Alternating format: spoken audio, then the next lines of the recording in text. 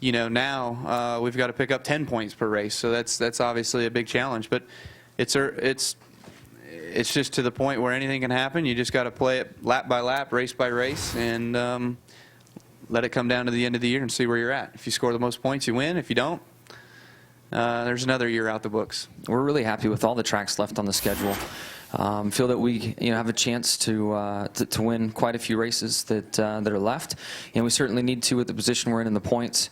There's no telling what's going to happen in front of us, but we're going to fight as hard as we can for every race win and every point, and just see where we end up. I mean, of course we want to win the championship, but if that door closes on us, we want to finish as high as we possibly can in the points, and certainly win as many races as we can. So, also, looking forward. Great tracks, and ready to get going. Okay, so we heard from the drivers, 5th, 6th, and 7th in the points, sort of the middle of the pack. What you're hearing right there is every one of these guys is telling you right now, Krista, we're not quitting no matter what happens. Jimmy Johnson's, mathematically, it looks like the door is closed. But because he knows Martinsville's in front of us, and Phoenix, another one of those stumbling blocks, you just never know. And he also realizes that, a place like Texas where he's had trouble when he almost lost the championship because he wrecked there, anything can happen. All these guys are telling you they're not going to lay down and play dead. They're going to go out and try to win races, and the points will take care of themselves. They know they're playing catch-up, but the cool thing is they're not panicking.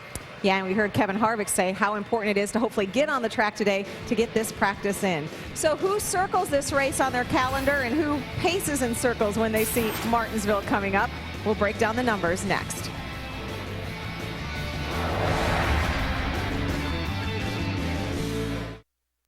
Breaking news.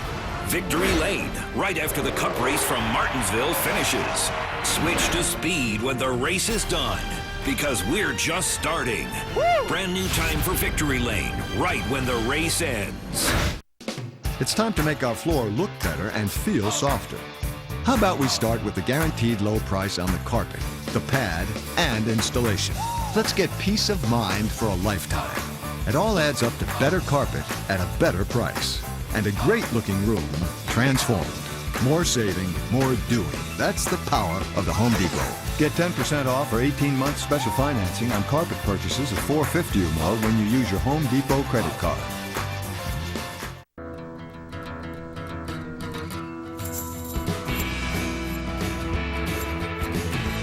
Set me free, free from interruptions and slow down. We're CenturyLink, a new kind of broadband company, committed to providing honest, personal service from real people.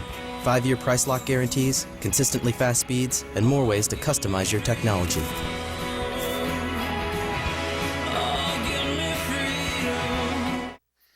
A little to the left.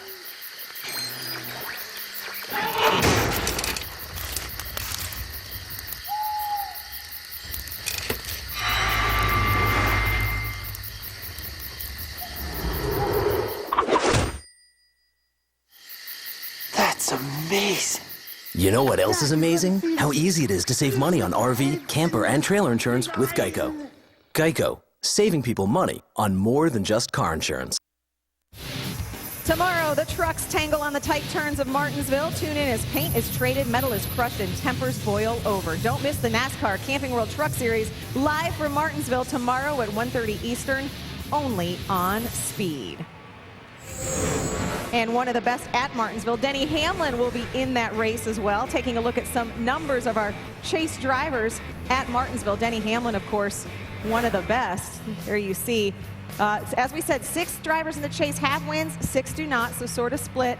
Nobody obviously has more of our active drivers than Jeff Gordon. But we did mention Denny Hamlin, one of the best, especially in recent years. Randy is inside with the guy who calls the shots. Yeah, that's Mike Ford, of course. In the chase didn't start off the way you wanted to. And quite frankly, this year's been a little bit of a struggle. But the last couple of weeks, you guys have put some things together, a couple of top 10s. And I know when you come to Martinsville, you got to be excited. Yeah, we got started in this chase, and it was tough getting in. But every race, we've gotten better. We've got better finishes each and every week in this chase. And after a 8th place finish at Talladega, no better place to come to for us than Martinsville. We've had some good runs here, and really look forward to getting back here. Hopefully we'll be on track here shortly. it's hard to look at 4 or 5 races to close out the chase with you guys looking at some things that you can apply to next year. But is that indeed the case? You guys kind of trying to put some things together that will help your team next year? You know, you get asked that question a lot, and if you think there's something that you need to be working on, you're going to work on it regardless of what is going on. So it isn't that you can stop and rebuild everything for next year. If you had those ideas in the first place, you'd be working on implementing them. So, you know, this deal is strictly about where you're at in the learning curve, and it fluctuates, you know, all the time. So, you know, we went through a period in the year where we went down a couple paths and it didn't bring the fruit that we were looking for. So, you know, kind of back up and go down a different avenue. And, you know, we're starting to see some fruit now. So feeling good about it, you know, with 4 races to go to close out. You know, hopefully we can get another win and, you know, a couple more top 10s, a couple top 5s, however it may work out. But looking forward to closing this year out strong and moving up in the top 10 solidly.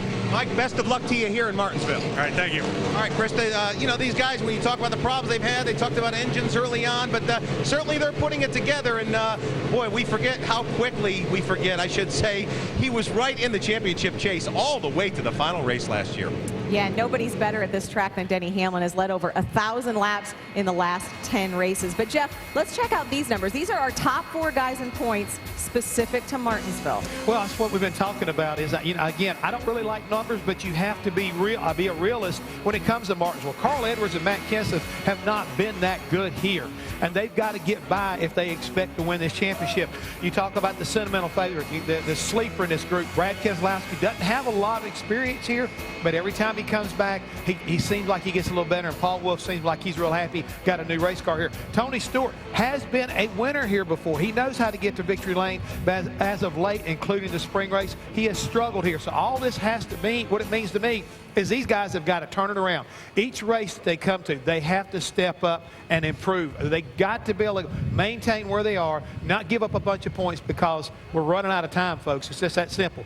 4 races to go. You make a mistake now, it could end your season. Well, we're running out of time here on NASCAR Live as well. When we come back, we'll give you some final thoughts. A chilly day here in Martinsville, but we're going to get practice going. There's some heat. There's some heat on the track. Stick around.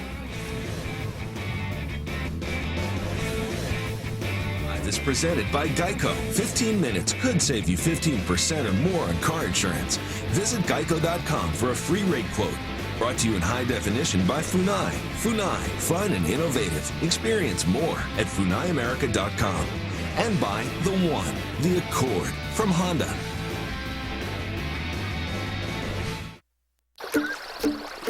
Nature Valley sweet and salty nut bars.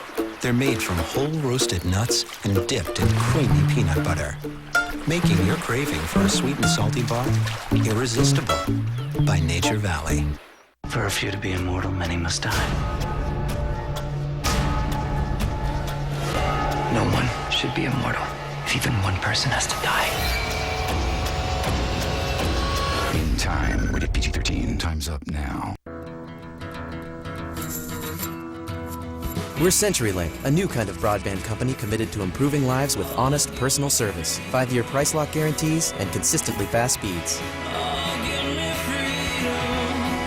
In the number 3, Wrangler Chevrolet, Dale Jr. I'm a Wrangler guy. Always have been, always will be. For unbeatable comfort and value, the right choice is Wrangler. Gotta say, nothing beats Wrangler comfort. Wrangler, real comfortable jeans. Amazing. Inspiring. Breathtaking. Every chase, every race. This is Magnavox. See what you've been missing. Magnavox, engineered in Japan by Funai.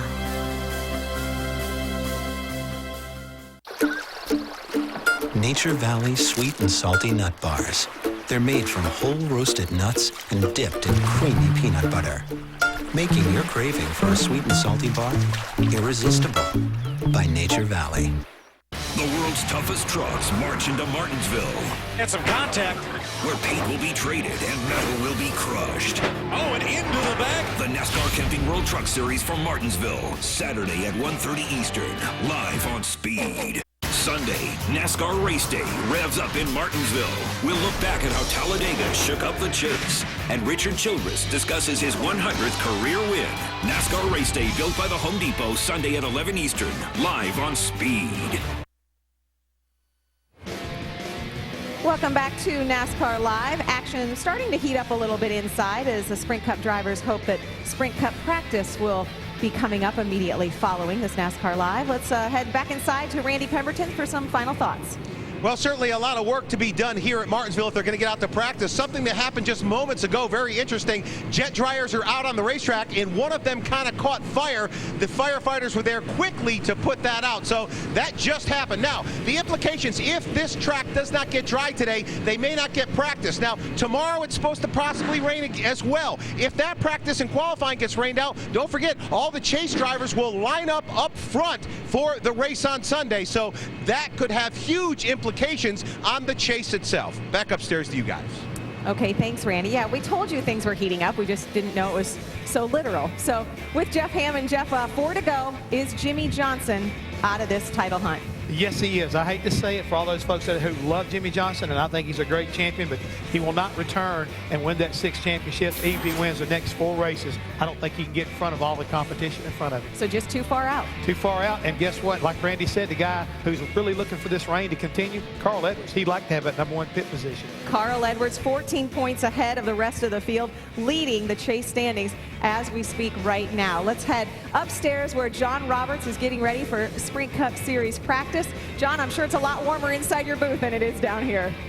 It is nice and cozy up here, Krista. Welcome again, everyone, to Martinsville Speedway, where it is wet and raining, but NASCAR's top series is going from their biggest track to their smallest track as the 2011 NASCAR Chase for the Sprint Cup Championship is taking yet another turn. Here is the weather for today. 45 degrees, humidity is high, little bit of winds out of the north-northeast, and the forecast is for light showers, but we remind you, this is the second easiest track on the circuit to dry, so we expect to have cars on the track.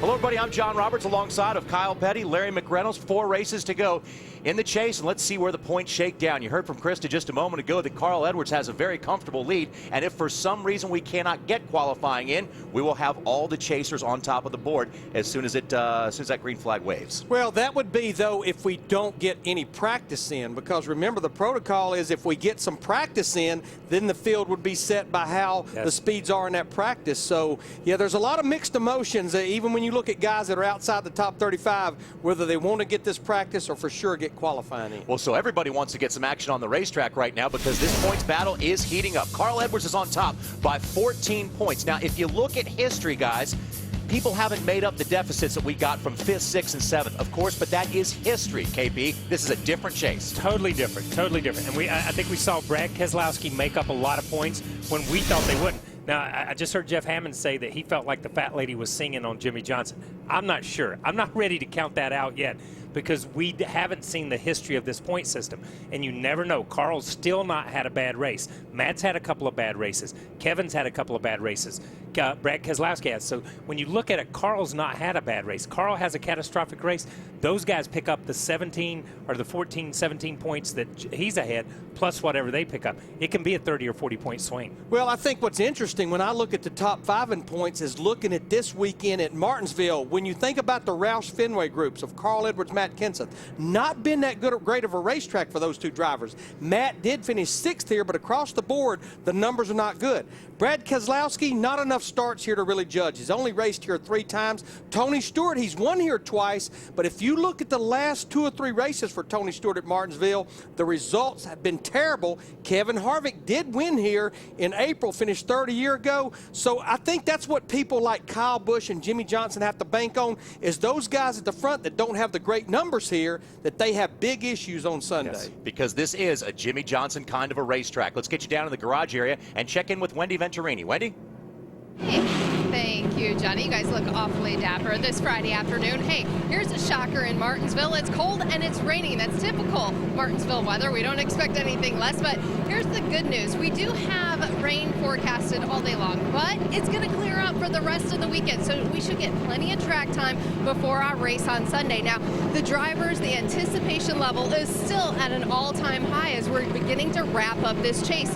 just about every driver has made their way into the garage. You know, the coach lot is located outside the racetrack, so all the drivers in their uniforms, a lot of them making their way in, just hoping to get in their race cars. But the rain has started to mist again, as it had stopped for about, I'd say, almost an hour, and now the mist has started back up here in the garage area. So we're just going to wait it out on speed, and hopefully it'll warm up a little bit, Bob. Well, Wendy Venturini, you hit the nail on the head. The waiting game here in the garage area. All these cars basically prepared and ready to go. And of course, a lot of guys want to dot the I's and cross the T's down here, and that's what we've been seeing in the garage area here at Martinsville. And of course, we've also been seeing the hot dog eating contest, the famous Martinsville Jesse Jones hot dog.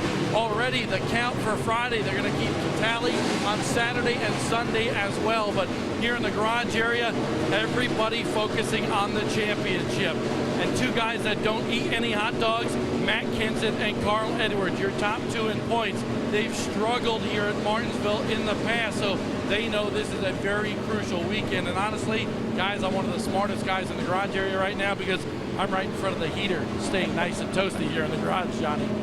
That is very wise, Bob, to find the heat. Right now, we're hoping that heat makes it to the racetrack. They dry this place up, and we get some practice in this afternoon. Want to stay with us because this is an easy track to dry. If we do have the time, we can get some cars out on the racetrack. We'll be back to a rain-delayed Sprint Cup Series practice in just a moment.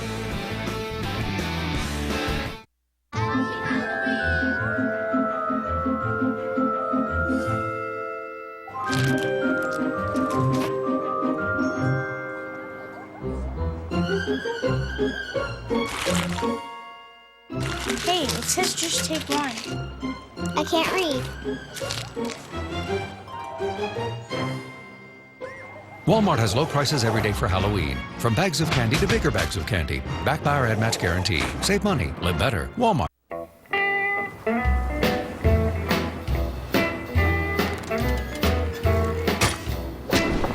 You've reached the age where you learned a thing or two.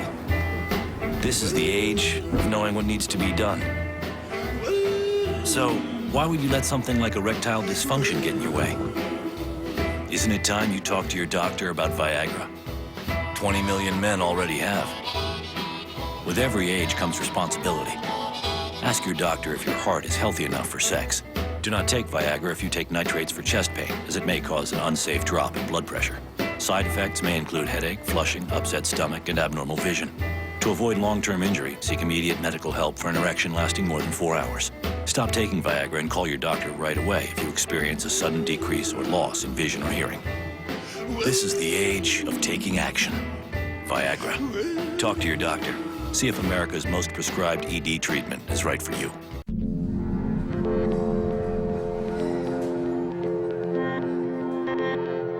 Respect doesn't just come from a name. Respect doesn't just come from a number. Respect isn't about where you come from, where you've been, whether you're old school or whether you're new school. Because when you're racing for fans as hardcore as ours, you don't ask for respect. You take it.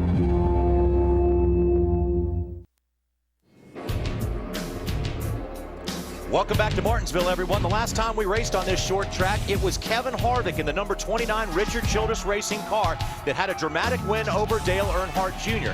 13 of the last 14 races here have been won by either a Joe Gibbs racing car or a Hendrick Motorsports car. That was the only one. The only guy to upset that party was Kevin Harvick. Other than that, it's been Jimmy Johnson, Jeff Gordon, Denny Hamlin, Kyle Busch, list goes on.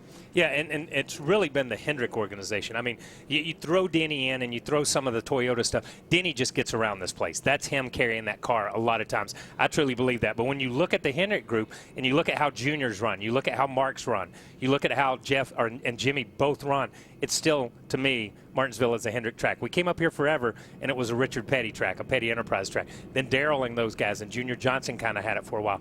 But in the last 10 or 12 years, it's been Hendrick straight up. And I think Kevin Harvick, he's in that position 26 points back. He knows he can't worry about anybody but Kevin Harvick and the 29 team. And if you go back to that win, he didn't lead a lot of laps, but he led the right laps. In fact, with about 2 to go is when he passed Dale Earnhardt Jr., who ended up finishing second. So So I just think when you're like Kevin Harvick or maybe even Tony Stewart or Kyle Busch, you can't worry about Carl Edwards. You can't worry about over your shoulder. Just go out, do the best you can, try to lead laps, win the race, and the points will be what they will be. Well, this weather is making things tough on the crews as they try to prepare and plan around a lack of practice right now. For the crew chief viewpoint, let's go to Bob Dillner. Well, the 99 bunch here in the garage area ready to go. And honestly, Bob Osborne, crew chief, he's all jacked up today. He came up, he wanted to stand tall like me here in the garage area. So leading the points coming into Martinsville. You guys have struggled here in the past. How big of a hurdle is this to get by in the chase for the championship, Bob? I would say it's our biggest, definitely. You know, like you said, we haven't had the greatest runs here.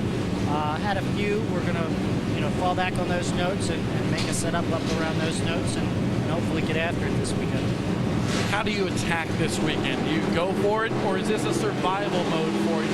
Well, we're going to see how the race plays out, but really we're looking to just take our time and get a good setup underneath the car, nice conservative setup, have a safe strategy for the race, not take any big chances, keep the nose on the car, and hopefully we end up with a good finish. Safe certainly will be key for Carl Edwards here. He finished 8th in the springtime, Wendy Venturini. Thanks, Bob. I wasn't lying when I said drivers were down here in their fire suits ready to go. I'm with Jamie McMurray. Jamie, what does this do with your mindset? You're here ready to go, but we're just watching it rain. Yeah, you wish it would either rain or not. This is kind of frustrating with it misting like it is, but hopefully we'll get on the track.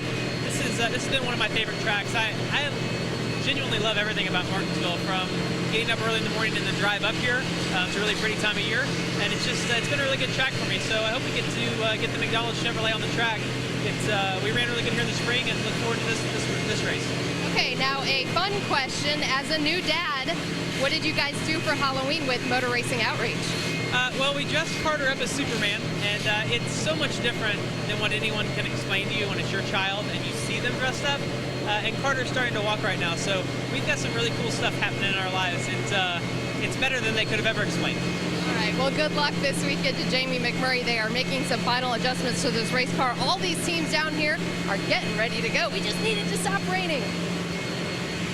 Exactly, Wendy, and certainly it can be scary racing here at Martinsville. The next question that comes up, though, Larry McReynolds, what about this schedule for the rest of today? What's the priority? Well, a lot of teams do not like this schedule where we do all the practice on Friday. All the Cup guys do is qualify on Saturday, race on Sunday. But what this will do, this kind of opens the box a little bit for NASCAR, because we don't have to worry about qualifying for Cup or for the NASCAR Camping World Truck Series. So they're going to do everything they can, as long as we have some daylight, to get some practice for the Truck Series and for the Cup guys. And Kyle, this is different this year with the qualifying procedures. You go off the first practice as to order. If you don't get the qualifying in, that's the way you start the grid. So the way we understand it is that if there is one practice session, the speeds in that practice session set the grid. As it stands right now, but let's be totally honest, this is NASCAR. They can change the rules and change their format any way they want to. And they'll look at it in the totality of where we are, the rain today, the Truck Series, they've got a Cup Series. They've got to look at it as a group. It's not just the Cup Series. So they'll make that call, and they'll let you know, John Robertson, you can talk about it. Great. Yeah, we can't shortcut this Truck Series because we got quite a championship battle going there with 3 drivers in the mix, 3 or 4 drivers. So the goal for NASCAR and the officials here at Martinsville Speedway is to dry this track and get cars and trucks out on the racetrack, and they will do the best they can to get that done. Coming up next, though, it's the 10, the most outrageous moments. Stick around for that. We'll have an update for you at the top of the hour.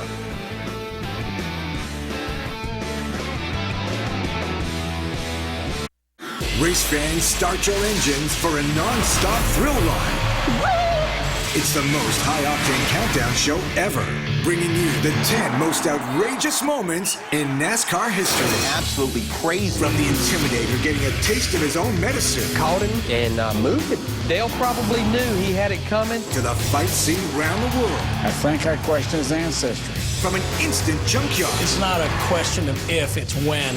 To an insane restart. Wouldn't that be a story? Huh? From Carl's liftoff. Was a car becoming airborne. To DW and Rusty's throwdown. Hope he chokes on all that money. But only one can be number one. It looks like the whole wheel came off. This is more than just a race to the finish line. The one that they go to 500. It's a journey through time. Upside down and on fire. Buckle up and hang on for the 10 Most outrageous moments in NASCAR history. Number 10.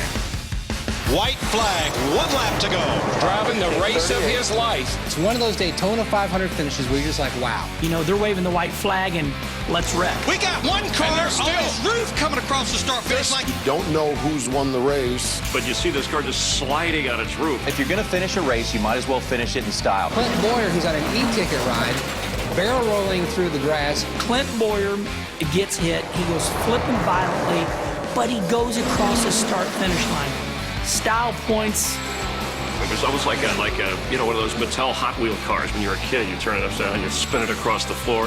That's what it looked like. And then when he got down in the infield grass, flipped up on his wheels. He wasn't going as fast as he wanted to, but at least he made it across the start-finish line. It was a wild ride. It was almost more exciting, and that was an exciting finish, or let's say as exciting as the finish. He had probably the most spectacular finish of the 500, but he obviously didn't get the win. That went to his teammate, Kevin Harvick. But what was amazing about Boyer, and I talked to him about it later, and he said, I'm just glad I finished whether I was standing up or upside down. The line you always heard was upside down and on fire. You couldn't describe Clint Boyer or that finish or that wreck without saying, in that order, upside down and on fire. You know, they always say upside down, on fire. I mean, that is exactly what Clint Boyer was all about. So as Kevin Harvick celebrates Clint Boyer's car is an absolute mess, he winds up in the garage area. And I have to interview him, and he keeps looking up at the scoreboard trying to figure out where he finished. And I said, Clint, I'm just glad you're okay. And he goes, yeah, but I think I finished a position ahead of where they have me. He was looking at the scoreboard, and I'm like, dude, you just finished upside down on fire. He had a top 20 finish, one of the few times probably in the history of NASCAR you could say, I got a top 20 finish, but my 4 wheels were pointed to the sky. I was on my roof as I crossed the start-finish line. Number 9. Did the lug nuts come off? It looks like the whole wheel came off. An unbelievable race. To be in contention to win a championship. It was absolutely their championship to lose. Here is Kurt Busch. He is in the catbird seat in this situation. All of a sudden has a problem. Man, I got a pit. I don't know what this is. Trouble here at Homestead for the championship leader, Kurt Busch. There goes the championship. That would have been the end of it. Coming to you just as fast as you can blink your eye. Oh, and he loses the wheel.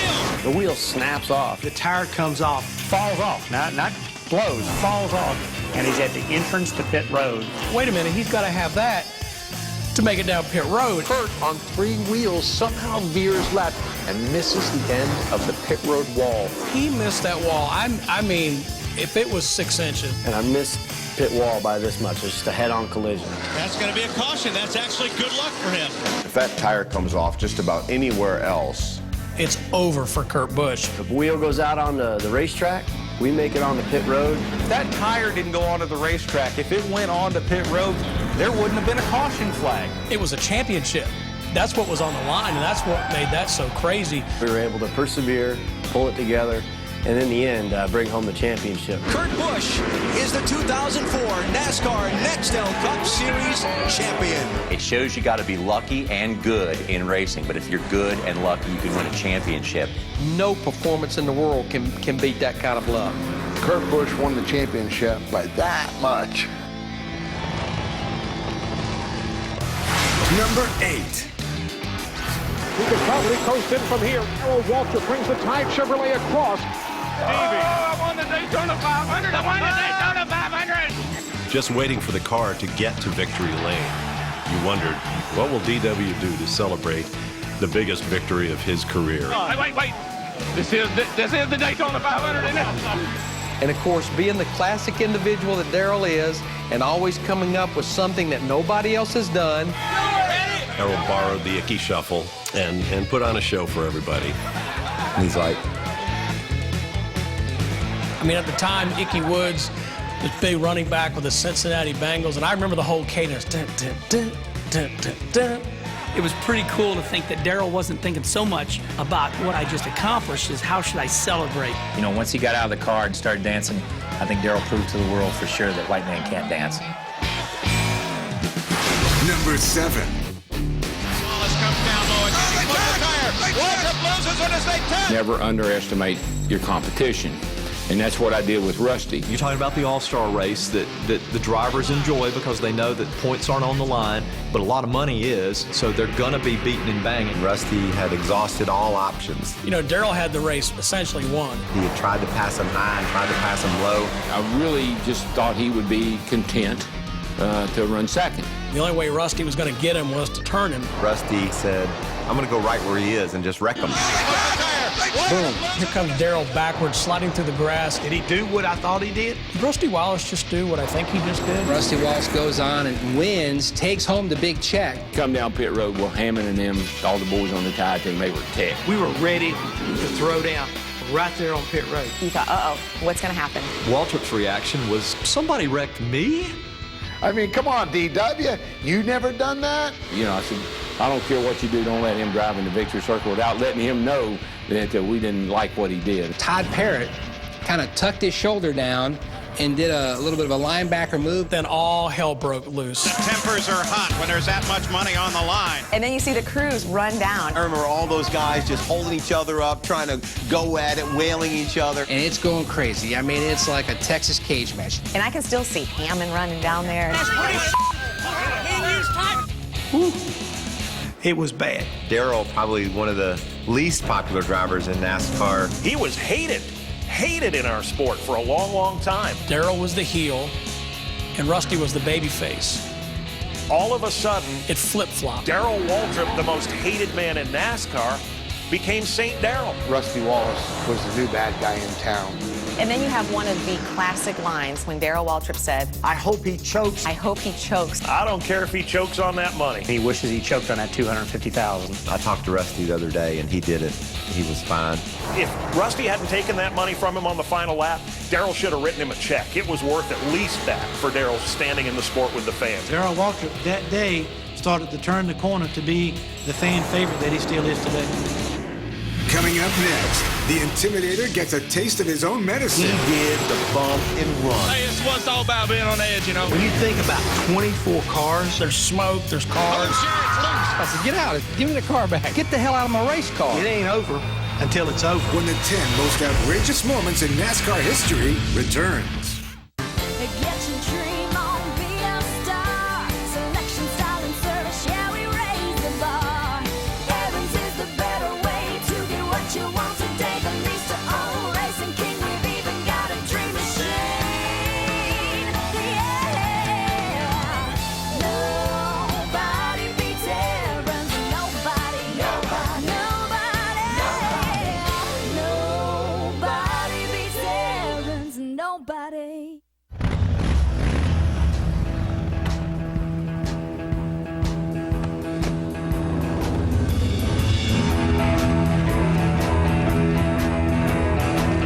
What makes us #1 in motorcycle insurance? We love bikes. We love riders. And most of all, we love to ride. Perfect hair every time. Leading the pack in motorcycle insurance. Now that's Progressive. Call or click today. This Halloween, Nat Geo Wild wants kids everywhere to cause an uproar by trick-or-treating to help save big cats. Big cat populations around the world are in decline, but you can help make a difference. Go to causeanuproar.org for info on free Nat Geo Wild collection boxes, creative ideas for costumes, and details on how you can get fun thank you gifts. It's all at causeanuproar.org. Time now for the honorable mentions that just missed the 10 most outrageous NASCAR moments. It looked like they were in a demolition derby, just chugging along and just sort of limps across the line. One of the most amazing moves I've ever seen. He somehow saved it, and he never lost the lead. You saw pieces of fence, Parts of pieces flying. Yeah, let's crash and bang and hang on. Gary Labonte's wrecked, going across the checkered flag. I think I used up a race car, but we'll get another one. Number 6. Probably no spectacle in motorsports greater than watching a pack of NASCAR Cup cars going around together. Trouble, Stewart in the wall. Here we go. Here we go. Robbie Gordonson at the 33. Harvick is around. Here we go, guys. The big one.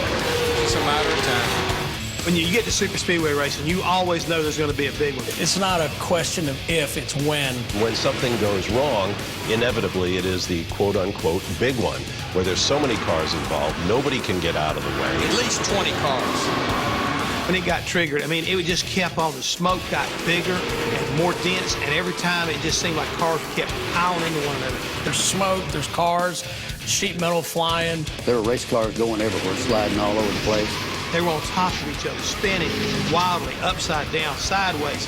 Everybody just kept piling into it, and when it settled, it just looked like it was a junkyard. And you're looking to see who's in it, who made it out. Everybody's out. Like, everybody was just taken out. The whole idea of the restrictor plate, yes, has contributed to both the spectacle and the size of the accidents. You run the risk that you're going to destroy the race entirely. The way this started, Kyle Petty got ran up high going into turn 1, and as he tried to find a place in line, the whole field kind of accordioned together. I've never seen a racetrack turn into a junkyard that quickly as we did that day. Number 5. White flag is in the air. 2.5 miles to settle it. Does Dale Earnhardt pick up his 3rd win at Pocono?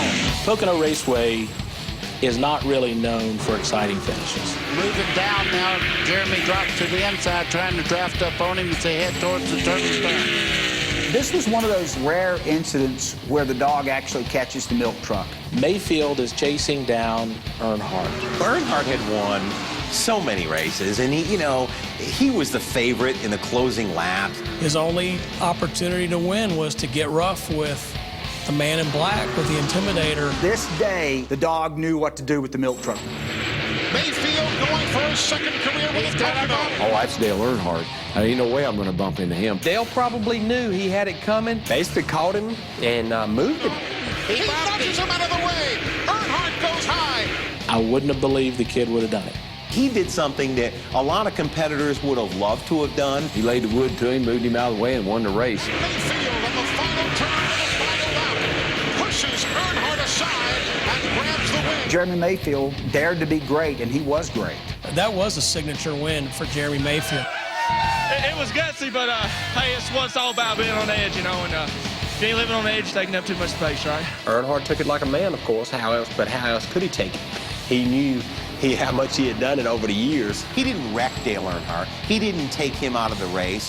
He did the bump and run, the epitome of NASCAR's move on a last lap to go win a race. I didn't have anything for him, he just slowed up a little bit in the tone turn. And I got a run on him and didn't mean to hit him or anything, just want to, like I said, rattle his cage a little bit. And the cool part about Earnhardt, he'll come, he might ruffle up, put a tire mark down your side, but he'll walk up to you and go, good race. You pulled alongside Mayfield and had a little conversation. What'd you say to him? Told him he's number 1.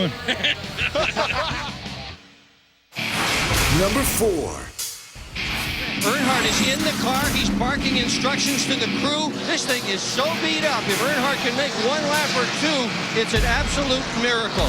Dale Earnhardt flipped his car. That's right, flipped his car. Went through a horrible accident, horrific accident. And the 3 car is barrel rolling down the back straightaway. Big trouble. Earnhardt out. I think we were all watching going, wow, Earnhardt's done. Dale Earnhardt was walking up in the back of the ambulance. Walked away from another one on the super speedways. Went to the ambulance, and he looked back, and for some reason he said, I think that car might run.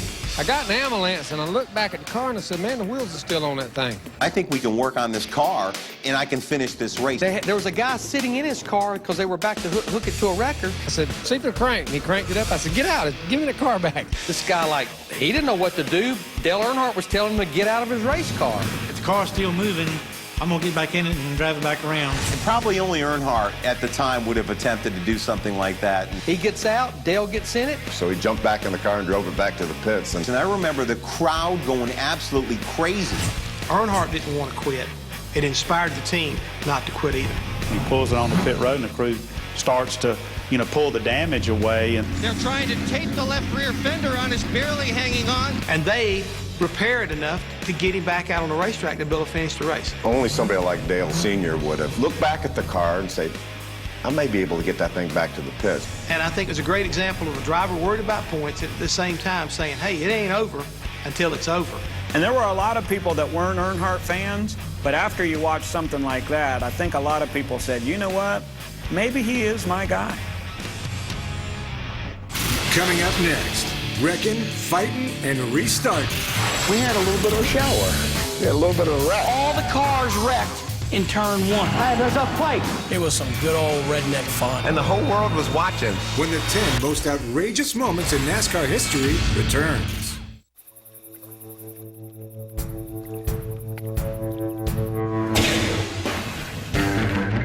It's no coincidence the Toyota Tundra has received the most dependable large pickup award from J.D. Power and Associates. Not once, not twice, but 6 years in a row. Now that's a statement no other truck can make. The full-size Tundra from Toyota. Why would any fun-loving, red-blooded, all-American male give up watching football to upgrade his headlights? Because Silver Star Ultra headlights from Sylvania are up to 50% brighter and let you see up to 40% farther and up to 50% wider. But more importantly, because of who is behind the wheel. Thanks, Dad. See farther, see wider, see better. Silver Star Ultra headlights from Sylvania. Is your computer running slowly? Does it take more than 3 seconds for your email to load? Are you frustrated with error messages, blue screens, computer freezes, and crashes? These are not only annoying, but can cause permanent damage to your computer. If you're experiencing any of these symptoms, your computer and your privacy may be at risk, because these are usually the telltale signs of a virus, and it can only get worse until you act. Get a free diagnosis at mycleanpc.com. My Clean PC is outstanding, and my computer is running faster than ever. My Clean PC came through with flying colors when no one else could. My Clean PC totally cleaned up my system and increased my speed. MyCleanPC.com can remove spyware, viruses, and infected emails, all speeding up your PC's performance. It offers all-in-one protection, and it's been downloaded by millions of users. Even if you have antivirus software, your computer could still be infected. Find out instantly with a free comprehensive diagnosis at mycleanpc.com. Welcome back to Martinsville, Virginia. Kroger 200 practice for the NASCAR Camping World Truck Series scheduled to go out on the racetrack here in just a few moments. 42 degrees is the temperature, and the forecast, yes, says rain. It feels like 36, and we're going to hear exactly what it feels like from Ray Dunlap and Hermie Sadler in just a moment. They're down in the infield of Martinsville Speedway, but cloud cover and rain has really screwed the schedule up today. And right now what they have decided is NASCAR wants the trucks to get out on the racetrack. They were supposed to practice first this morning, which was earlier today, but because of the rain, everything's been pushed back. They have now decided that they'd like to get the trucks out there first. So that's what we're expecting, the first truck practice for the guys to get out there and get a feel for this racetrack. But again, still a little bit slick track. Phil, you know, you've been to Martinsville. Cold tires on a warm day is a challenge. When I wake up at Martinsville and there's a little bit of a mist in the air and it's cold, you think, how am I ever going to get hooked up? You've got all that power. You're basically going down in the corner and stopping and then throwing the gas back to it and trying to come straight up off the corner. It makes me nervous just feeling the weather. And I don't even have to race, but I know what these guys are going to be up against. At most racetracks you go to, cooler temperatures can be faster speeds.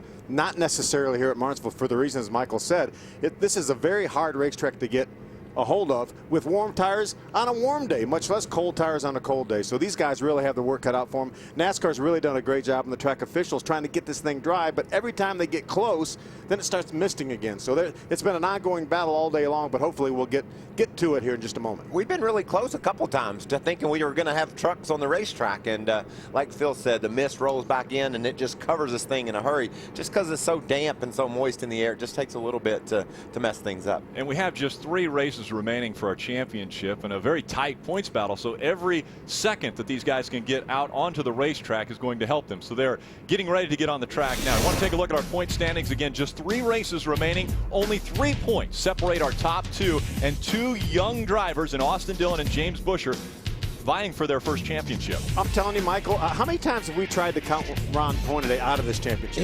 He stumbled all the way through the summertime, but when it turned fall, they put him in a different truck. It had a 2 on it instead of a 33, and that lit Ron up. And man, it's been so fun to not only watch him on the racetrack, but to see how happy he is and see how enthusiastic. And I talked to Harvick after Talladega, and I just patted him on the back and I said, well played, sir. Yeah. I mean, what a job that team did orchestrating a 1-2 finish for that organization. Right. They had everything planned out, figured out, and executed. Heck, before they even left the shop, they knew exactly what they were going to do. Great job. I texted Kevin after the race and I said, what a great job. I said, that race was won in Kernersville, North Carolina, where their shop is. And he said, man, isn't it nice when a plan comes together? So they just perfected that plan. They knew what they were going to do. I talked to Chris Carrier in the garage just a few moments ago, who was a crew chief on Mike Wallace's truck. And he said, man, he said, I cannot tell you how impressed I was with the job that both Ron and Mike Wallace did. Pretty impressive run for KHI. Obviously, Mike Wallace, Ron Hornaday finishing 1 and 2 at Talladega, our last race. Now let's get down towards a little bit cooler in the infield with Ray Dunlap. Well, thank you, Rick. You know, I'm standing at the front of the grid at the very end of pit road here in Martinsville.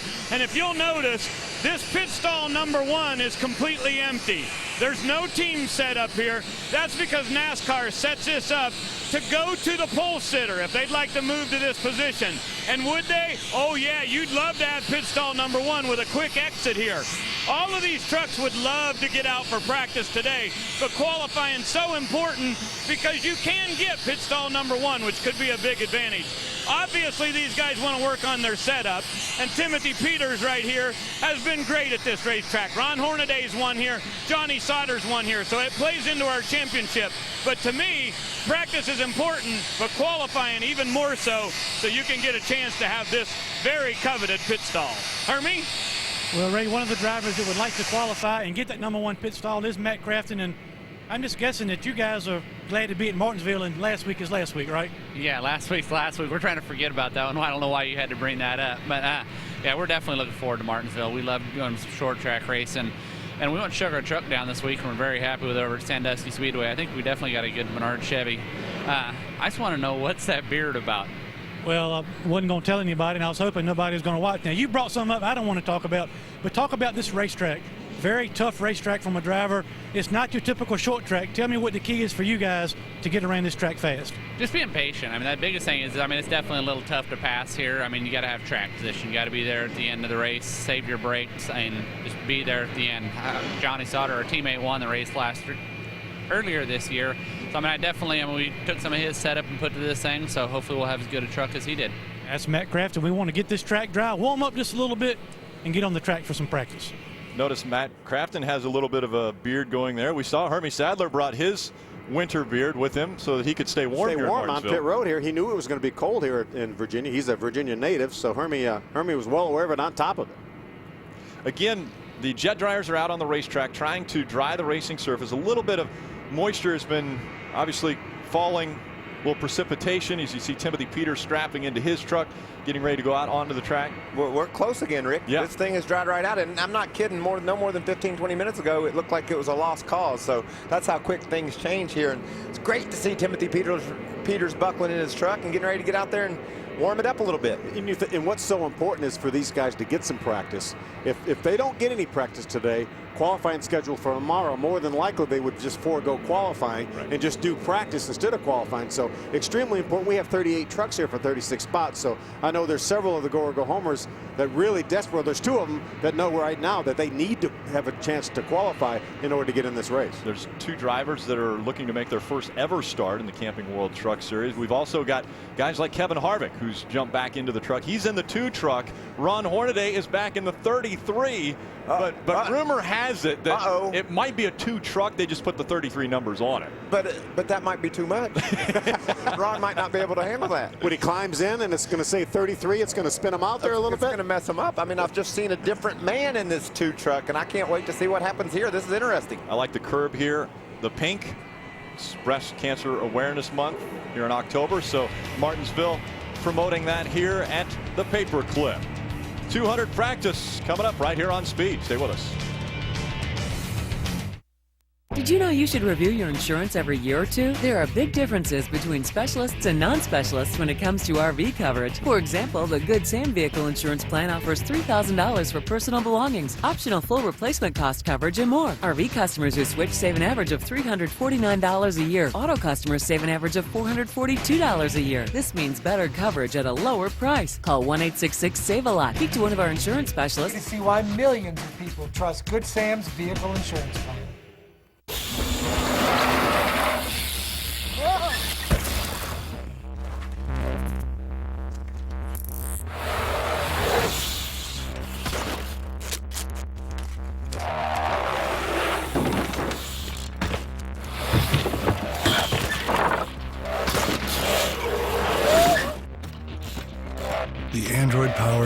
Casio G's 1 Commando.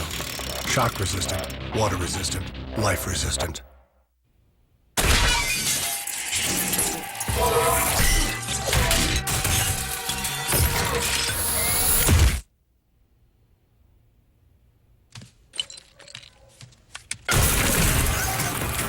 With DirecTV, you can start watching in one room, pause, and continue watching in any other room.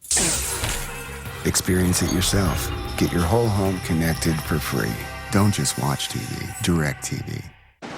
Welcome to Las Vegas. Please proceed to the baggage claim on the lower level. Yeah, NASCAR is back all right. Be there when the cars and the stars return to Las Vegas to celebrate another great year of racing. The 2011 NASCAR Sprint Cup Series Champions Week. Fast, fun, loud, perfect.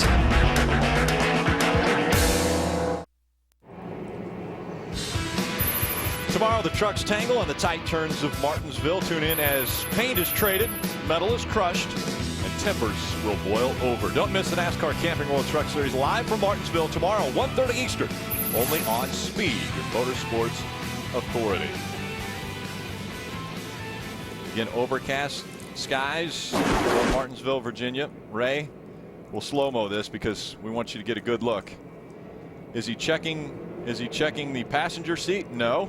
No, he's checking the chassis numbers on these trucks. Ray is very diligent. Ask him which about one. knowing Which one is it, Ray? chassis number of these trucks. Ray, what chassis number is on the 3 this week? That'd be truck number 21. And it's a new generation chassis for RCR. So those guys trying to learn a little something on short tracks with this truck.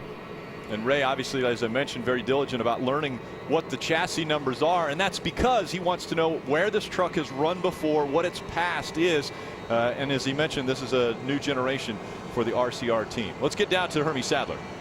Well, let's give Parker Kligerman a pop quiz. Ray Dunlap is really good at knowing everybody's chassis numbers they have at the racetrack every week. Do you know what chassis number you have, and what's the history of this truck? Chassis number, well, we have a funny deal. We don't actually name numbers. We don't give numbers to our chassis. They're actually names. This is Turbo, and this is our short track truck that we had here earlier in the year. We actually wrecked in practice, but it's back. It's better than ever. And we've run it a couple times since then, had really good results. It's fast. So looking forward to this. Hopefully we can get on track here. Hopefully this rain stays away. Obviously it's a little cold. So I think there's going to be a little bit of tire warming, so trying to get once we get out there, and hopefully we can get at least 30 minutes or so of practice. Tell me what you think about this racetrack. It's a tough racetrack, easy to overdrive in these corners, but tell me how it was for you in the spring and what you need to do better this time around to get back up front and have a chance to win. Yeah, well, we really struggled here in the spring, but I'm excited coming back because I know a lot of things that are holding us back. So I think we're going to be a lot better, and I've obviously improved as a driver. And as a racetrack, you know, it's just a racetrack. It's like any other racetrack. You go around it, you brake, you turn left, and try to go as fast as possible. So, you know, I don't like to give any racetracks any more mystique than others, just the fact that, you know, it's a short track. It's what we grew up on, and excited to be here because that's kind of fun racing for us. That's Parker Kligerman. He, like everybody else, is ready to strap in and get on this racetrack. Pulls his jacket off and get ready to jump into the truck. How about guys that are looking for their first win in the Camping World Truck Series? This racetrack isn't normally kind to rookies. A rookie has never won at this racetrack, but guys have got their first win here. Man, Parker Kligerman said this is just any other racetrack. My brother may be one of the best ever here. Yeah. And he says it better than anybody. It looks like any other racetrack. It's the most unique place in the whole world. You know, this racetrack has more first-time winners than any other racetrack on the circuit. And we'll see if we find another first-time winner. Dover's second, I believe. Is that right? Yep. And, you know, we can add another name to that list, though he's not real young, but he's not real old. And he's had some success in other divisions, Denny Hamlin. That is a very good point. Very good point. That's hard to figure out. He'll be driving in the Kyle Busch Motorsports Entry. When we come back, trucks will be on the track. Stay with us.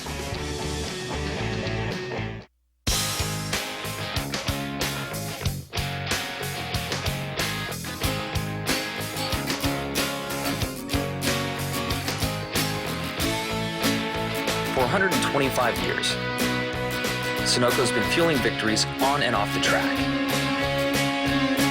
Why? Because winning is the greatest feeling in the world.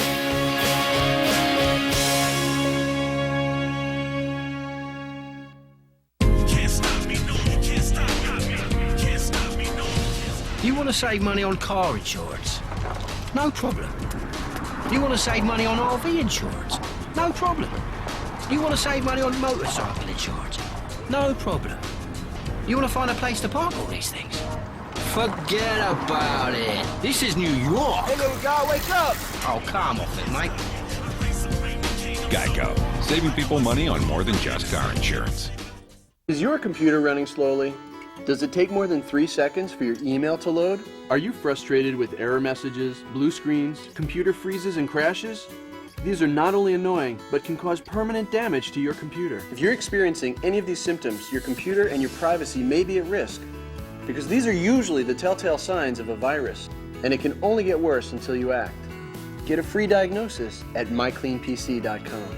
My Clean PC is outstanding, and my computer is running faster than ever. My Clean PC came through with flying colors when no one else could. My Clean PC totally cleaned up my system and increased my speed. MyCleanPC.com can remove spyware, viruses, and infected emails, all speeding up your PC's performance.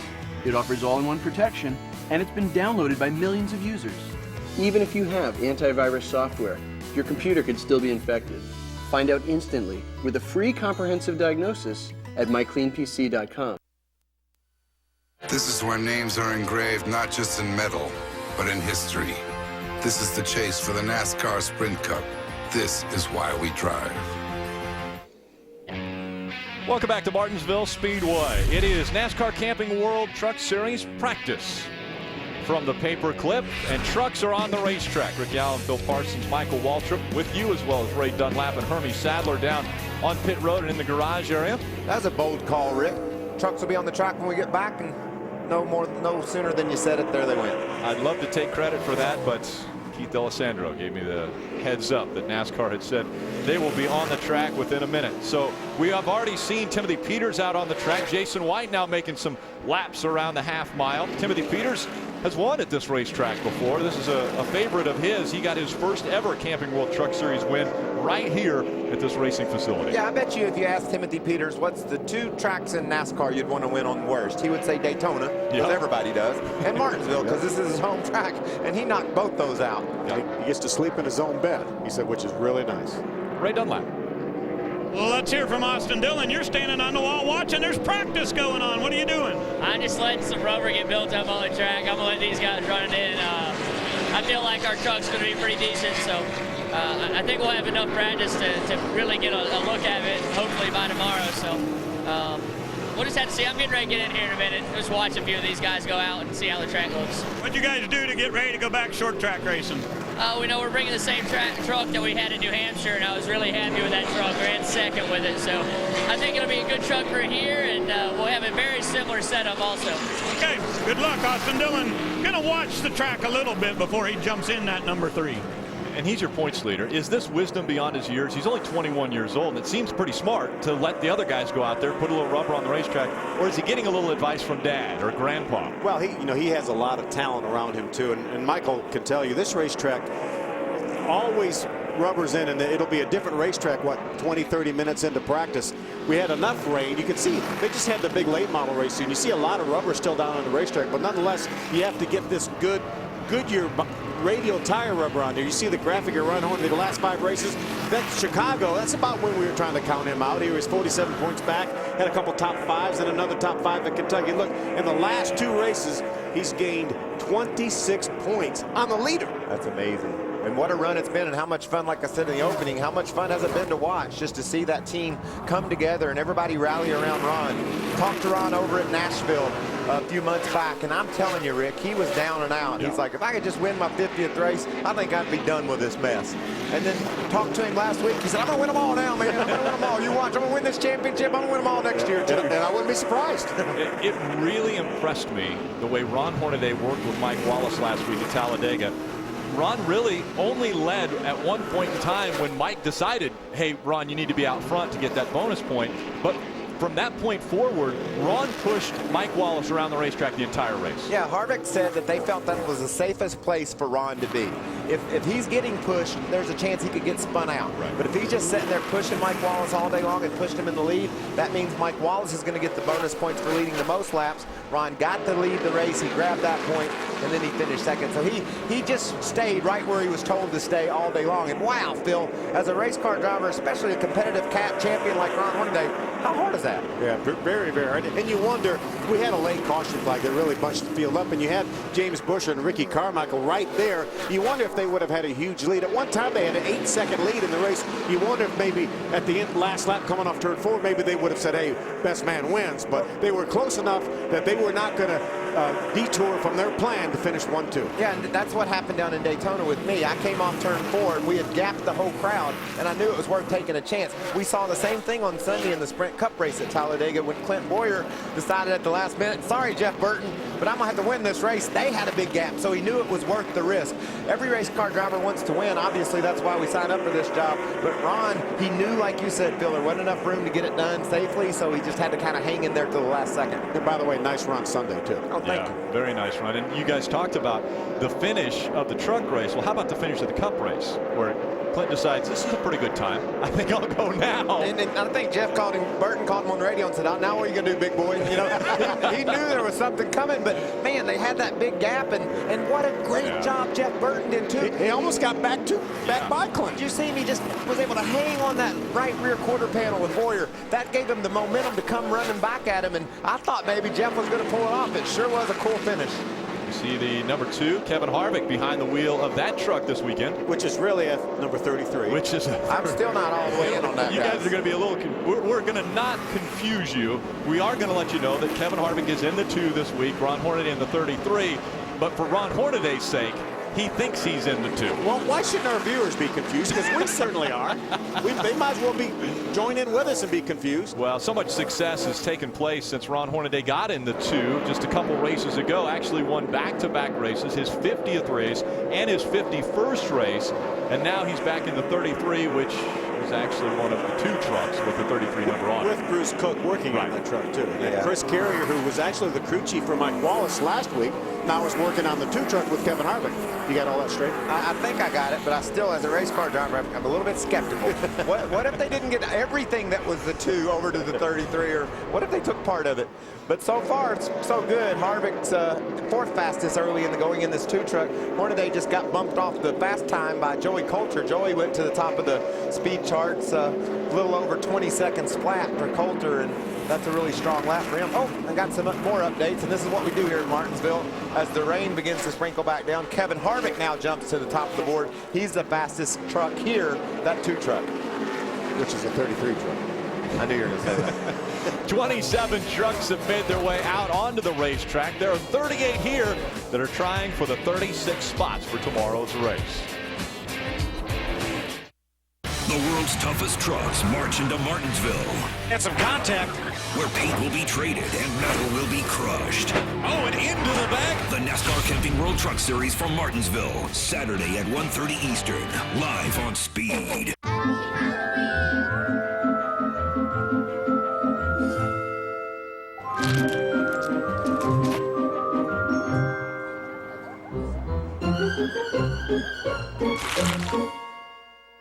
Hey, it says just take 1.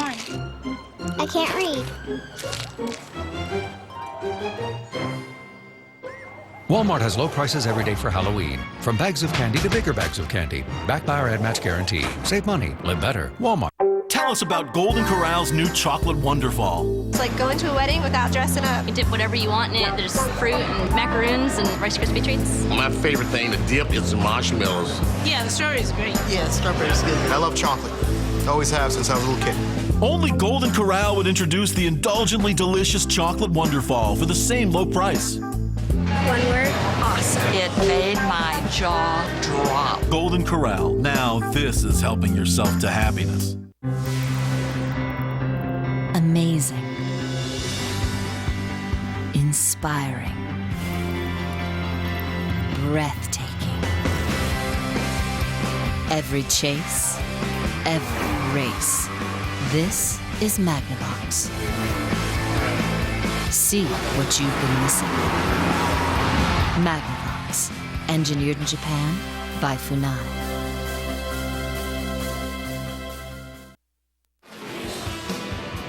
Monday night, NASCAR Race Hub delivers the ultimate recap from Martinsville. Hear from the drivers chasing that championship. Get all the latest breaking news from the world of NASCAR. Don't miss NASCAR Race Hub, Monday night, 6 Eastern, only on Speed. Now 36 trucks have been out on the racetrack, and one that was vacant early that we were looking for was the 18 of Denny Hamlin. He's currently 26th now on the chart. He's made his way out onto the track. Ray.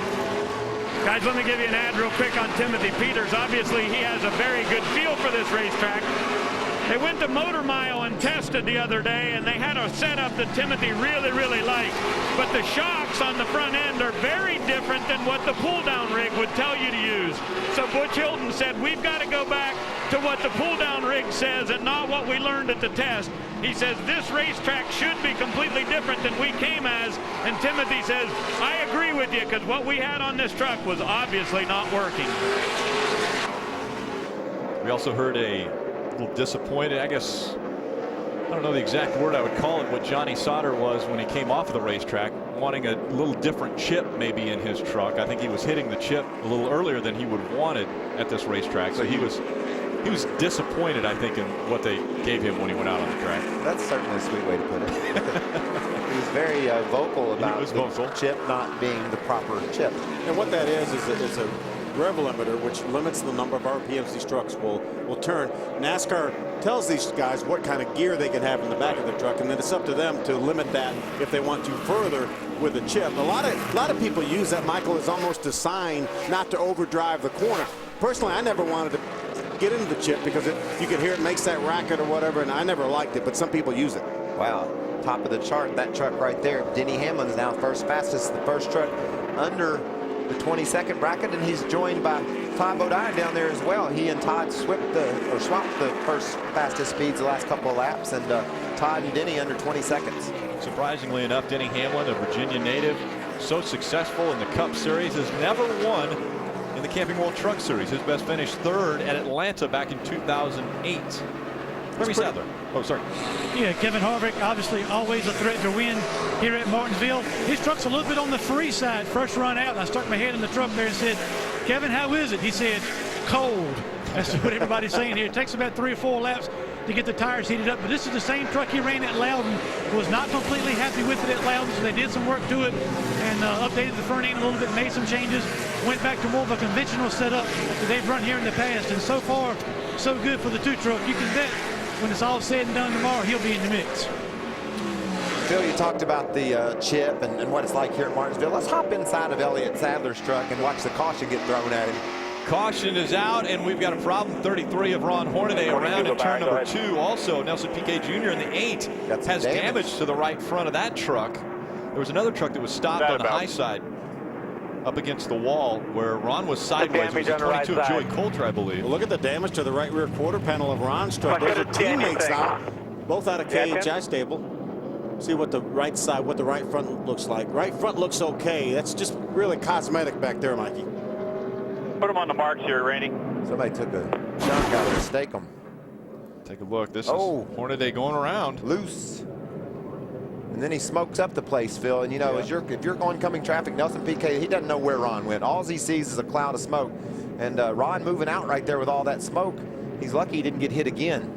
Nelson Piquet trying to find a way around, and as you mentioned, the smoke you can't see. Yeah, no way he could have been able to see. He was relying on his spotter to say go low, and he tried to get as low as he could.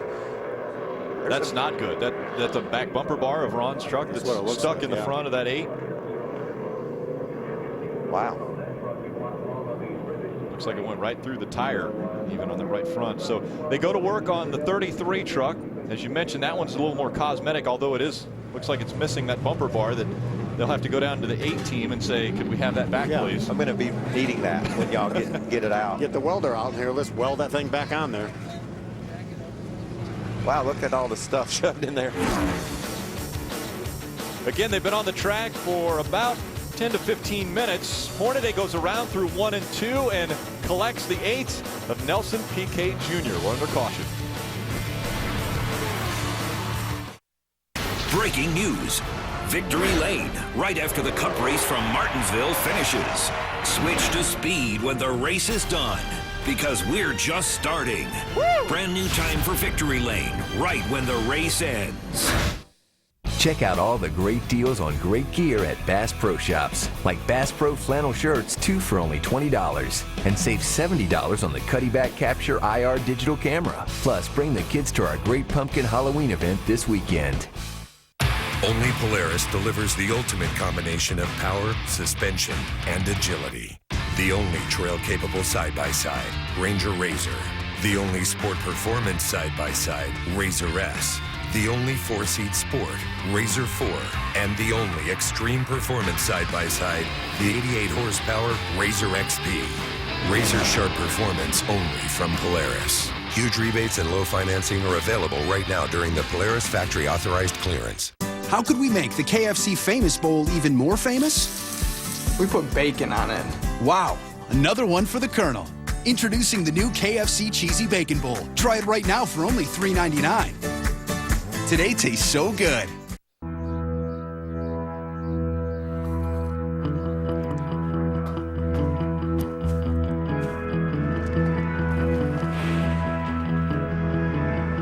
There's a new team in the garage. NASCAR and the American farmer are working together to introduce American ethanol, a renewable energy solution that is the right choice for the future of our sport, our country, and our planet. It's a brand new race day. Welcome to Las Vegas. Yeah, NASCAR is back all right. Be there when the NASCAR Sprint Cup Series Champions Week celebration returns to Las Vegas. Sunday, immediately following the Cup race from Martinsville, turn to speed for NASCAR Victory Lane. Get expanded post-race coverage you can't find anywhere else. Watch NASCAR Victory Lane, fueled by Sunoco, at its new time, immediately following the Cup race right here on Speed. You know, I think it's so neat that they're able to get the driver and the owner and the crew chief all right there, right in Victory Lane. Right after the race. Yeah. I mean, that's amazing that Speed is that on it, and we can get all that information and share it with the fans. Still soaked with the celebratory champagne or whatever drink they have in Victory Lane. Now, we just had a caution, and it was because of this. The 33 of Ron Hornaday coming through 1 and 2 gets sideways. Now, he gets it stopped here, but that cloud of smoke creates problems for Nelson Piquet Jr. Yeah, that's self-preservation there, Phil. Ron knew that if he kept the gas down, he could keep that truck out of the wall. But when he throws up that cloud of smoke, Nelson has no idea where that truck is, and bam, just barely catches the right rear. But he takes the bumper bar and jabs it all the way inside of his motor compartment, Phil. That thing is way up under the hood. See how far that thing's sticking in there? That could have got into the headers, maybe an oil line. Obviously cut the right front tire down, I think. Yeah, but there's no telling what all it did when it went in there. So if that team just gets by with patching that nose, I think that's going to be really fortunate for them, because that could have done a lot more damage. Look how long that thing is. They threw it away, but I'm guessing that the 33 team is going to go down and go, we're going to use that. Yeah, there's part of his bumper was up under their hood too, and you can see they're beating on the fender. Looks like maybe it didn't get into any of the engine compartment or any of the chassis on the right front. They're more worried right now, it appears to be, with just the body damage. And they're so fortunate. Probably, if you're going to be able to make hasty repairs and just beat this stuff out, you can get away with it here more so than any other racetrack we go to. Yeah, I think I'm talking to our engineers at MWR. They said there's only a couple of tracks where aero makes no difference, and this is one, and maybe Sears Point, but even there, maybe not so much. If you just talk about center of gravity more important than aero, or mechanical more important than aero grip, here at Martinsville, it's all about mechanical and getting your weight low in your truck. You want a really low gravity truck, and you don't worry so much about aero. So they just need to put a little tape on it and pat him on the back and say, go get them. I think time wobble there by David Starr right in front of Johnny Sauter.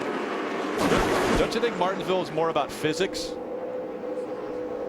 See, David Starr gets completely sideways. Johnny does a nice job avoiding him, or he could have cleaned the right front corner of his truck off. Yeah, and David was probably thinking, did Johnny just hit me, or did I get sideways? Because when it jumps like that, David obviously has a really loose truck. He needs to get in and maybe tune on it a little bit, because at Martinsville, you're seeing a great example of it here. When you're bad at Martinsville, there's nowhere to hide. Can't hide. I spun out here one time in the race at Martinsville. I was dead convinced Rick Wilson spun me out. And then I saw on video, and I hooked the curve with my left front and turned me around, and I blamed it on Rick, and it wasn't his fault. Sorry, Rick. I was going to say, is that the first time you've apologized? Well, probably. I didn't apologize much, but I am apologizing now.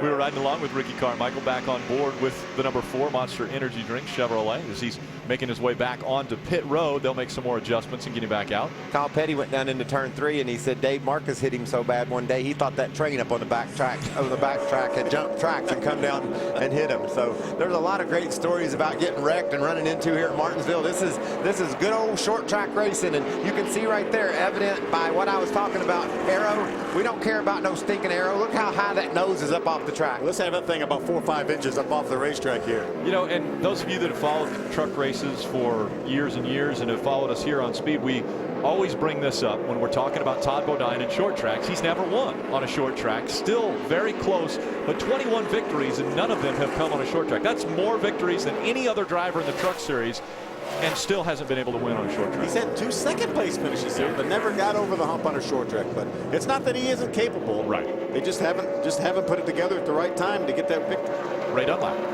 Austin Dillon on the radio talking to his crew chief Danny Stockman, saying my truck is wicked loose. I'm going to call it an 8.5. So they've changed camber shims on both front tires, down on the track bar, air pressure on the right front, and a new set of shocks. So lots and lots of stuff going on down here for the Bass Pro Shop Chevrolet. Austin saying it's so loose in the corner, he'll never be able to race it this way. The 2 drivers that are trying to make their first start, Tyler Tanner right now is 33rd quick in his Ford. He's driving the number 65 Ford for Midler Brothers. Let's go back trackside to Hermie Sadler. Yeah, obviously crew chief Jeff Hensley and the boys on Nelson Piquet Jr.'s truck just trying to get him back on the racetrack for some practice. A lot of cosmetics on the outside, but they are doing a little bit of welding work, just some fender bracing on the inside of the right front fender. But their plan is, according to Jeff Hensley, to remain with this truck, get him back on the racetrack for just a few more laps, and then do most of the repairs in between practice. You can see them beginning to weld the braces as we speak, but tough break for the 8 truck. They're going to try to get him back out for a few more laps before this practice ends. He come off turn 2 over there and could not see that truck of Ron Hornaday's. His girlfriend was walking around the motorhome lot, and she's from Brazil, and she couldn't find their motorhome. So I gave her a little bit of instruction and told her which way to go, and so she was lost and couldn't find the motorhome, and he was lost and found Ron, unfortunately. Did you speak her language? No, I just pointed a lot and shook my head and agreed with most everything. But those guys, Nelson Piquet Jr., they've come over here and really got their arms around this truck racing. Don't you believe, Phil? A guy that, if he did get to victory lane in the next few races, wouldn't surprise us all. No, and I think, from what I understand, he's committed to run the Truck Series again next year. And I think going in, he's going to be one of the favorites. Yeah, he might win the championship next year, and that's how much progress he's made. We're watching another guy who's still looking for his first win in the Camping World Truck Series. And I mentioned earlier, a rookie has never won here at Martinsville. There's been 25 races where we've never had a rookie go to victory lane, but as you mentioned earlier, there have been 6 first-time winners at this racetrack in the 25 races. And you know, that's interesting, Phil, because this place is so difficult, but sometimes people just adapt better to some tracks than they do others. And so the fact we've had some first-time winners here, that just goes to show you, okay, I like this track, I get this track right off. There's some guys that might not ever get it because it's just that much different. We are very into social media here on Speed, and we've followed at Red Horse Racing.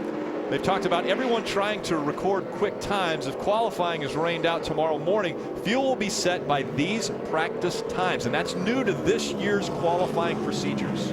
Again, I think it's very important. I think they're right on it too. We've got some really quick times up here. Now we've got 4 trucks down below the 20 flat range. Kevin Harvick is quickest. Denny Hamlin second, Matt Crafton, and Todd Bodine. But those are all 4 trucks, Phil, that I say if the race starts tomorrow, this quick lap is great, and they'll get a good starting spot, but they'll run quick for 200. You know, they'll run quick all day long. Exactly. By the way, if you are into social media, you can follow the Truck Series here on Speed. It's NCWTS on Speed. You could also follow me. I'm MW55, and what I do is follow the Truck Series. So whatever they're doing, I'll tell you. That's amazing. I do the same thing, but I'm not MW55. Phil, what do you? I'm at Rick Allen Racing. Right, come on in here, guys. What's your we'll do that. Twitter Go to name, Phil? quick. I don't know. We call Phil Twitterless Phil, and everybody that's in social media knows that. You guys do it. That's all. That's enough for us. We have some fun with it. Austin Dillon comes off of the racetrack. Again, he waited it out just a bit. Waited until the other trucks got on the track to put a little rubber down before he made his way out onto the track. fastest in this practice. Denny Hamlin, Kevin Harvick, Matt Crafton, Todd Bodine, and Cole Witt. Tonight, Southern Virginia will be rocking. Tune in as the wildest racing party on television gets revved up for round 7 of the chase. Don't miss NASCAR Trackside from Martinsville tonight at 7 Eastern on Speed. As a fan of the NASCAR Sprint Cup Series, I want to get as close to the action as I can get. One way to do that is to use the NASCAR Sprint Cup mobile app for my HTC Evo 4G. Another way is to hide in the back of Carl Edwards' car. Yeah, Carl! Whoa, we're getting rammed! Get unlimited access to the chase for the NASCAR Sprint Cup with highlights, news, and more. Truly unlimited data, only from Sprint. This is not as safe as I initially planned. Where's Tommy? I thought he was with you. No. Jack. Tommy? Go get him.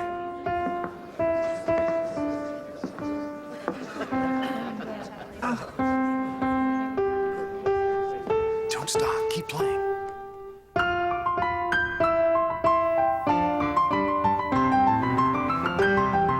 Here we go. Here's the fun part. Did you do this?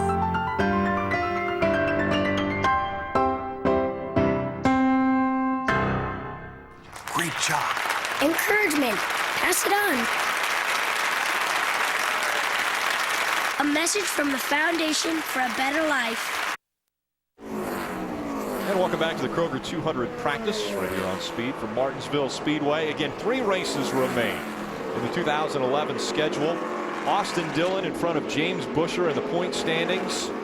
Johnny Sauter, Ron Hornaday, all within 16 points of this championship. And we come to a short track, and we've seen the blood boil between the 13 and the 33 of Sauter and Hornaday. They're in a championship hunt once again, and you get to a short track and tempers really start to flare. Yeah, there's no way around it. That's what this place is all about. It's about rubbing. That's how you race here, and you're going to make people mad.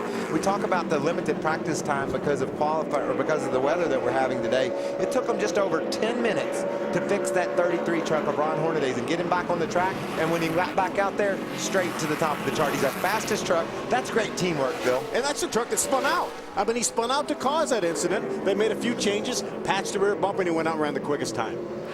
Fastest qualifying lap run here is set by Jack Sprague back in 2008. We're riding along with Timothy Peters, but the mark is 19.658, and already Hornaday just ran a 19.811. We got close in the spring, too. The pole in the spring was a 19.683 set by Johnny Sauter. And remember, this is a little bit different tire than these guys ran here in the spring. Check this out, Phil. We got a little moisture on the camera lens there from Timothy Peters. Do you see those curves down at the bottom? They painted them pink, like mentioned, breast cancer awareness month. Shocks on it. Have we helped you at all on any of that? Have we changed the amounts?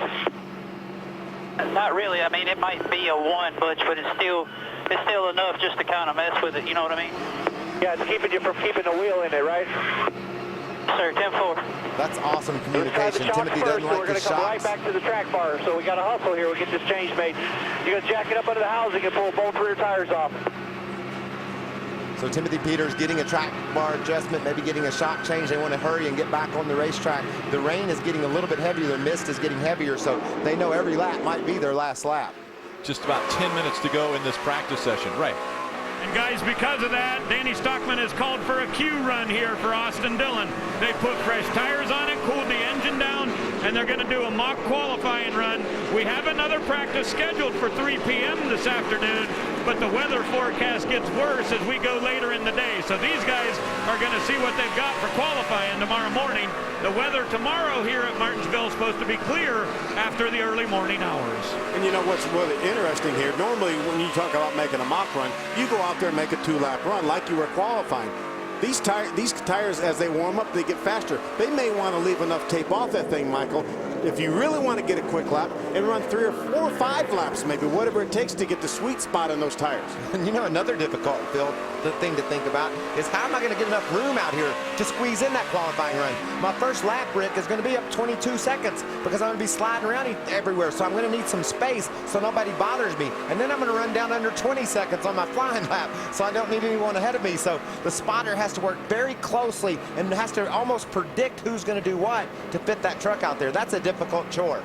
All 38 trucks have been on the racetrack at one point in time, so everyone has been out there riding along now with Elliott Sadler. He's back in a truck. This time it's for Joe Dennett Racing, though. It's a little bit different than where he was running for KHI. Yeah, he was in that truck at Bristol. Remember, had a great run. He's qualified on the pole, if I'm not mistaken there. But this is exactly what you're talking about. Elliott may be out there on a flyer, but he runs up behind another truck, and it takes him a lap to get around him. Let's hear if he gets into his rev limiter. You can hear him really low in the RPMs, and then nope, no rev limiter there.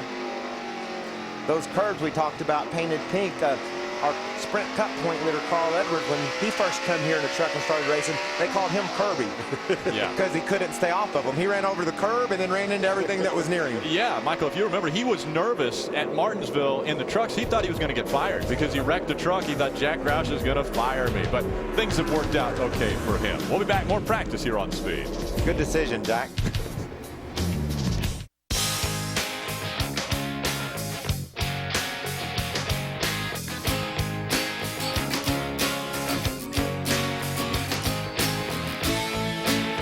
For 125 years, Sunoco's been fueling victories on and off the track.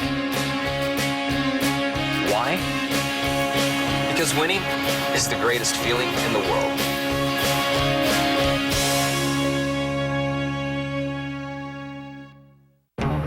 When it's your meal ticket, when it's your statement, protect it with Prestone. Engineering lasting relationships between cars and owners since 1927. When you own it, Prestone it.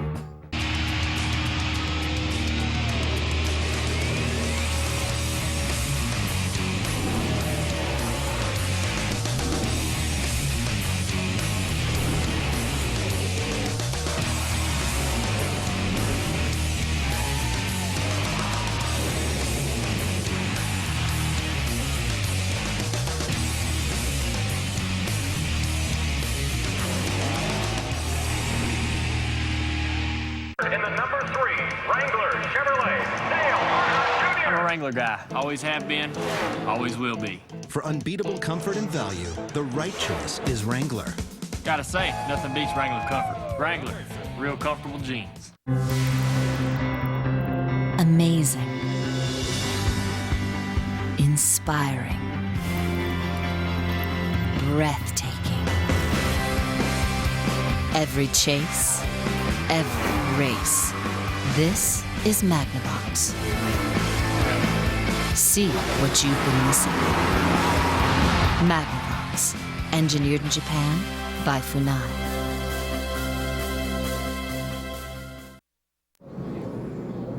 Welcome back. The rain's come down just a bit harder, and so they have taken the trucks off of the racetrack. Yellow flag has been flown. There was only about 5 minutes left in this practice anyway. But because of the rain coming down and the track getting a little bit more wet, they decided to pull the trucks off the track.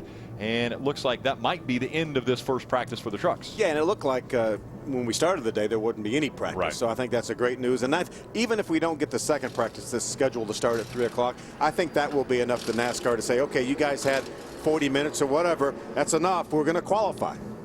There's Denny Hamlin. He wound up the second fastest truck, trying to win his first truck race ever. So sure, he feels pretty good about what he's got. I know he's been real confident all week long about coming over here and getting to drive for Kyle. He's pretty confident when he comes here in a Cup car, too. He's won 3 of the last 4 races here. Yeah, he has had some success at this racetrack. Again, 3 out of the last 4? Yeah. Yeah.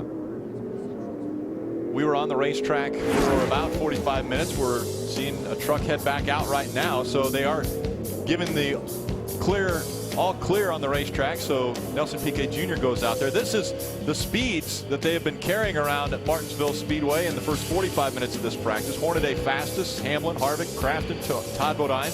Your top 5? Well, you get just outside of the top 5, starting with the 6th place truck of Cole Whitt, and it really gets tight. For about the next 10 trucks, they're all within 1/10 of a second there from Cole Whitt on down. And these times that we're watching these trucks run around here, Phil, that qualify for the Cup race. There's some of these guys that could make the Cup race with their truck. That's how good these trucks are and how fast these guys are. And explain why that is. I mean, are they able to carry more speed through the turns than a Cup car does?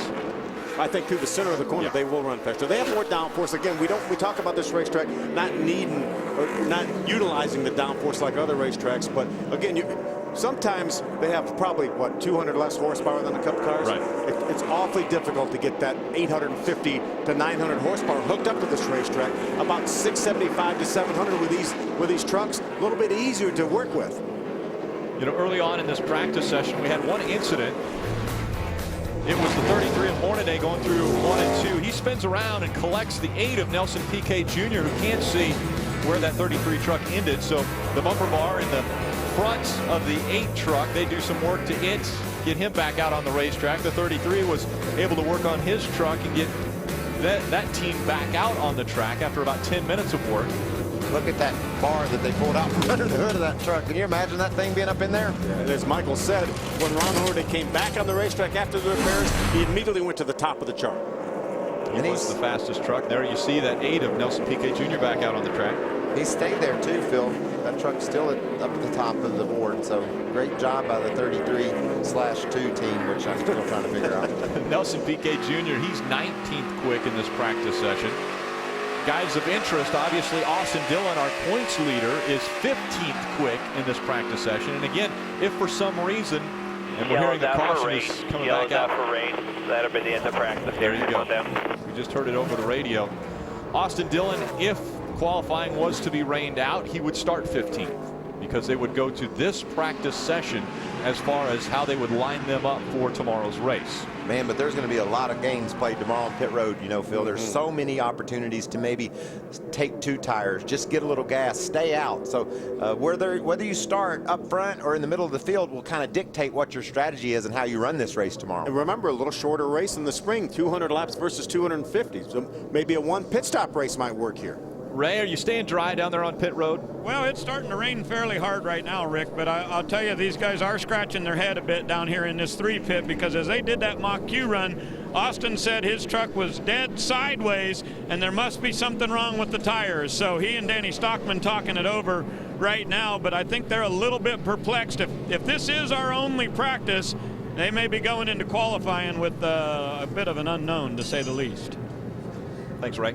I'm guessing if you add those 2 ages together, they're younger than me and you. And they're racing for a championship. Things are kind of getting away from us, Phil. Yeah, and Danny Stockman's been around for a while. I mean, he was with Ron Hornaday when he won championships at KHI, so a lot of experience, even though he's not that old. Here's our top 5 in points. Austin Dillon is your points leader, but currently 15th quick in practice. Ron Hornaday currently 4th in the points race, and he is top of the charts as far as this practice session goes. Yeah, and Johnny Sauter's not happy at all with his truck. We overheard he and his crew talking about some adjustments they made that he felt like they should have been able to get done in a more timely fashion. So they were going at one another. So when you're racing for a championship, you all need to be on the same page. You saw Danny Stockman and Austin standing there. They're back in 15th, but they looked like they were pretty cool about the things that were going on, and that's important to remain cool. How about some of the fans that have made their way here to Martinsville to enjoy, I guess you would say, practice, which was taking place today? And Sprint Cup practice is going to take place right after our practice session here. So you're seeing a lot of fans that are kind of bearing this weather. I'm very impressed that they're sticking it out. For the most part, they're dressed appropriately with some blankets and heavy jackets. Yeah, we've just seen We've just seen mist so far, but now we're getting rain. So this could slow things up for quite a while. Well, it's a bad sign when the jet dryer has a windshield wipers going full blast. It's kind of a bad sign. And again, Sprint Cup practice scheduled to follow us. We will actually slip away to Speed Center and get an update from Adam Alexander right after this practice is officially over, which they're saying it is. Now you see the Sprint Cup cars about to come out of the garage. They'll be right here on Speed. Keep it here on Speed for everything that's taking place from Martinsville today. Again, the trucks are going to try to get back out on the track at 3 o'clock, so stay with us here on Speed. The world's toughest trucks march into Martinsville. And some contact. Where paint will be traded and metal will be crushed. Oh, and into the back. The NASCAR Camping World Truck Series from Martinsville, Saturday at 1:30 Eastern, live on Speed. Welcome to Camping World. Camping World is #1 for a reason. We are more convenient, more affordable, and more fun. Don't take our word for it. Just ask any one of our happy RV campers. Over 8 million served and growing. We've got everything you'll ever need at Camping World. We got everything you'll ever need at Camping World. Better life.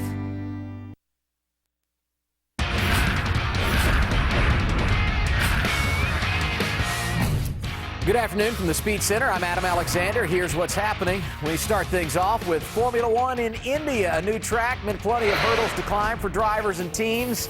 Yes, there is a dog on the track, and after they were done chasing the dog, they were chasing Jenson Button, who was quick early in P1. Red Bull teammates Mark Webber, Sebastian Vettel going second and third. Lewis Hamilton actually quickest in the opening session, but he will have to serve a penalty, being penalized 3 positions on the grid for failing to slow during a yellow flag period. On to practice 2, Jerome D'Ambrosia bringing out the red flag for this crash. And he wasn't the only one pushing the envelope on the new track. A number of drivers finding the grass. The one that was quickest in P2, Felipe Massa in his Ferrari. And his teammate, Fernando Alonso, 24th quick in P1, up to 3rd on the board in the second practice session. Sandwiched in between the 2 Ferraris would be Sebastian Vettel. Then you got Lewis Hamilton right here in the 4th position. Of course, we told you he was quick in the opening session of the day. Mark Webber right here in the 5th spot. Jenson Button 6th. A big week for F1 this weekend. India playing host to the first ever event there, and you can see live coverage 4:30 a.m. Eastern Time. Qualifying tomorrow. We'll see who's on the pole. A big week off track for F1 as well. The official announcement came on Tuesday that the series will race in New Jersey in 2013. Governor Chris Christie among the dignitaries on hand. And so I can assure the people from Formula One that they are going to have warm and welcoming hosts, that you're going to have great crowds here to watch your event, and that this is going to be one of the wisest decisions you've ever made to come and to hold this event right here in New Jersey. And the street course features a 150-foot elevation change. 3.2 miles is the length of this track. Speeds anticipated to reach just over 200 miles per hour. The event is expected to have a June date on the calendar. It is a spectacular picture. We are less than a week removed from the accident that took the life of 24-year-old MotoGP rider Marco Simoncelli. The Italian was laid to rest on Thursday. Thousands, and I should say tens of thousands of mourners came out to pay their respects to this up-and-coming star. Among those in attendance, fellow Italian rider and champion Valentino Rossi and defending MotoGP champ Jorge Lorenzo. No doubt a tough time for family and friends. Speed Center has a full report this evening at 8 p.m. Eastern Time. Among the things we're going to be talking about, the Sprint Cup Series at Martinsville. It's race 7 in the chase. We'll tell you who's quick and what weather delays they're battling in Southern Virginia. We'll also have the Camping World Truck Series on track. And as of this time, the truck's the only thing that have been on track in Martinsville, Virginia. It's all coming your way. Speed Center tonight at 8 p.m. Eastern Time. We hope you'll join us then. And we've got also much more on the Formula One story from New Jersey earlier this week. After a break, we're going back to Martinsville, Virginia. Thanks for being with us in the Speed Center.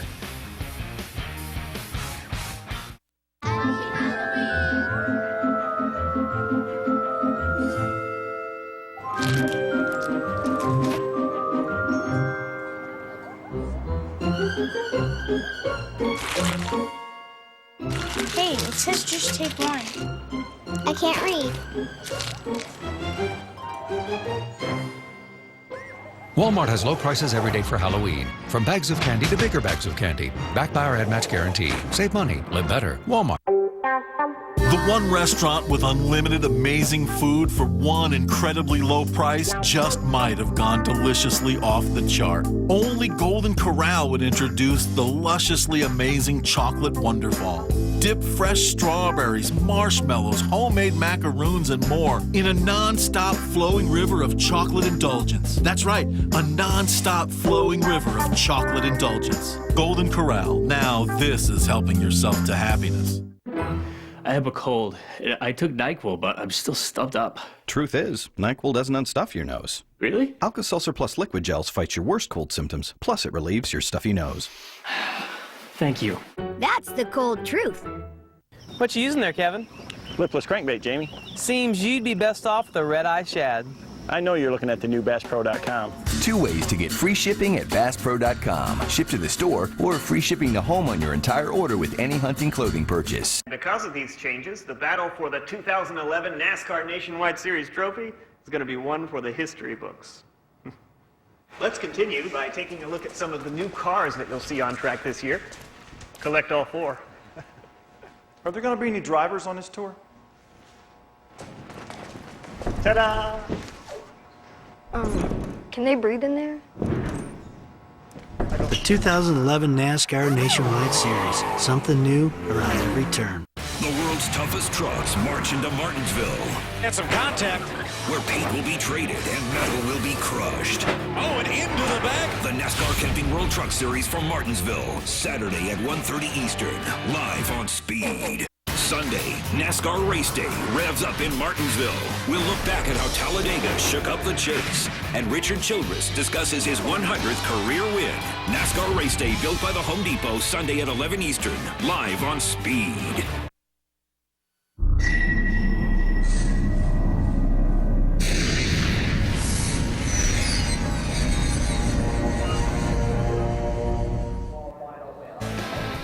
Welcome once again, everyone, to Martinsville Speedway in Virginia. This racetrack is one of the oldest continually operating racing facilities in the world, but right now we're in NASCAR's version of a holding pattern as this practice is in rain delay. We saw the trucks on the track just a little while ago.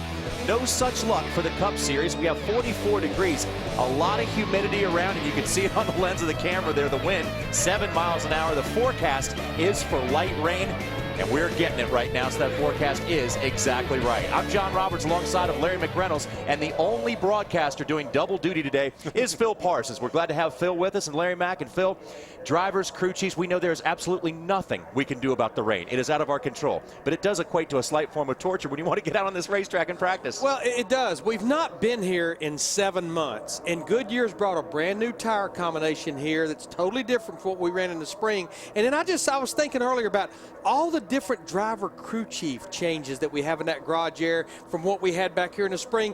Just give me 15 minutes. You'd be amazed what we could get accomplished as quick as you go around this half-mile track in 15 minutes. You just want to get on the track. But I think Jamie McMurray said it best earlier. Just either rain or stop. Quit teasing us. And that's been the case all day, Phil. It certainly has. And, you know, this place is an entity on its own. I mean, if we go to Charlotte and we get rained out, well, we've got some notes from Atlanta, some other mile and a half, maybe Texas. There's nothing like this place. It is a one of a kind. Again, as Larry mentioned, we were here several months ago, but the problem is it's a different tire, and that changes everything. And it's all about adapting in Sprint Cup competition these days. Let's take a look at the points as they ride now. 6 down, 4 to go in the 2011 chase for the NASCAR Sprint Cup. We have Carl Edwards on top. But when you look back in the pack there, guys, you see some of the drivers that have been very good at this racetrack over the years, especially Jimmy Johnson. Phil, everybody wants to write him off right now. Yes, that's a huge number, but don't ever write off the 48. Absolutely not. We tried to write off Ron Hornaday in the Truck Series Championship race, and he keeps racing his way back in, and Jimmy Johnson can certainly do that. He can get hot, and he can string together some wins. Yeah, you look at Jimmy Johnson and Denny Hamlin, who's sitting back there 11th in the points.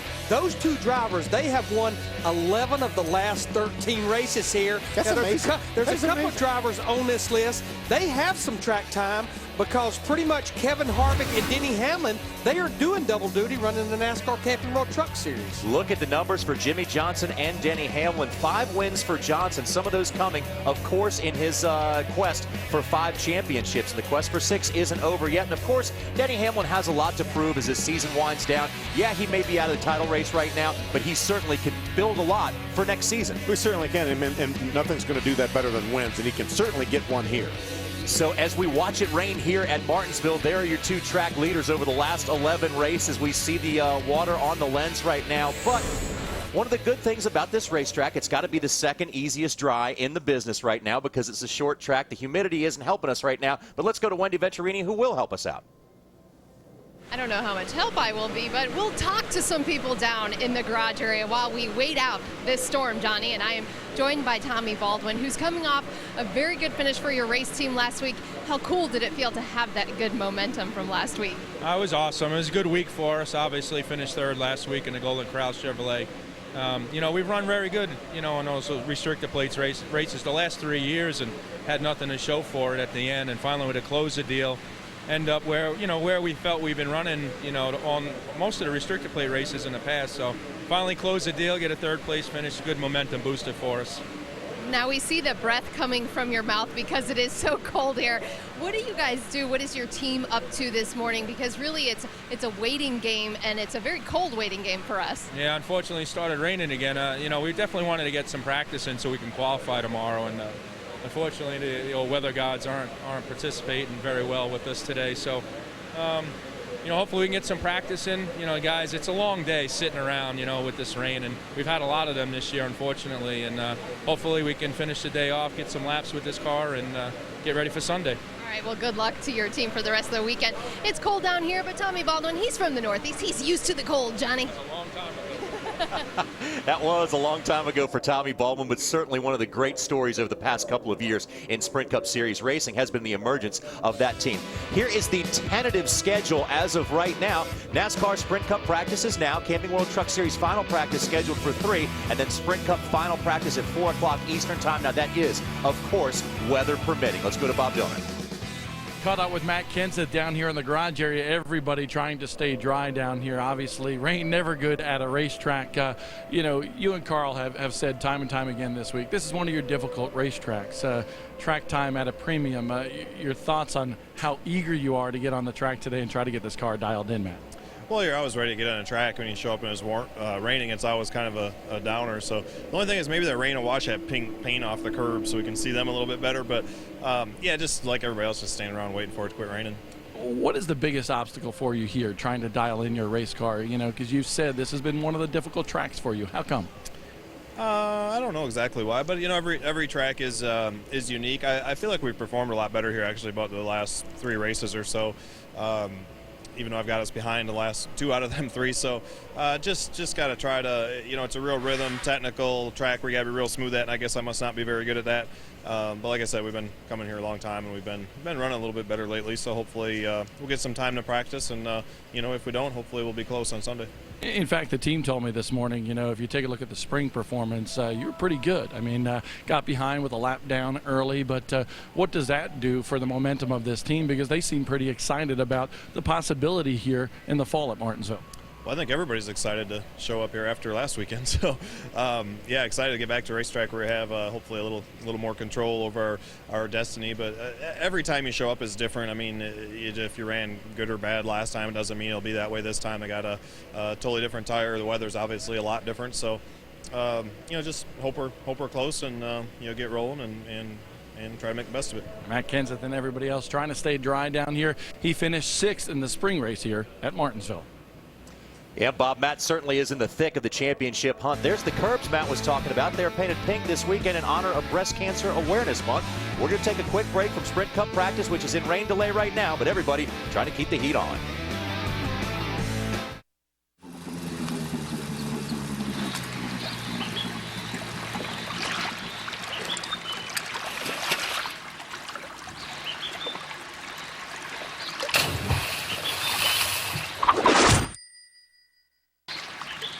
That's amazing! You know what else is amazing? How easy it is to save money on motorcycle, boat, or camper insurance with Geico. Geico. Saving people money on more than just car insurance. Tell us about Golden Corral's new chocolate Wonderfall. You can dip whatever you want in it. There's fruit and macaroons and Rice Krispie treats. And I love chocolate. I always have since I was a little kid. Only Golden Corral would introduce the indulgently delicious chocolate Wonderfall for the same low price.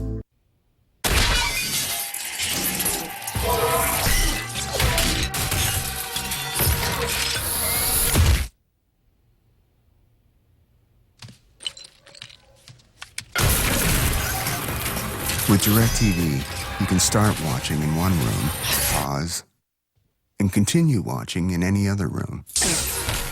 Experience it yourself. Get your whole home connected for free. Don't just watch TV, Direct TV.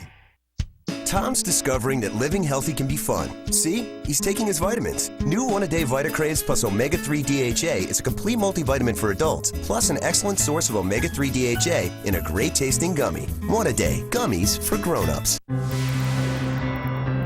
Amazing. Inspiring. Breathtaking.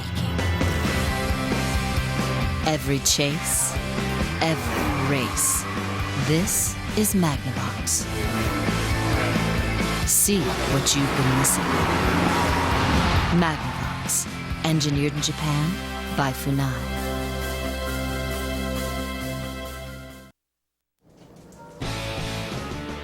Speed's presentation of NASCAR Sprint Cup practice from Martinsville is brought to you by Sprint, proud sponsor of the chase for the NASCAR Sprint Cup.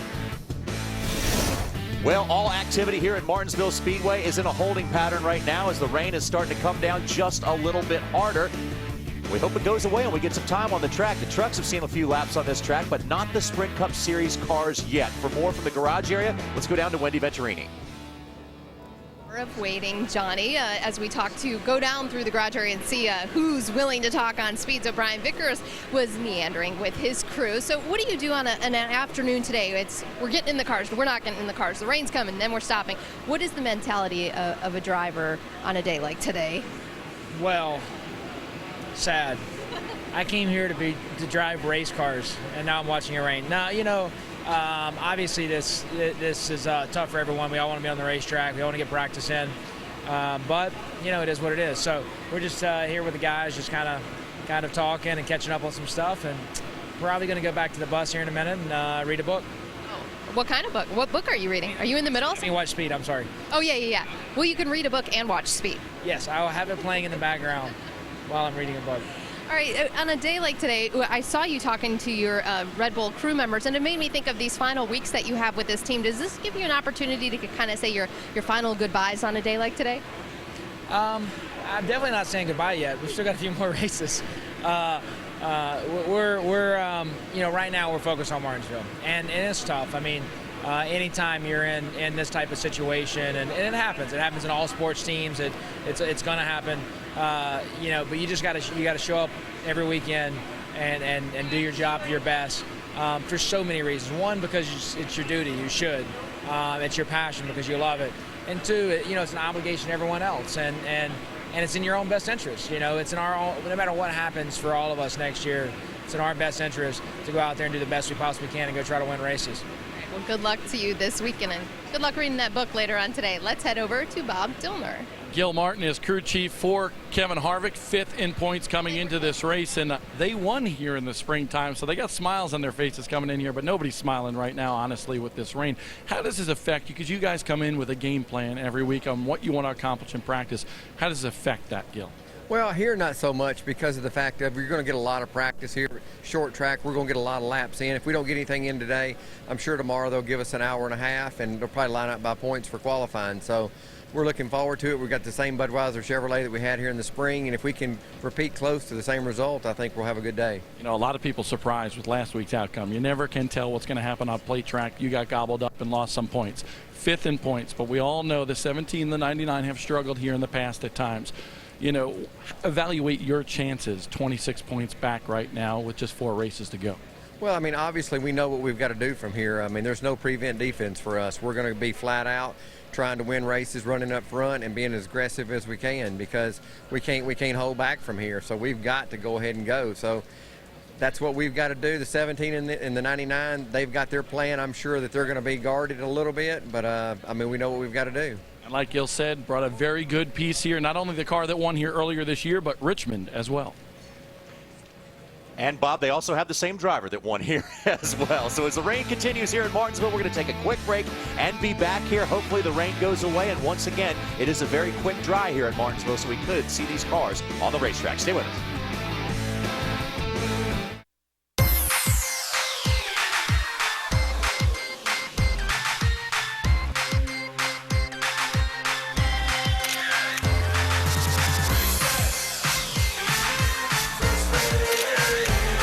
Energizer Ultimate Lithium lasts up to 8 times longer versus Energizer Max. which means up to 8 times less waste. Energizer Ultimate Lithium. Now that's positive energy. Cardiology, I don't have the heart. Pulmonary doctor, no cigar. I can't diagnose a simple cold or flu, but if your engine's got a cough, I know what to do. Give it 6 of these and wash it down with this. A new air filter ought to help it catch its breath. Now, but know how. No, no, no, no, no, but know how.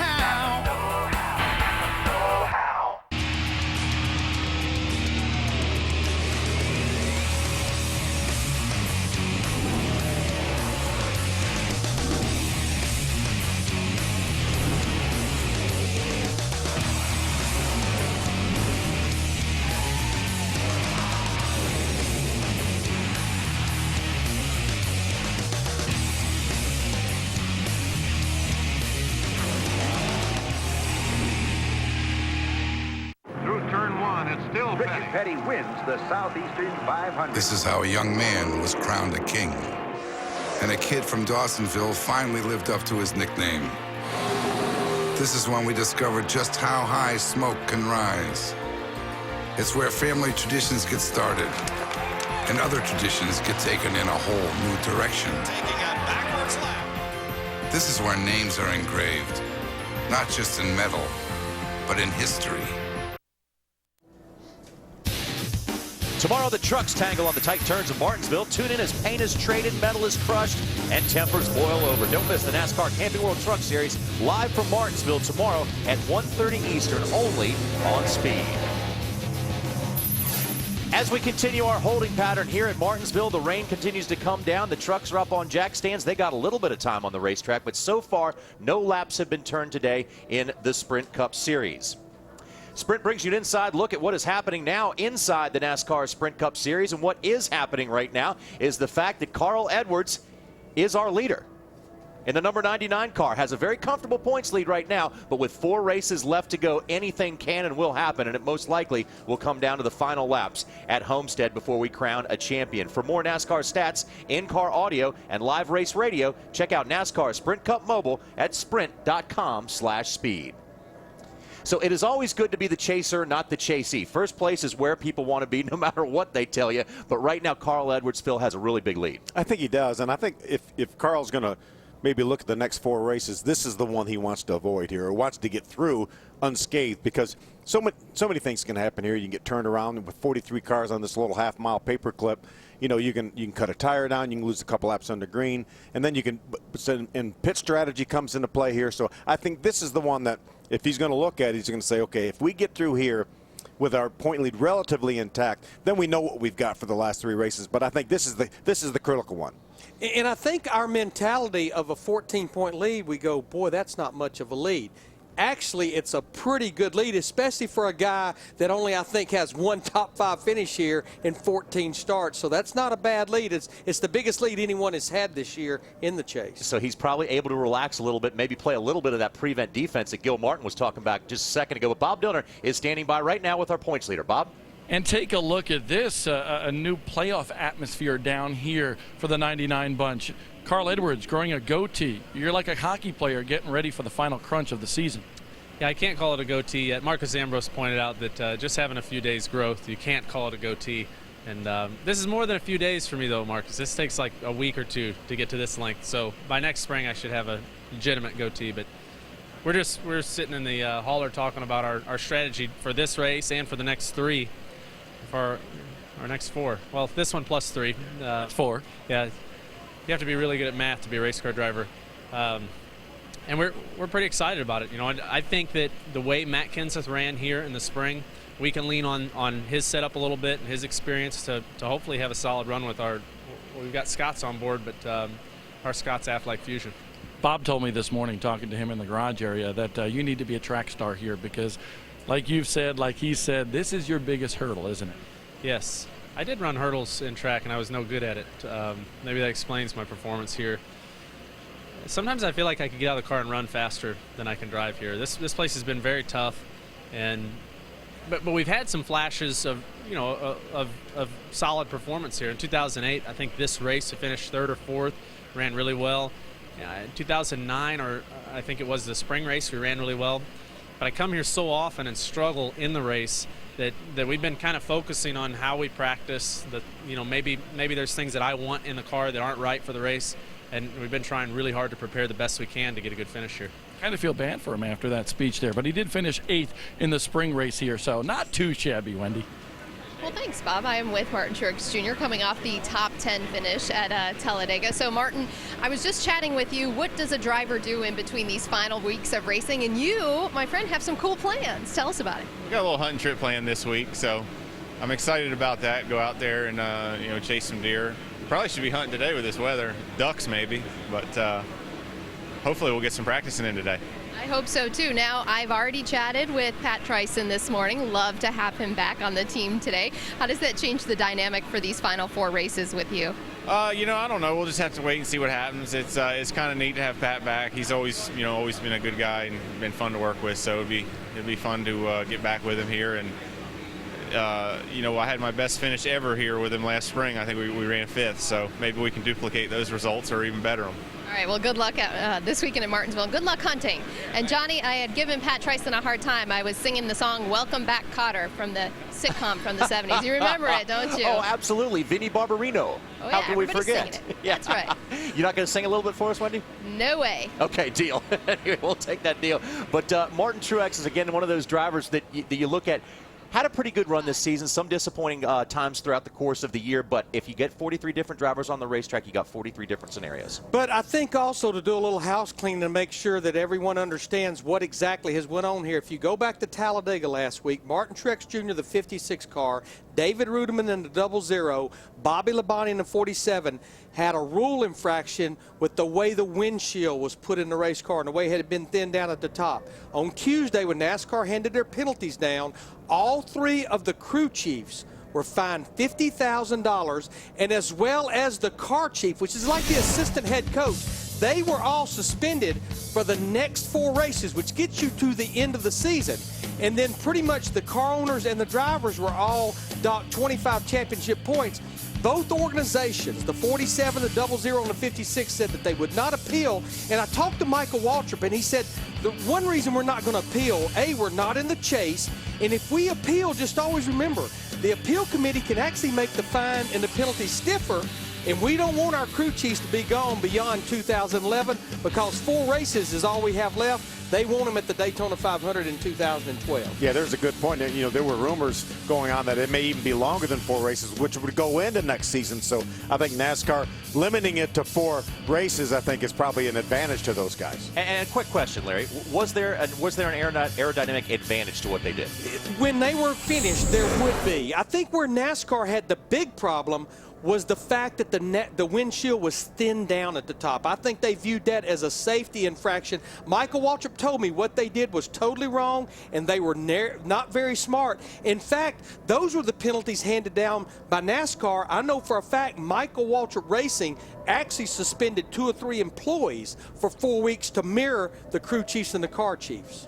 Interesting. Very interesting. We'll see how that plays out. And also right now, I guess you could say we have a weather infraction going on here at Martinsville, Virginia. The rain is coming down sideways right now. We want it to go away. We'll be back in just a moment.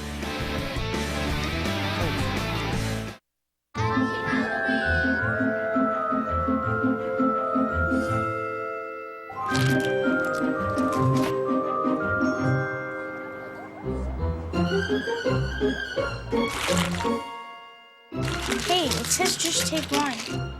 I can't read.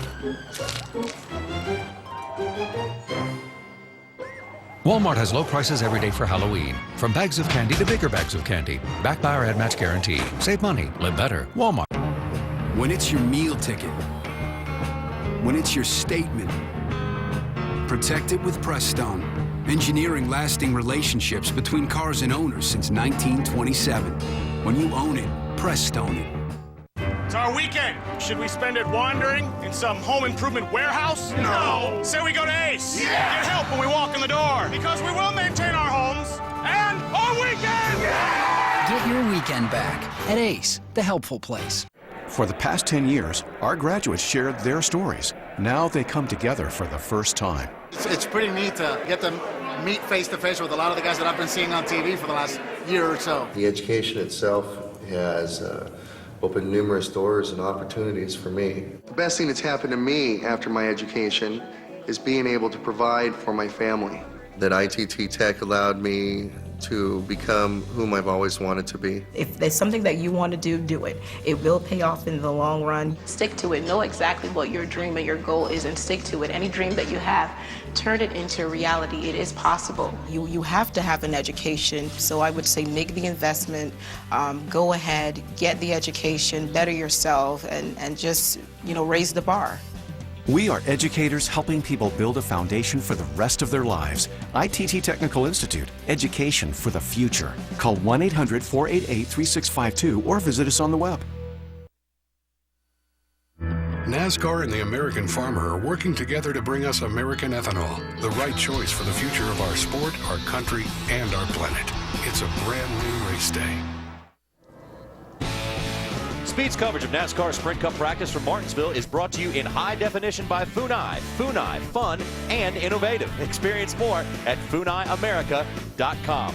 And you don't really need great HD to see right now that we've got rain here at Martinsville. That is very disappointing for a lot of the drivers who really want to get out on this racetrack, especially the chasers who need this practice preparation time. And let's take a look, guys, at the top 5 chasers and their career here at Martinsville. One of the glaring numbers that stands out right there is only 3 starts for Brad Keselowski, but nobody really in the top 5 has a spectacular average here. Well, I think we've already documented about the Roush Fenway drivers. In fact, Roush Fenway, they have 4 wins here at Martinsville, but none by their current driver lineup. Brad Keselowski, I'm almost hesitant to even say about his past records because he's proved to us race after race here in the second half of 2011. Don't look at my past records. Tony Stewart, that's an interesting one because he has the 2 wins here in 25 starts, but his best finish in the last 3 races here was 24th. It's like across the board, if a racetrack is concrete or has concrete, the last year or two, Tony Stewart has struggled. That's what Kevin Harvick is banking on when you look at the performance of those first 4 here at Martinsville. And Phil, as a group, the Hendrick Motorsports Group, you have to say along the way, of course, Denny Hamlin with the 3 in a row was very impressive, but other than that, it's pretty much been Hendrick Motorsports. Well, it certainly has, and they have a great package for here. But, Larry, as you mentioned, Brad Keselowski, he just won't go away. And I think what he did last year here and maybe even in the spring, just throw out the window. Yes. Because, I mean, that team turned the corner midway through the season, and they were on it. I think, actually, they were my pick for the championship. I said they were so strong entering the chase that even though they came from so far back, I really picked Brad Keselowski to be my favorite for the championship, and he won't go away. No, he will not. I think that was the big question. Did they use it up getting to the chase? I think they have responded by saying basically, we are here, and Bob, I think you're with Brad Keselowski. That's right, and the reason why they have not gone away in the last 13 races, 8 top 5 finishes for this guy right here as he enjoys a little Frito and pulled pork lunch. That must be some sort of Michigan thing, but I want to talk about it goes well with Miller Lite. There you go, perfect. If I wish they would just cancel practice so I could have a Miller Lite, then I wouldn't have to worry about it. Exactly. Now let's talk about why we're not canceling practice. You need practice for the chase. And I read somewhere this week that you said this race is very important because you think you can capitalize on those Roush guys that are ahead of you in points. Why? Well, I mean, every race is important. This is a track that I feel like we can come back here and win. Our car in the spring was pretty good. It wasn't as good as we wanted to be, but it was pretty good, and we just had a flat tire and kind of got out of it there at the end. But I feel like, we got a brand new car here that Penske Racing built for us, and I feel like it's going to be really fast. And, a little bit of extra time we can get to dial it in is just going to make that much better. So I want to get out there and get going. We're ready to practice. I don't expect the Roush cars to be as far off as I guess everybody else is saying they're going to be. I expect them to run pretty good. But we got to do our part, and I'm ready to go. All right, go back to your Fritos and pulled pork there. All right, I'm ready. Wendy? Thank you, Bob. It's always great journalism on a rain-filled day. So I wanted to chat with Joey Logano. First of all, if you're looking for his race car later on the racetrack or sometime this weekend, it's white and green. It's an Interstate, so don't be fooled by the orange Home Depot. But I want to ask about your Halloween party and what did you channel as your inner person with your costume this week? Because it's you got to explain it.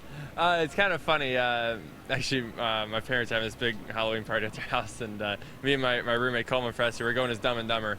So I think that's going to be pretty funny. So we'll see how that goes. But I just wanted to stop raining right now. I'm getting bored. I know when we're talking about Halloween costumes, we're getting pretty bored right now. Well, you got to tell us what you dressed up earlier in the week, because it was a shirtless Joey Logano. No, it wasn't quite shirtless. My girlfriend was Katy Perry, and I was Russell Brand, and that was something pretty funny. I had a wig on and the whole deal, so that was it was funny. I had a suit jacket with no shirt on, so it was kind of funny. But yeah, I can't really pull it off that well. The Australian accent's not there. And we are all envisioning this now. Joey Logano, a shirtless Joey Logano as Russell Brand. Goodness gracious, the rain has got to stop sometime soon, Johnny. Hey, Wendy, do you know what it was suggested earlier today that somebody could get some bent-up sheet metal, put it on their chest, and go as Wendy Venturini's bandolero? That's mean. Aww. That is mean, Johnny. Don't say somebody. You said that. I'm kidding. Wendy, that was Wendy, Johnny that said that. You know I'm joking, Wendy. You know I love you. I'm sorry, I just could not resist. But you can get 4 NASCAR race tickets, 4 hot dogs, 4 drinks, and a race program, all for just $99. Order your exclusive Walmart Family Track Pack at walmart.com/NASCAR. Race time at Walmart. Gear up, stock up, and save. So, guys, we continue to watch the rain come down here at Martinsville. We are hoping to get the Sprint Cup Series cars out on the racetrack because, man, do they need the practice. Well, we need to make sure that everyone understands qualifying for both trucks and Sprint Cup. It's not scheduled for tomorrow, but they could make a little adjustment if we don't get on the track today. Even though it's still raining, though, it's a little bit brighter outside, so maybe some optimism here. All right, they definitely want to get on the racetrack, especially before qualifying tomorrow. We'll keep you up to date all day long, but coming up next, it's the 10 closest calls.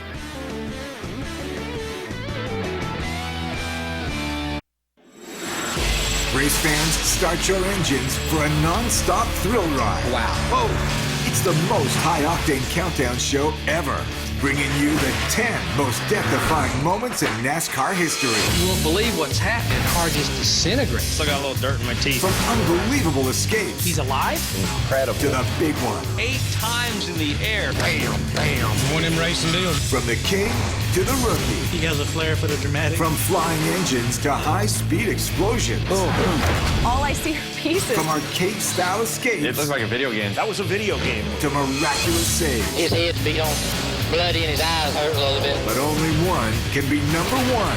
Holy cow! This is more than just a race to the finish line. I never seen anything like that in my life. It's a journey through time. A little bit of a wreck. Buckle up and hang on.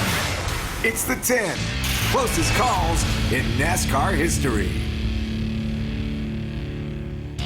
Number 10. Trouble off trouble for Newman slams the wall. The man comes Schrader, and Newman is in the air and over. Ryan Newman, last year's Rookie of the Year, on the rear end, ripped from the car. For some reason, Ryan has this thing about being upside down and flipping. That was a point in time where restrictor plate tracks were simply not good to Mr. Newman. If he doesn't have bad luck, he doesn't have any luck. Nothing but poor luck at Daytona and Talladega. When he first started his Cup career, he had 2 or 3 of those incidents that I'm sure he would just as soon forget. It's always spectacular when cars get in the air. Just coming off of 3 there, I know we were 3 wide, and I don't know if my car washed up or what, but I felt the car get light. To see him tumbling 8 times in the air, I don't think I've ever seen a car come apart as much as his car came apart. After the first 2 or 3 flips, it should be over with, and then you just keep flipping and flipping and flipping. The car went one way, the rear end went another way. Wheel assemblies, springs. His car's flying into a million pieces. A lot of pieces not attached to that car anymore, the way I remember it. Still got a little dirt in my teeth. And in your ears, but yeah, you're good for the wear here. When you're out of that control, you feel helpless, and you just have to ride it out. I'm just glad that I'm up in the television booth and not down there strapped in one of those stupid things. I just remember thinking, I hope everything inside that car is where it's supposed to be. Daryl, this is a predicament trying to get unhooked out of that car upside down. The scariest part of the whole ride was the end of it, because I couldn't get out of the race car. Being stuck in a car, not knowing if it was going to burst into flames, catch on fire, if I had a fuel leak, or something was going to happen. It was pretty dramatic, but Ryan being an open wheel guy, he's kind of used to it. He popped right out. Number 9.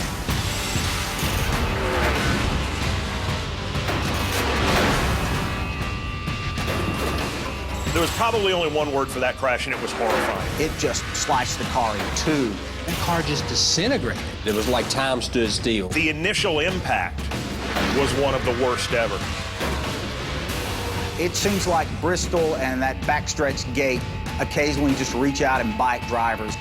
When he impacted that crossover gate, You could see the car exploding. It looked like one of the cars had been tackled by the jaws of life and had done a very effective job of just breaking the car in two. tore the entire right side of the car off, including the roll cage.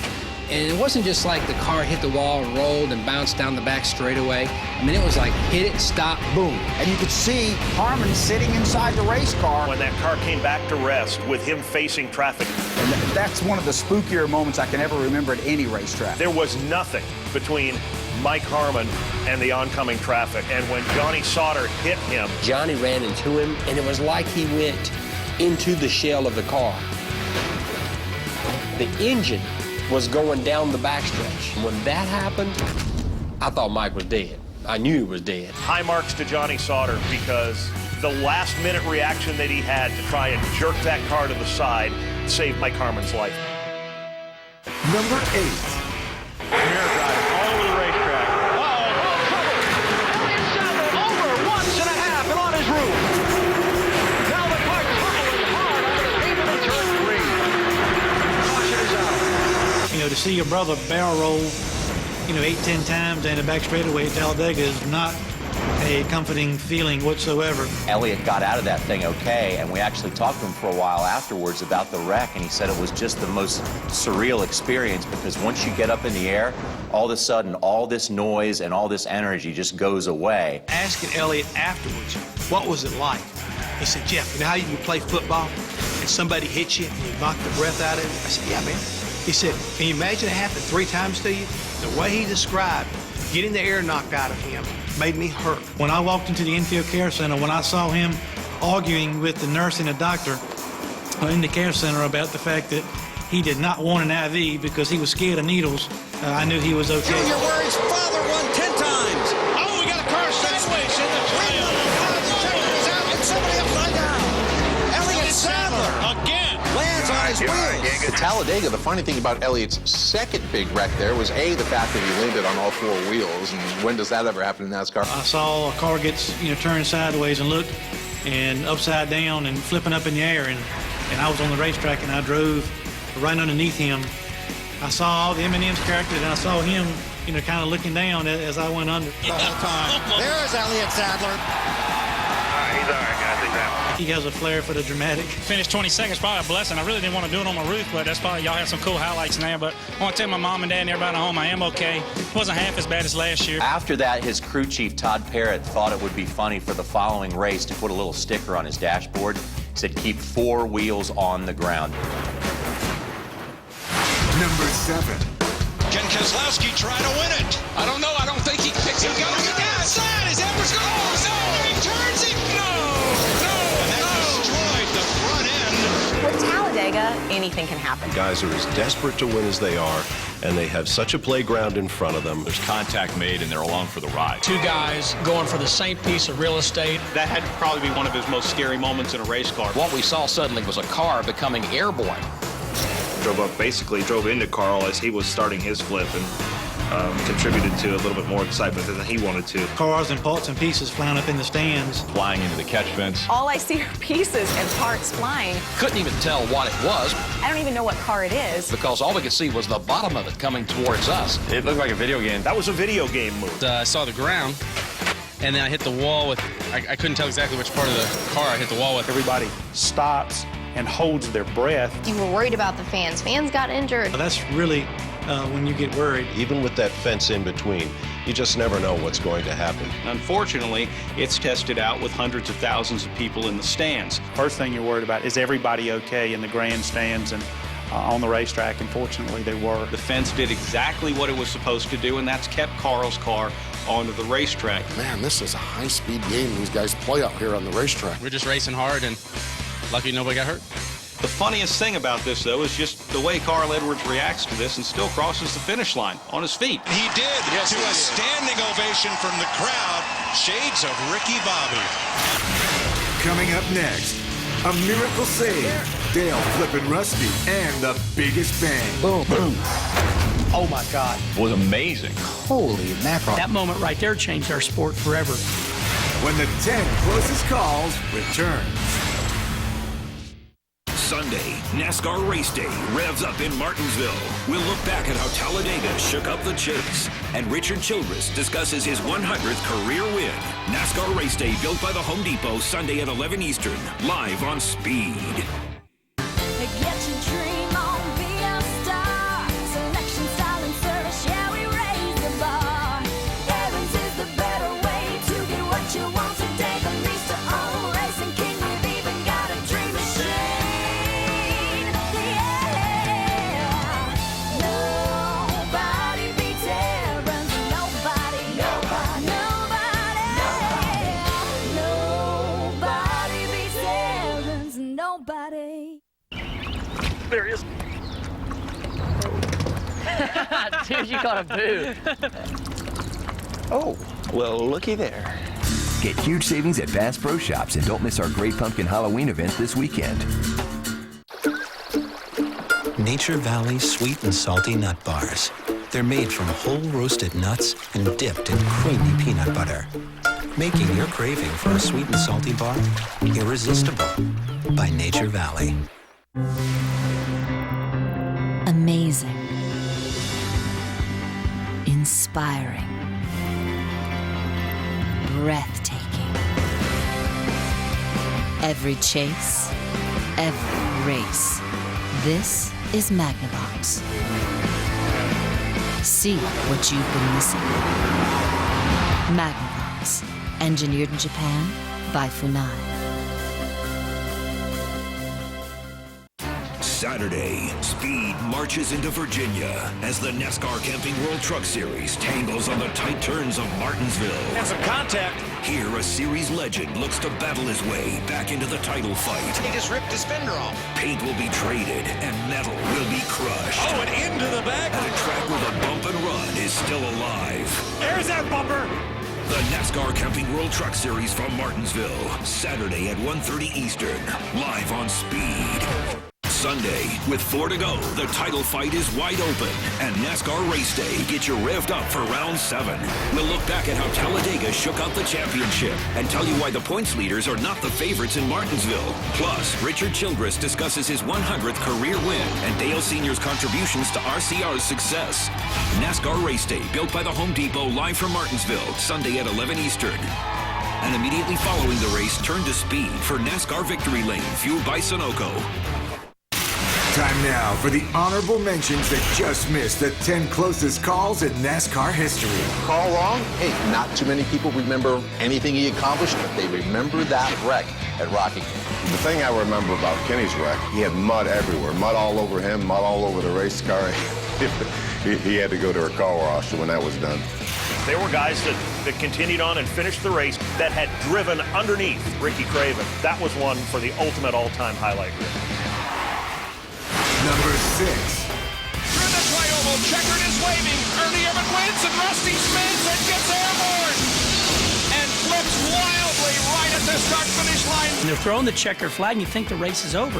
He had that attitude or that mental outlook that he was going to do whatever it took to win. Now, here we are coming to the start-finish line, and I see him and Dale Earnhardt right in front of me. Earnhardt actually was the one that got into him. Earnhardt right up on the back bumper of Rusty, and he does touch him. Dale gets into Rusty, and in those cars, the way they were reacted at that time, as soon as they got turned sideways, they caught air and lifted. That's why round it goes. It was certainly an interesting sight, seeing a car flying through the air while you were going down the backstretch. Rusty barrel rolled I don't know how many times. Pirouetting on its nose. Rusty takes off in there, and first thing I'm thinking about, is I've made it across start-finish line. I'm okay. How is my brothers? I saw it there. We see his head moving around. Yes, we do. Earnhardt actually stopped by the car, and I remember him talking to the reporters. I went down and talked to Rusty. I got his gloves. I took his gloves off. He was talking to me while they were getting him out of the car. And I just hope he ain't hurt seriously or nothing. You could tell in Dale's eyes that, as intense as he was and being the intimidator, he was concerned. They have talked with Rusty, although he's just a little bit woozy right now. They say he appears to be conscious. He was complaining of being very, very sore. One of them racing deals, I was trying to get under him, and he cut down, and I'd already had my momentum up. Number 5. Whoa, guys, whoa. Oh, no. Oh, my God. Michael McDowell brings by the 00. Boom. Boom. Everybody was focused on him. It was a qualifying run. Oh my God. I mean, it was like a bomb went off. Gets a little bit loose, corrects it, and goes right into the wall. You'd have to go a long way to find a car that crashed that bad and that hard and tumbled that much. Just waiting for either the car to come apart or to hit something. He hit the wall and just kept tumbling and tumbling and tumbling. It was literally ejecting parts out of that race car. When you're on the infield and you see a car that high, I know what I'm thinking. There's no way this guy is going to walk out of this car. There's no way this guy's going to crawl out of this race car. The car comes to a stop. You know, I mean, it's silent on our broadcast. It was quiet. We were kind of speechless. And then to see him climb out of the car on his own power. Michael McDowell gets out of the car and just walks to the ambulance. Who would have thought that? when he got out of the car, it sounded like there were 1 million people there that day.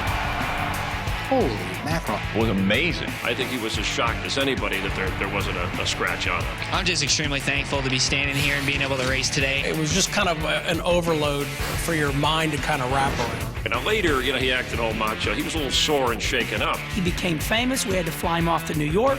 He ended up being on all the TV shows. Nobody had ever heard necessarily the name Michael McDowell, and he's doing, Ellen or Letterman or these shows talking about, walking away from that wreck.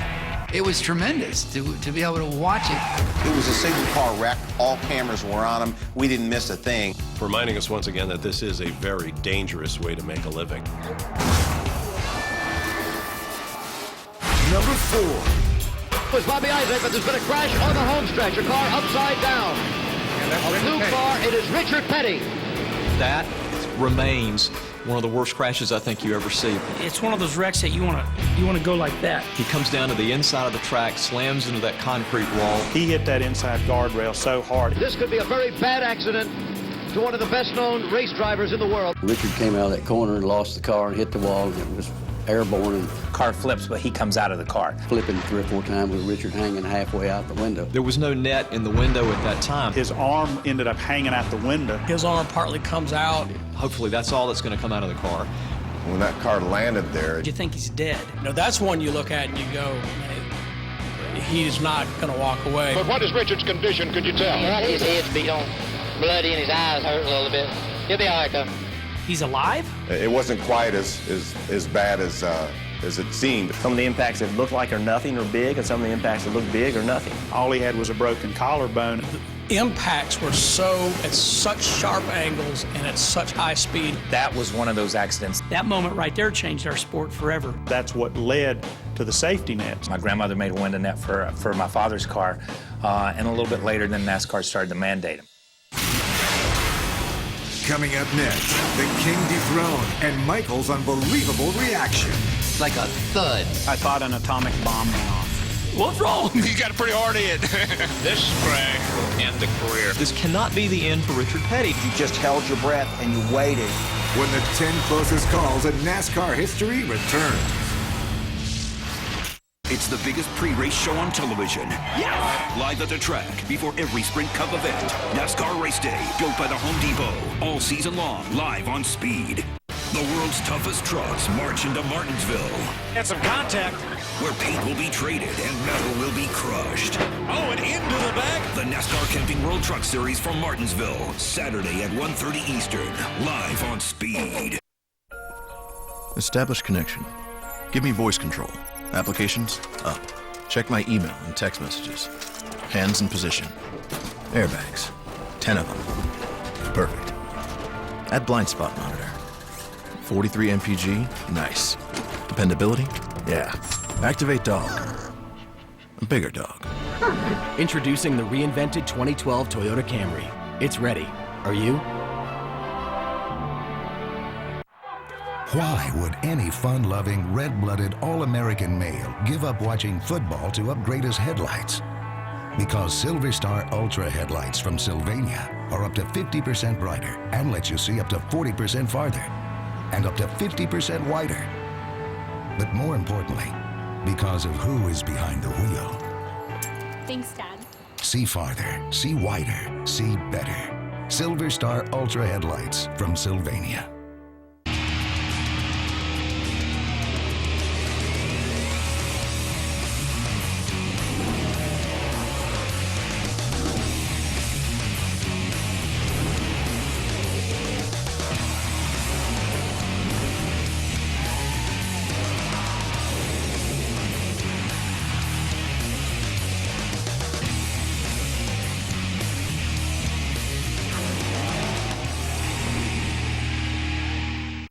In Korea, a fierce battle for second rage. Hamilton takes second. Webber couldn't do it. But there was no stopping the world champion.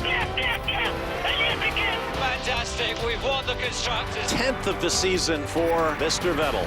Sunday, the sights and sounds of F1 will rock New Delhi. Just incredible. Don't miss the inaugural Grand Prix of India, Sunday, 5 a.m. Eastern, only on Speed. Welcome back to the 10 closest calls in NASCAR history. There's a little bit of contact that goes along with the sport. Some of the impacts are big. Holy mackerel. Some of the impacts that look like are nothing are big. And some of the impacts that look big are nothing. He's alive? Wow.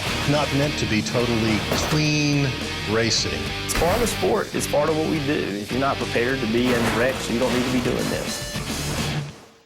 Welcome back to the 10 closest calls in NASCAR history. This is number 3. Bad crash over in turn 2. Michael Waltrip has hit the wall hard. The car is upside down. Michael Waltrip crashes into the gate. Honestly, I thought an atomic bomb went off. It's like a thud. The car just literally Disintegrated. And you felt it in the ground. And then it just exploded. Everything just went up in the air. I mean, I just froze. I never seen anything like that in my life. It was the ultimate unsurvivable crash. It just hit that into that wall and stopped.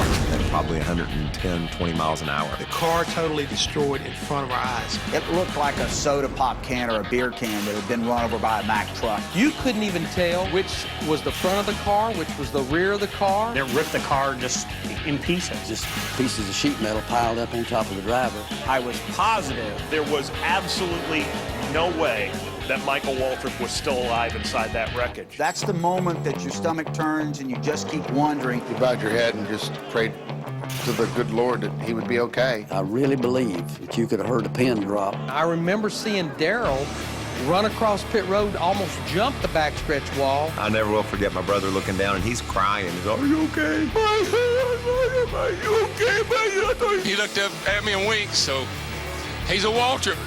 He's got a pretty hard head.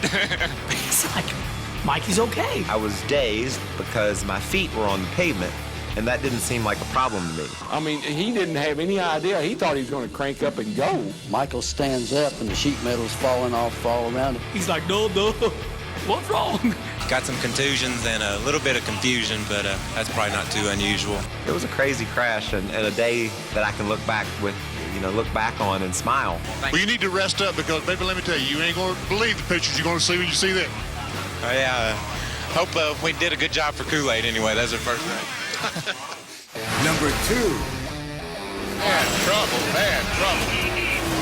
Okay, a terrible crash. Richard Petty's car has turned over 7 or 8 times coming off turn 4. I've never witnessed anything like that. This car just takes off. I mean, that car, when it hit that wall, it sheared it, the front end off of it. I know Richard started turning, I tagged him in the back, and it started a situation where he got in the wall. It's the worst accident I've ever seen Petty have. It just starts flipping. It was flipping. Parts and pieces are flying all over the racetrack, and it was against the wall, and it was going across the wall. It sheared it, the front end off of it. And you can just see the chain link fence just bouncing as he's bouncing the car off the fence down the front straightaway. Getting hit after that. He got hit a couple more times. I mean, Richard come off the wall, and I couldn't control the car to run into him. When he got hit, you just held your breath and you waited. That's what worries me, is that second crash. That was a scary moment. Chris Economaki was one of the announcers, and I'll never forget that he said on the air, This crash will undoubtedly end the career of Richard Petty. Richard Petty's career is over. This cannot be the end for Richard Petty. I know this looks bad, but we've seen him come through some other crashes that looked a little bit like this. He'd cheated death one more time. But then as they kept showing the replay, you had to think, yeah, this is pretty bad. And of course, that skinny figure climbs out of the car, kind of waves to the crowd as he always did. Yeah, the King was certainly injured, but there was nothing life-threatening about his injury. Richard said, as long as he was still having fun, he was going to keep racing. Does your cousin still need to be out there driving these things? No, I mean, it's up to him. He says he enjoys it, but I'm sure he didn't enjoy that ride. Linda got to the infield care center. Linda looked down and said, "Are we still having fun?" It was those moments late in Richard's career. Unfortunately, too many of those happened. And it just stands as one of those unbelievable things that you watch and you wonder how he could walk away from it, but he did. Coming up next, the closest call in NASCAR history. Pirouettes through the air. Flipping, flopping. It looked horrific. Yeah, it was crash and bang and hang on. That fence could have given way. Critical moment for NASCAR. When the 10 closest calls in NASCAR history return. It's just 30 minutes from my garage. 10 miles from the shop. It's right down the road from where we train. We're in the heart of NASCAR country. We're in the hub. NASCAR Race Hub Monday through Thursday nights at 6 Eastern. Only on Speed, the Motorsports Authority. Tell us about Golden Corral's new chocolate Wonderfall. You can dip whatever you want in it. There's fruit and macaroons and Rice Krispie treats. I love chocolate. Always have since I was a little kid. Only Golden Corral would introduce the indulgently delicious chocolate Wonderfall for the same low price. Tom's discovering that living healthy can be fun. See? He's taking his vitamins. New one-a-day VitaCraves plus Omega-3 DHA is a complete multivitamin for adults, plus an excellent source of Omega-3 DHA in a great-tasting gummy. One-a-day gummies for grown-ups. For the past 10 years, our graduates shared their stories. Now they come together for the first time. I feel like I've known these people for years, and I've just met them. Going ITT Tech, I have to say, is the thing that changed my life. People see me and they see that I've succeeded, the change in life that it's occurred within me just having my education. Everything starts with the day I walked into that door at ITT. Night and day difference from where I was to where I am thanks to the education. That one choice to walk in and talk to a recruiter has spawned everything that has happened in my life over the last few years. It's made a big difference in my life.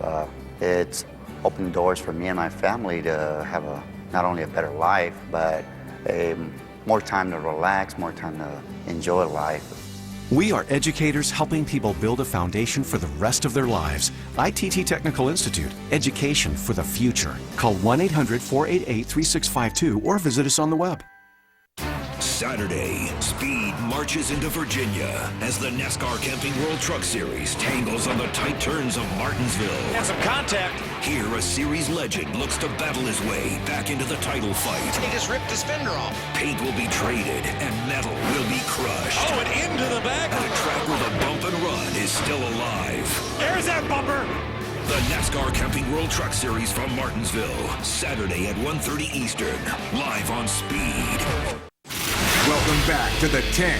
We've brought you 9 unbelievably close calls so far. A lot of pieces not attached to that car anymore. I hope everything inside that car is where it's supposed to be. That car just disintegrated. The engine was going down the backstretch. The way he described getting the air knocked out of him made me hurt. What we saw suddenly was a car becoming airborne. It looked like a video game. That was a video game move. Dale gets into Rusty and... Rusty barrel rolled I don't know how many times.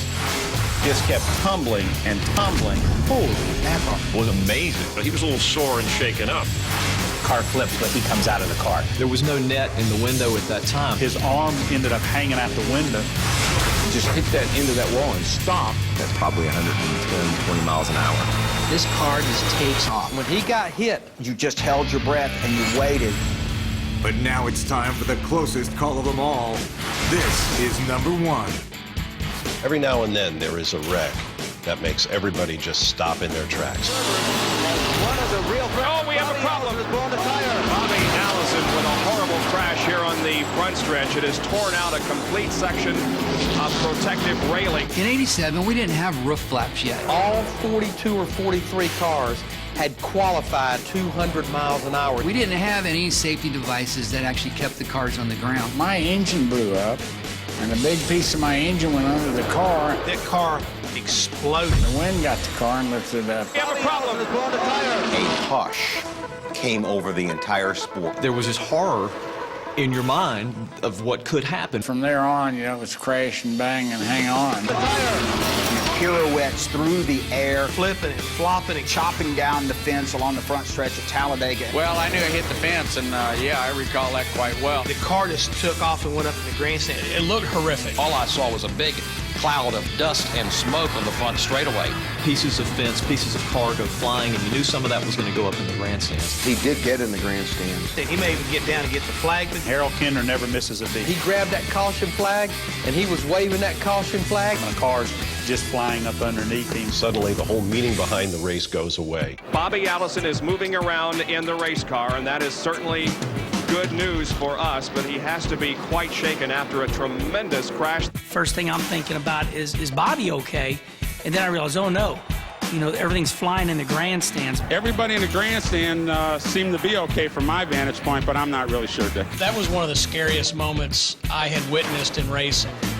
At any second, that fence could have given way. Had the catch fence not worked the way it ultimately worked, you shudder to think about what would have happened. There were people in the sport, in the garage, that said that could have ended NASCAR as we know it. Fortunately, the fence held up. The car comes back down on the track.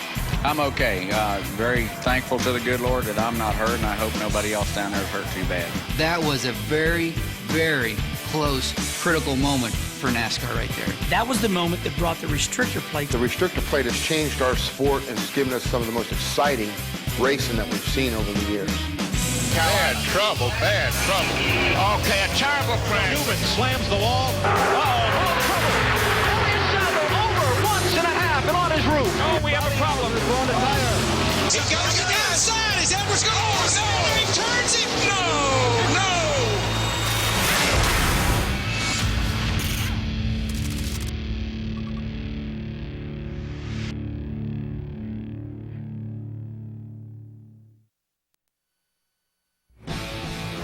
On a Halloween weekend, Mother Nature right now the one providing all the tricks. We're still waiting for the treats. The tiny town in southern Virginia, Martinsville, home to NASCAR's smallest track, and right now we continue to dodge the raindrops.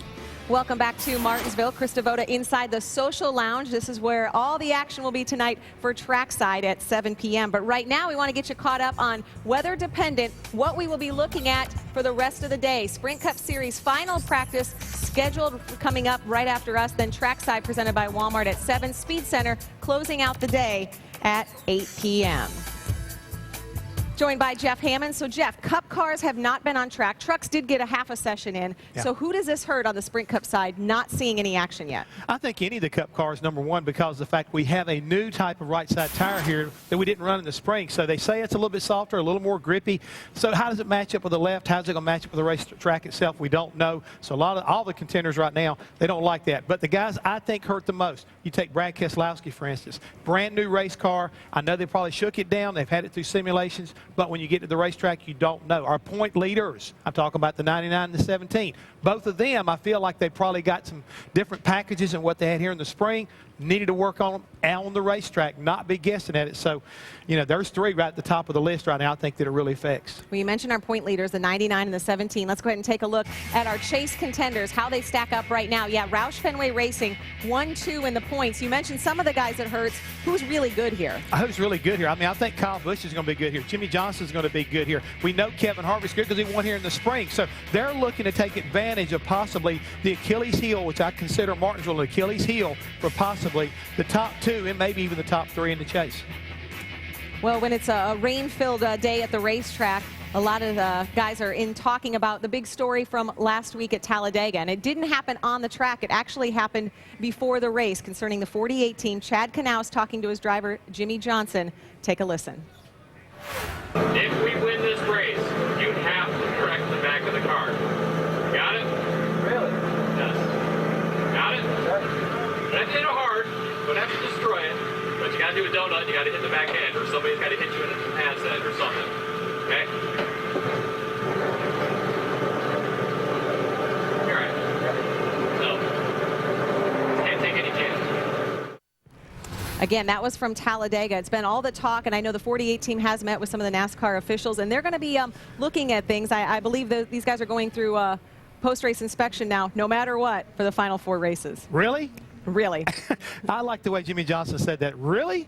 I think it kind of caught him off guard. And again, you know, NASCAR has already inspected these cars pre-race, pre-qualifying, going into the race on Sunday. They didn't find anything wrong there. So it really makes you wonder, what was Chad really worried about?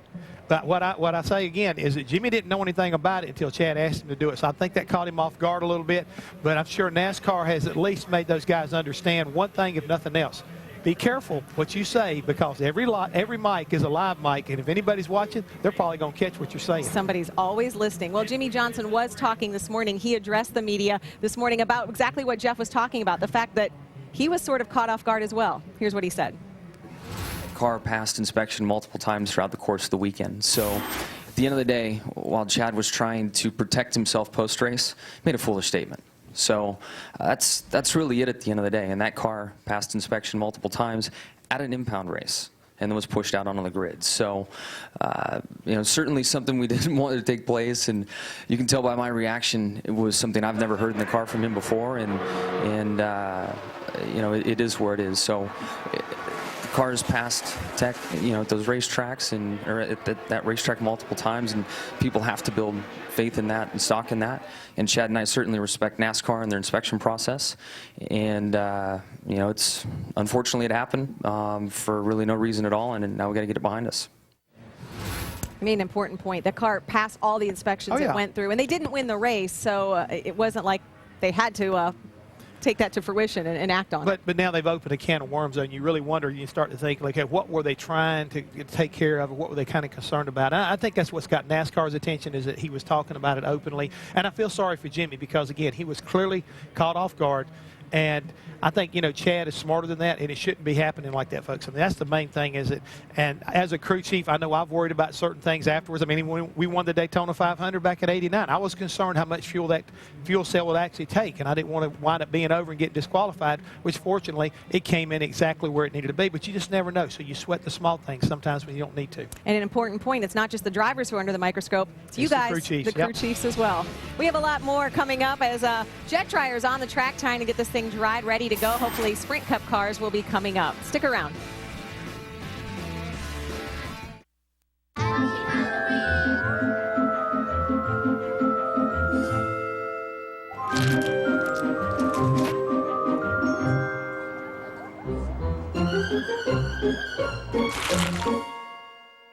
Hey, it says just take one. I can't read.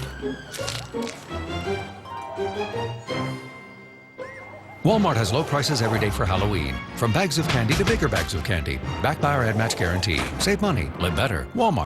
My sinus symptoms come with a cough that stays even after I treat. Truth is, most sinus formulas don't treat a cough. Really? Alka-Seltzer Plus Sinus Liquid Gels fight sinus symptoms plus cough. You're good. Thanks. That's the cold truth.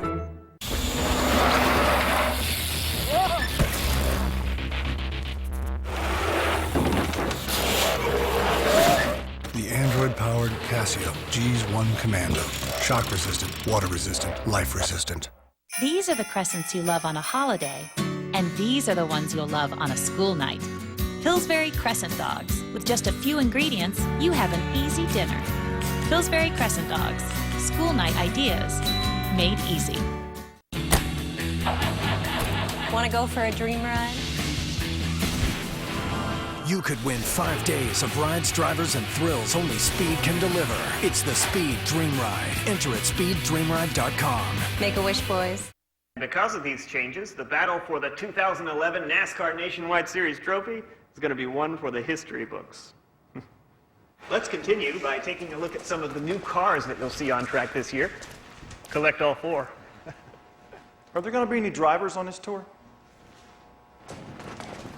Ta-da! Can they breathe in there?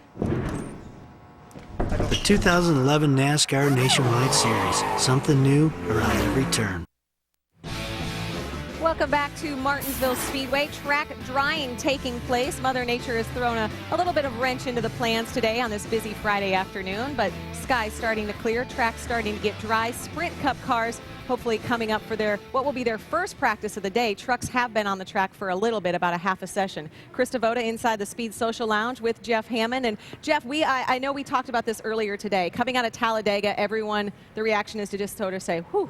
But Martinsville's a big hurdle as well. It really is. Everybody keeps talking about Talladega and how bad it is. Everybody understands the big one, but you forget that you can wind up finishing this race, have a flat tire, have something little happen to you on pit road. The next thing you know, you can have just as bad a finish here as you can at Talladega.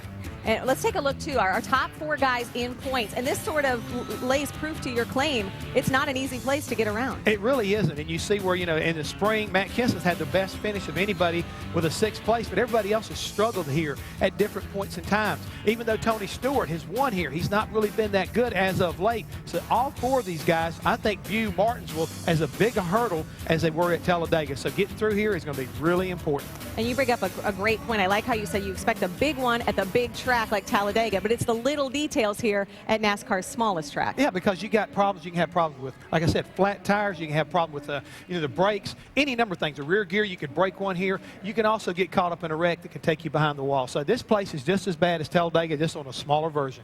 And we mentioned Carl Edwards, obviously a guy who hasn't won here. Of our Chase contenders, there's 12 of them. 6 have won here, 6 have not. You mentioned guys who are really good here, Tony Stewart, but he has struggled showing that graphic. He has as of late, and that's the thing, is he's got to turn that around. Darian Grubb's big challenge right now, and it's not a matter of winning. They've got to just hold a top 5 finish. A top 10 would probably be really good to keep them close over the final 3 races. So that's what's important, I think, for all these top 4 contenders. Let's get by here and get to a racetrack. We got a little bit more racing room, and basically we might be able to improve our position. Yeah, Carl Edwards definitely has all the consistency right now, but Matt Kenseth said this morning he feels like they have outperformed the 99 team. If they can just, like you said, sort of keep chugging away, Matt Kenseth could overtake his teammate, and this would be a great place for it to happen. Well, he had a good spring. Now if he can just kind of make a good fall out of it, he may be able to gain that kind of ground and get himself in front, and he may be hard to catch after that. You see those 2 cars right next to each other in the garage. Drivers hoping to get out on the track for what will be the first practice. Coming up next, Race in 60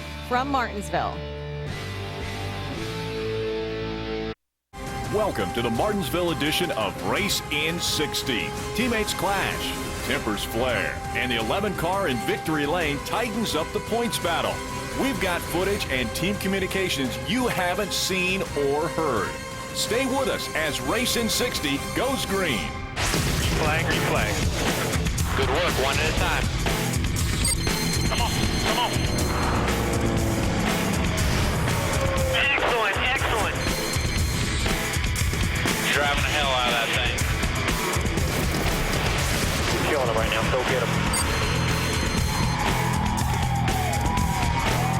Good checking flag.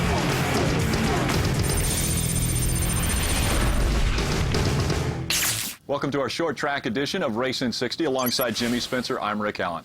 An historic racetrack in Martinsville. They have been running here since 1949 when Red Byron won the first Cup race, and this will be the 124th Cup race today. Yeah, and you know what's really interesting about Martinsville? In 1965, they started handing out this grandfather clock. And these drivers, this is a special trophy, and they all look forward to it here at Martinsville. Now, we've got a great points battle building up here. We've got 3 drivers that are very, very good. They've separated themselves from the 12. And one of the unique things is the top 2 in points right now have won 8 of those grandfather clocks that you had just mentioned, Jimmy Johnson and Denny Hamlin. But I'd say that Kevin Harvick is still in the mix.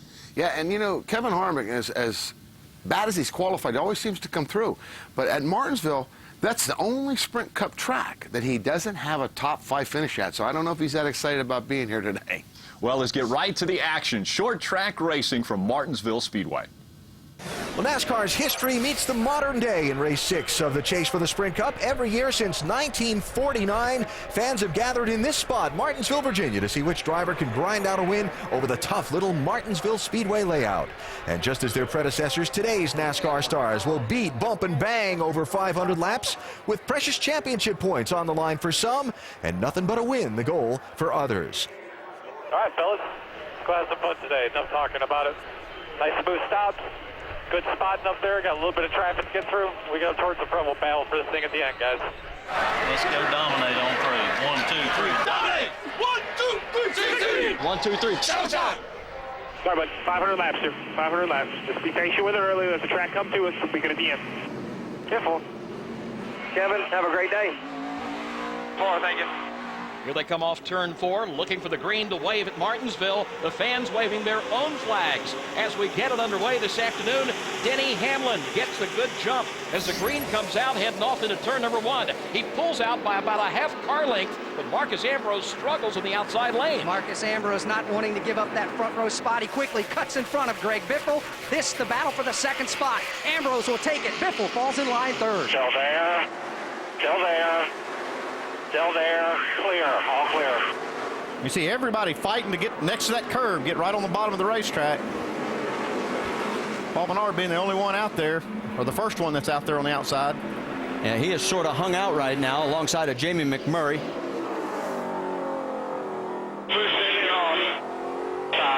Only clear by 1 behind it. 65. Definitely a little bit tight in the middle and on initial throttle, especially behind other cars.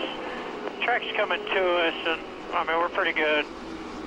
28 complete. You got us all the way up to 5th. Jeff Gordon going underneath the 99, and he's got the spot. So Gordon on the move right now. Inside. Now we got a battle for the lead. Marcus Ambrose wants to stick the 47 in front. He's trying. He may get him clear going down the backstretch. Yeah, he's got him. He's got him. And here comes Biffle along. Yeah, looks like Brad Daugherty had a talk with Marcus, told him how to get around this place, got his driver on the move. Said on countdown, stay on the bottom. He did, too. He worked himself right to the bottom, first lap. The rubber's really hurt my full draw. Pretty much the top 15 have sort of fallen into single file now here in the early stages of this race. Fastest car on the track. Save your stuff. Looking good. Denny Hamlin, the pole sitter, has dropped back and continues to fall back through the field. He now winds up back in the 9th position after looking so strong early on. I don't know what's going on. I have no idea why I can't even touch the gas. Of course, be patient here. We'll get this first caution tighten you up. All right, right here is what Denny Hamlin and his team did not want to happen. Everybody talked about, was this a must-win for Denny Hamlin this week? I don't think it's a must-win. I think it's a must-finish in front of the 48. And right now, he's not getting the job done. As Andy pointed out, a lot of laps to go. Caution's out, trouble in 4. We got a car into the wall. The 38 car looks like he may have blown a tire. And Travis Quabble right front. You could see the damage there. You know, I'm just a little tight across the rubber, that's all. That makes it snap it loose off. All right, we're going to work on air pressure here a little bit, bud. We'll give this a go here. Be 4 tires, guys. I was tight for 2 laps, and then all of a sudden I couldn't get off the damn corner. I mean, it's like I've got nothing to lean on back there. 10-4, let's get that track bar down 1 round also. Track bar down 1 round, 2 down left rear.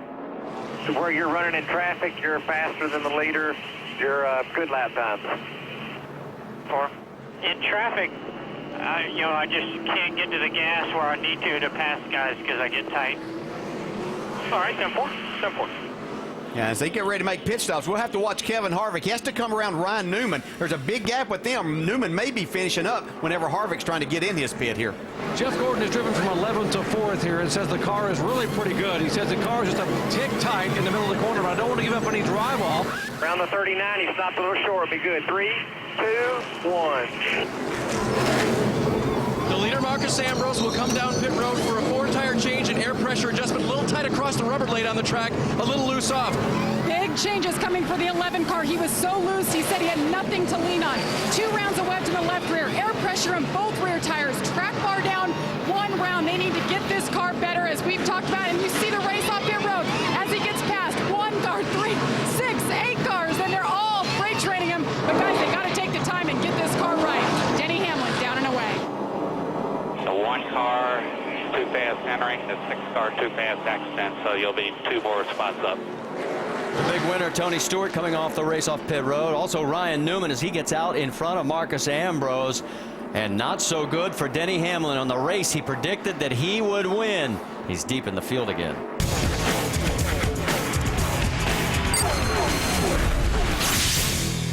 Race in 60 is brought to you by Enterprise Rent-A-Car. We'll pick you up. Tonight, Southern Virginia will be rocking. Tune in as the wildest racing party on television gets revved up for round 7 of the chase. Don't miss NASCAR Trackside from Martinsville tonight at 7 Eastern on Speed.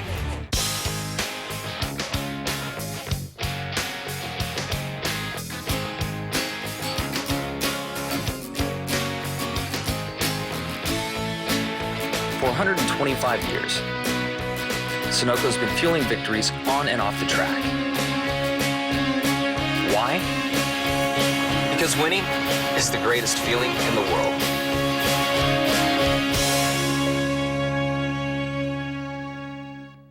My name is Jeff Harrop. I'm from Roy, Utah. I went to ITT Tech to get my bachelor's degree in construction management. Education is a foundation for us as individuals, not only for us now, but also for generations to come. My hobbies are baseball, coach my kids' teams. To try to motivate a team is it's not individual, it's for all of us, and that we need to help one another and to learn.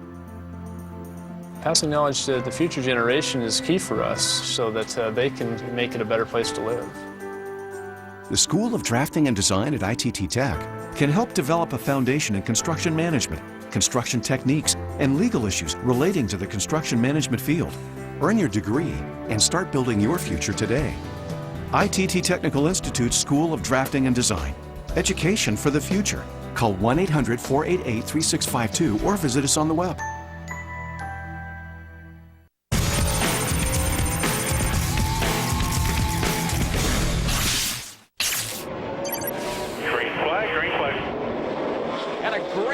For Ryan Newman, easily pulling away from Marcus Ambrose, and it is David Rudeman pulling down to the inside of Newman. That's the race for second. And David Rudeman gets a fender in front of Marcus Ambrose. He'll grab the number 2 spot.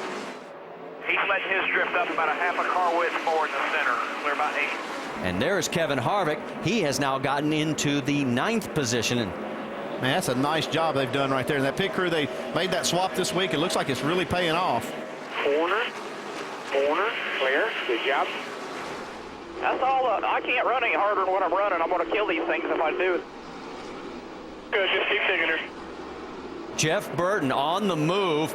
He's making you look really good right now, DJ, in your prediction, because he is side by side with Biffle. And here comes the 48 and the 24 right along. All right, bud, let's be nice and smooth here. Try to find that rhythm. Fixed up.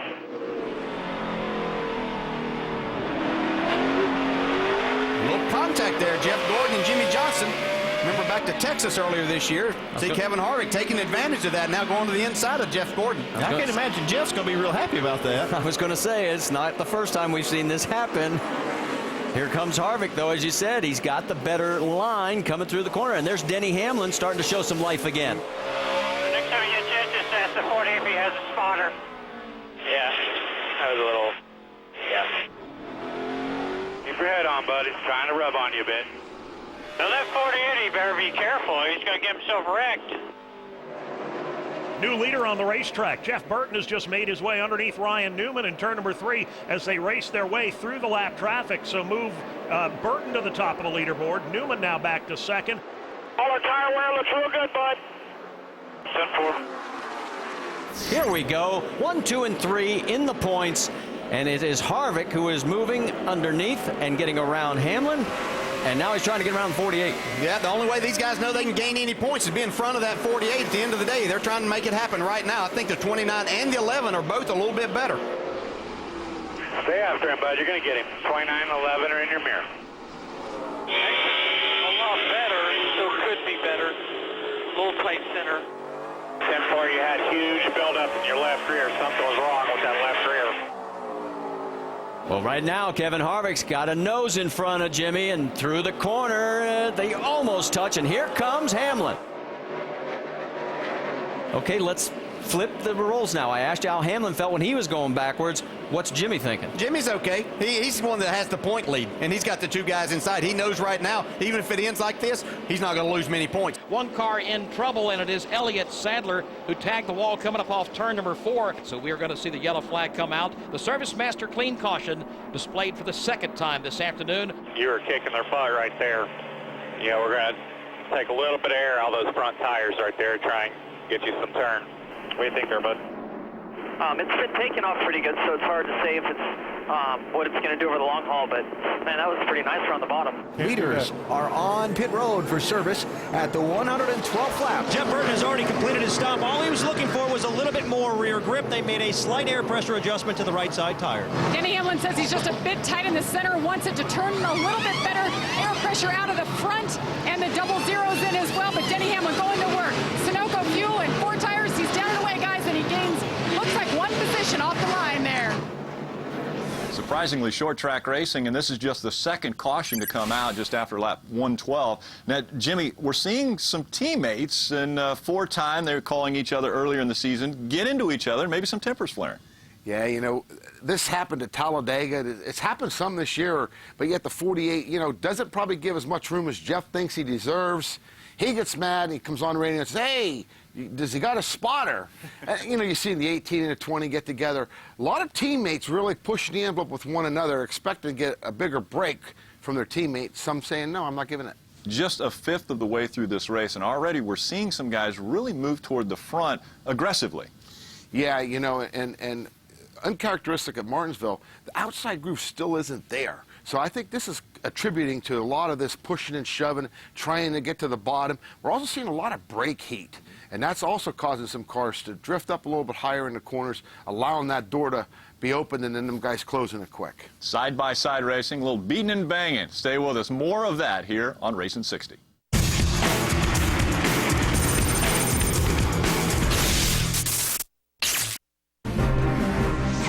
Chase for the NASCAR Sprint Cup. Who will be the last man standing?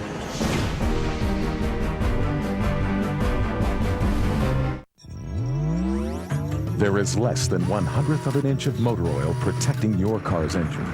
Friction and heat causes engine oil to experience thermal breakdown, weakening its ability to protect the engine and its parts. Lucas Heavy Duty Oil Stabilizer is specially formulated to resist thermal breakdown, protect vital engine parts, and extends the life of your engine. It also stops smoking, knocking, and oil consumption in worn engines. Lucas Oil. Keep that engine alive. Fly the blimp, too much hot air. Race announcer, same thing there. Wouldn't get a word in with you-know-who. Just get down on the track and do what you do. Slide down in my seat, pull the belts tight. Get up on the wheel and let the dust fly. Napa know how. Napa know how. Why would any fun-loving, red-blooded, all-American male give up watching football to upgrade his headlights? Because Silver Star Ultra headlights from Sylvania are up to 50% brighter and let you see up to 40% farther and up to 50% wider. But more importantly, because of who is behind the wheel. Thanks, Dad. See farther, see wider, see better. Silver Star Ultra headlights from Sylvania.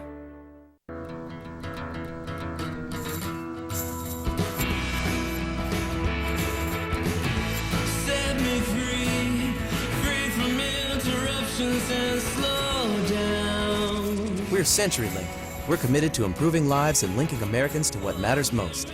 With honest personal service, 5-year price lock guarantees, consistently fast speeds, and more ways to customize your technology.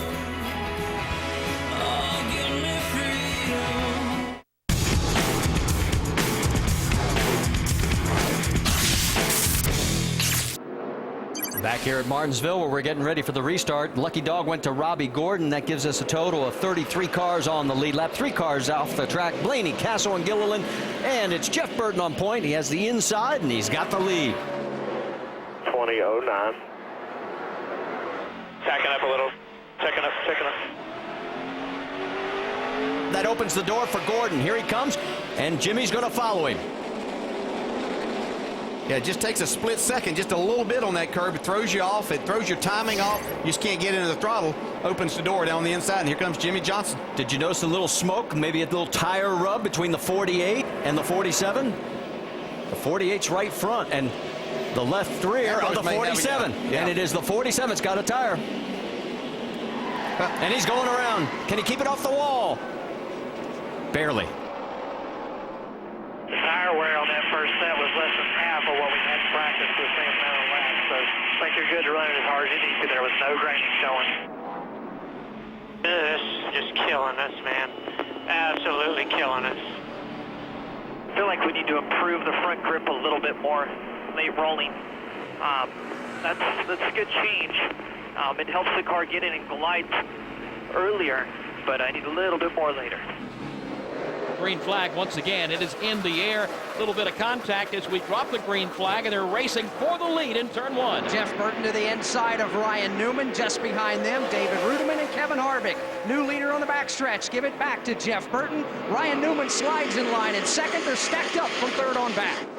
Clear, all clear. 2035. 2070.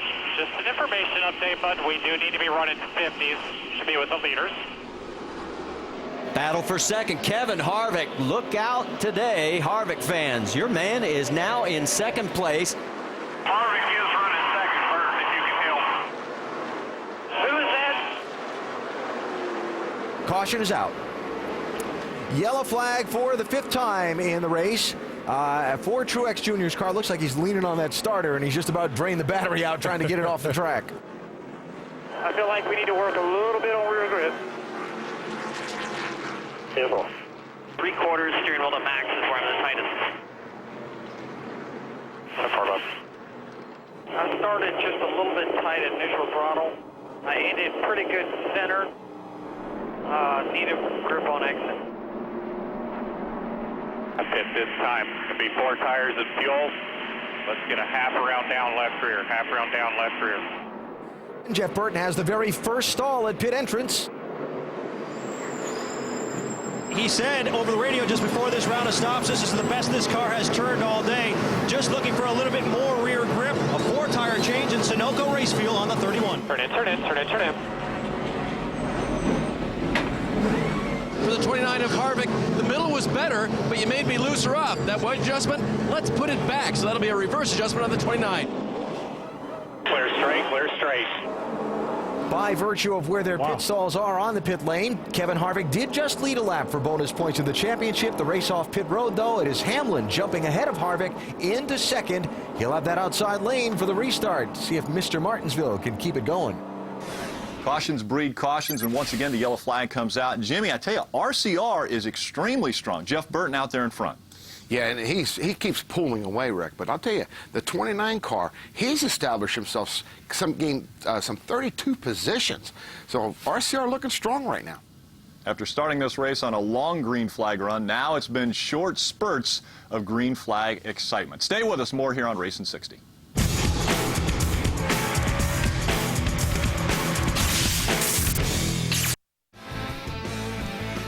Welcome back, everybody, to Martinsville Speedway up here in Virginia, where we are still in a holding pattern. If you're tuning in to see NASCAR Sprint Cup Series final practice, the only winner today is the weather. No Sprint Cup cars on the track so far, but as of right now, the temperature is 41 degrees, 79% humidity, light rain, but that feels like temperature. It's chill in the air right now, and track drying efforts are continuing. If we are able to get the track dried and back, we will have Sprint Cup cars on the track, and we will bring that to you. But guys, Larry McReynolds and Phil Parsons, as of right now, it doesn't look really good, but that practice time is so important because of the importance of the race coming up. We only got 4 to go in the chase. Well, one thing that makes me a little nervous for these guys, whether it's the Truck Series or the Sprint Cup Series guys, we mentioned earlier that Goodyear brought a new tire here. It's a softer tire. It has more grip. The other reason they changed this tire was to let the rubber get on the concrete corners that we have here. We don't have any rubber on the concrete corners, and right now, unless they end up adjusting this schedule, if we don't get practice today, all these guys do tomorrow is qualify. So there's so many unknowns, and as I said earlier, just give me 15 minutes of practice. If I can just get out there 15 minutes, I think I can learn a little something. And, Phil, we know there's nothing we can do about the rain. It is out of our control here, and you can't race in the rain. But it's got to be a little bit of amount of torture for these drivers to have to sit back and want to be on the track so badly. Well, it is. And not only the drivers, but the crew chiefs and the crews. I mean, the rain is absolutely the worst thing you can have at a racetrack. You know, you go through your routine. These guys went through their inspection process, and then they're ready to go, and then they have to sit in the lounge and talk and talk and talk. You need hot dogs. You need hot dogs here, especially here at Martinsville. But you know, it's just I have to believe that if we don't get any practice in today, that they're gonna go to the points to start the race. And use that time for practice tomorrow instead of qualifying. Yeah, and absolutely, Larry. You used to always come into these races with a plan as a crew chief. What does this do to a crew chief's plans? Well, you know, you would have probably, with 3 hours of practice, you can run a lot of laps in 3 hours of practice that we originally had scheduled. Certainly, you want to qualify up front. There's so much that goes even with a 500-lap race here. Qualifying up front, you get that track position early, you get pit selection. So you would have spent certainly some time qualifying.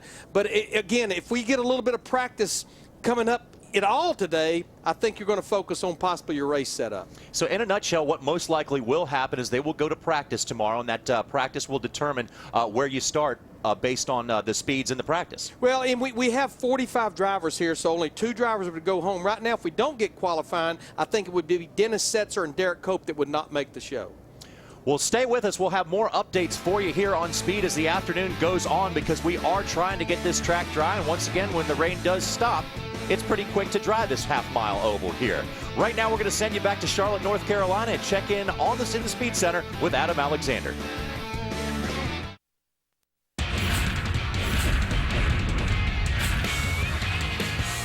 Welcome into the Speed Center. I'm Adam Alexander. Formula One gets us started from India. Here we go. Practice number 1, Lewis Hamilton was the quickest, but he was penalized, losing 3 spots on the grid Sunday for failing to slow during a yellow flag period. Practice 2, teams pushing the envelope on the new track. Jerome D'Ambrosia among those who had problems. No issues in the Ferrari for Felipe Massa. He was quickest in P2. His teammate Fernando Alonso was 3rd. Sebastian Vettel sandwiched in between. Lewis Hamilton and Mark Webber make up the top 5. Tens of thousands of mourners came out to pay their respects to 24-year-old rider Marco Simoncelli on Thursday. Among those in attendance, fellow Italian rider and champion Valentino Rossi. Marco lost his life in a lap 2 accident during last weekend's Malaysian Grand Prix. Speed Center comes your way tonight at 8. More from Martinsville after a break.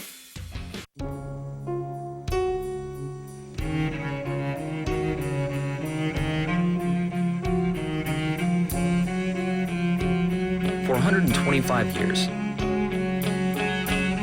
Sunoco's been fueling victories on and off the track. Why? Because winning is the greatest feeling in the world.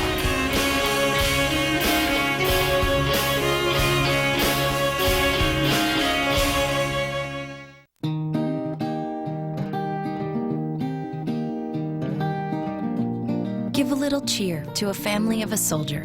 Just cut out the cheer from your specially marked box of Cheerios, write your message, and we'll see that they get it.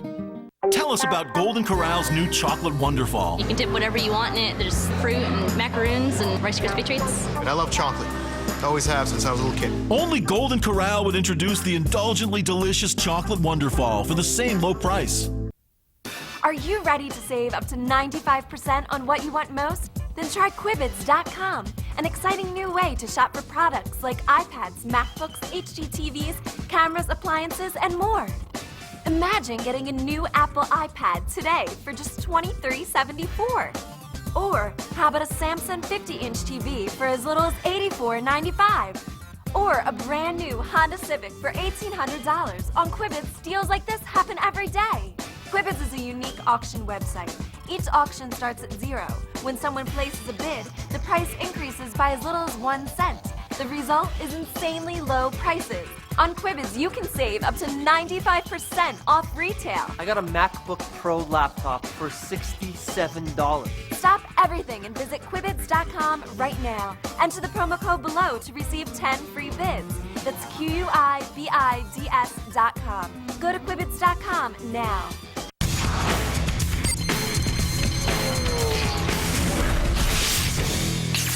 33 cars now on the lead lap. Up front, it's Jeff Burton on the inside again, the race leader. Kevin Harvick, Denny Hamlin, Jimmy Johnson, Jeff Gordon, and we're green. Hamlin trying to get underneath Harvick. They're side by side. Inside corner. 11 will be clear. 48 half back. Clint Boyer is around. He'll collect the outside safer barrier. We hit the wall over here. Left side. Right there, looks like he just locked those rear wheels up.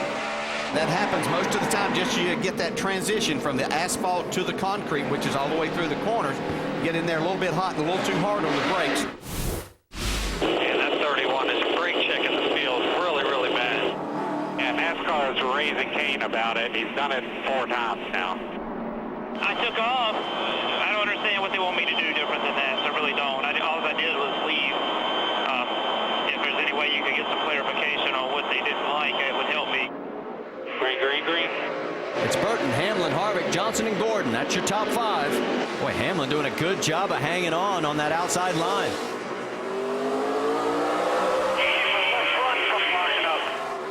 Here comes Kyle trying to look under Joey.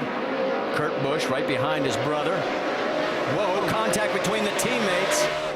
Boy, must be nice to have a carburetor that'll drive by you on the outside. And a spin with the 98 of Paul Menard. And we have another caution out. Yeah, the people who just got 4 are going to stay out, so we'll be behind them. But, I'm up for whatever you want to do. Still just a little snug in the center. Same pit, come with them.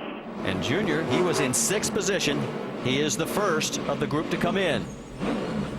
Dale Earnhardt Jr.'s You Guys Are Chronicles car has a very good race car. It's really good on short runs. They were trying to make some air pressure changes to get the car to turn middle in the corner. And the 99 of Carl Edwards is in.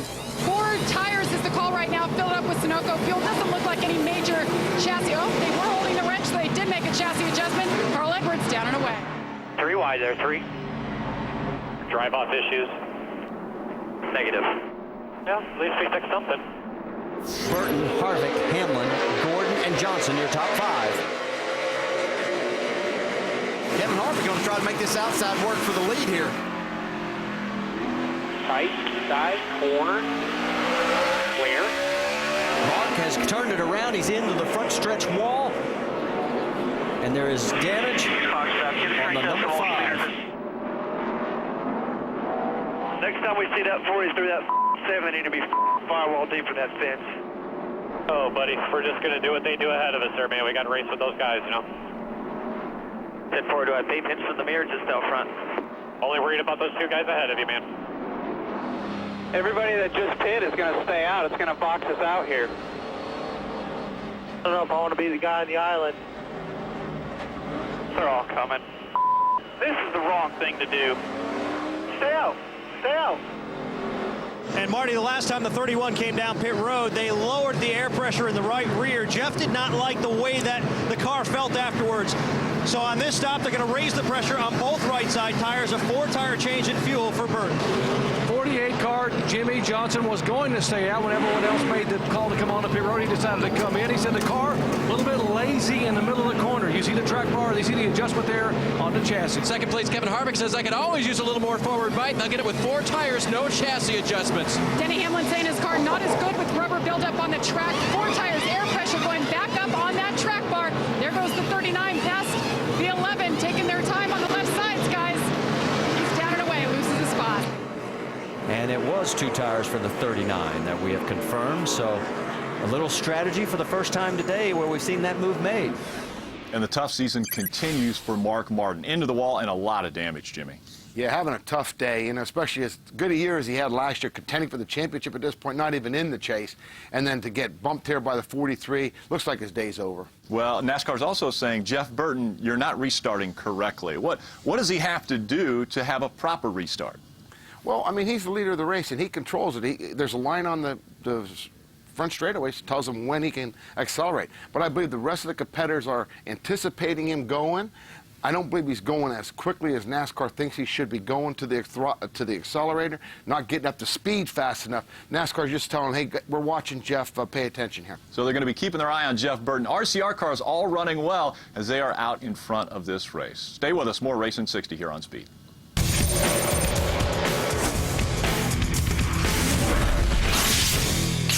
The world's toughest trucks march into Martinsville. And some contact. Where paint will be traded and metal will be crushed. Oh, and into the back. The NASCAR Camping World Truck Series from Martinsville. Saturday at 1:30 Eastern. Live on Speed. Like so many great pioneers before me, guided only by a dream, I'm embarking on a journey of epic proportion. I will travel from sea to shining sea, through amber waves of grey. And I won't stop until I've helped every driver in America save hundreds on car insurance. Well, I'm out of the parking lot. That's a good start. Geico. 15 minutes could save you 15% or more on car insurance. I have a cold. I took NyQuil, but I'm still stuffed up. Truth is, NyQuil doesn't unstuff your nose. Really? Alka-Seltzer Plus Liquid Gels fights your worst cold symptoms, plus it relieves your stuffy nose. Thank you. That's the cold truth. It's our weekend. But let me ask you, should we spend it wandering in some home improvement warehouse? No. I say we go to Ace. Yeah. Get help when we walk in the door. Yeah. Fix that garbage disposal before lunch. Yeah. Because we will maintain our homes. And we will also maintain our weekend. It's time to get your weekend back and turn your to-do list into a to-done list. Ace, the helpful place. If I were cheese, I wouldn't want to let go of myself either. Come try the cheese-inspired dishes on our 2468 value menu, only at Denny's.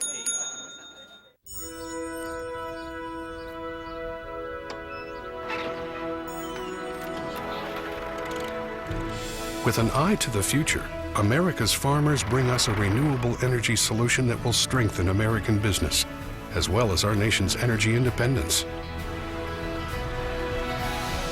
American ethanol, from America's cornfields to America's racetracks. It's a brand new race day.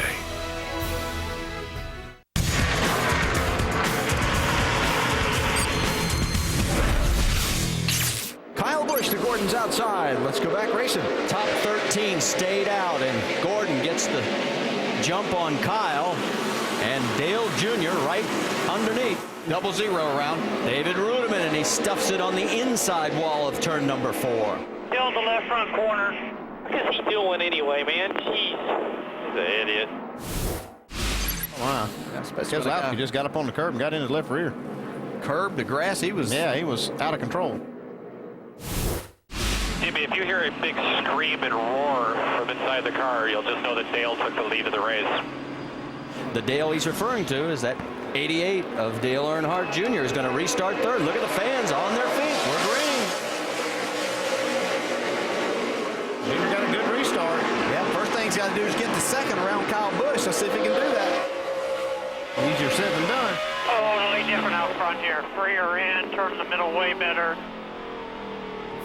Ryan Newman's slowing. Ryan Newman's slowing. Yeah, you're right. Dave, what are you hearing? Rear end gear for the 39. Brian came on the radio about a lap and a half ago. He said we definitely have a rear end gear going. Crew Chief Tony Gibson said, that's all right. We'll get to the garage. Meet us there. And that's where he's going now. There you go, man. Scared him into it. Outside by himself. Enter door. Bumper clear. Looking for the pass. Yeah, most definitely. And you can see he moved back. Kyle Busch drove it in a little hard down into one. Got a little bit loose, opened the bottom for Dale Jr. He took advantage of that. So Junior Nation is on its feet as Dale up to the second spot. It's over on that right rear. And I'm loose inside. Can't roll the center or get up off. Well, up front is a challenge for the lead. Dale Earnhardt Jr. moving to the inside of his teammate. And if the 7-time most popular driver can pull it off, he will become very popular here at Martinsville. He's trying to make a show out of it. It's going to make a lot of people happy here. A little bit loose, early off the wall entrance and late exit. No, trouble with the 81. Yeah, he was slow earlier. He's actually going now. It's J.J. Yaley. He's out of break. The Pistons are going. Bring it down. Never mind. You keep closing up, Furf. Yaley could not get down onto pit road. That's the best it's been all day, bud. And 4. Did a good job right there. What do you need, bud? Still needs forward bite, but it needs to turn the center better. Well, here they come, so let's see whose crew is going to do the best.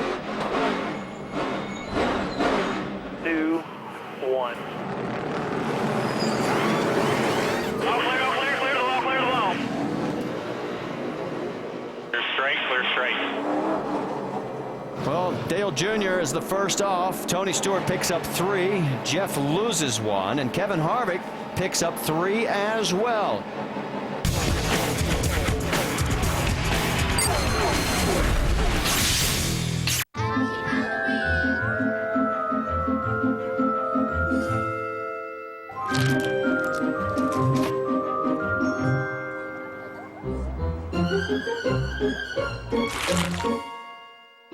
Hey, it says just take one. I can't read.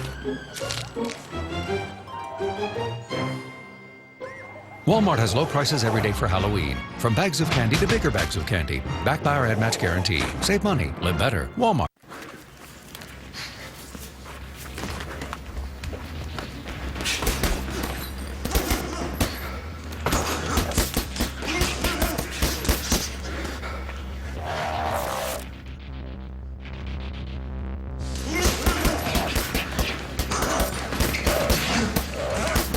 Android-powered Casio Gs1 Commando. Shock resistant, water resistant, life resistant. For a better life.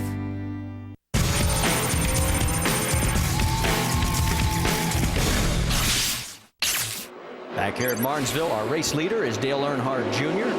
Tony Stewart alongside Kyle Busch, Jeff Gordon, Juan Pablo Montoya, and we're back to green flag racing. And Dale Earnhardt Jr. will squeeze out in front. He'll grab the top spot.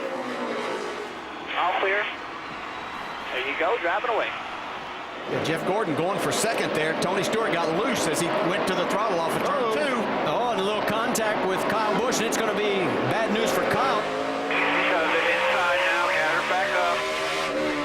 Inside. Meanwhile, Jimmy Johnson side by side with Harvick. And Harvick now trying to roll the outside.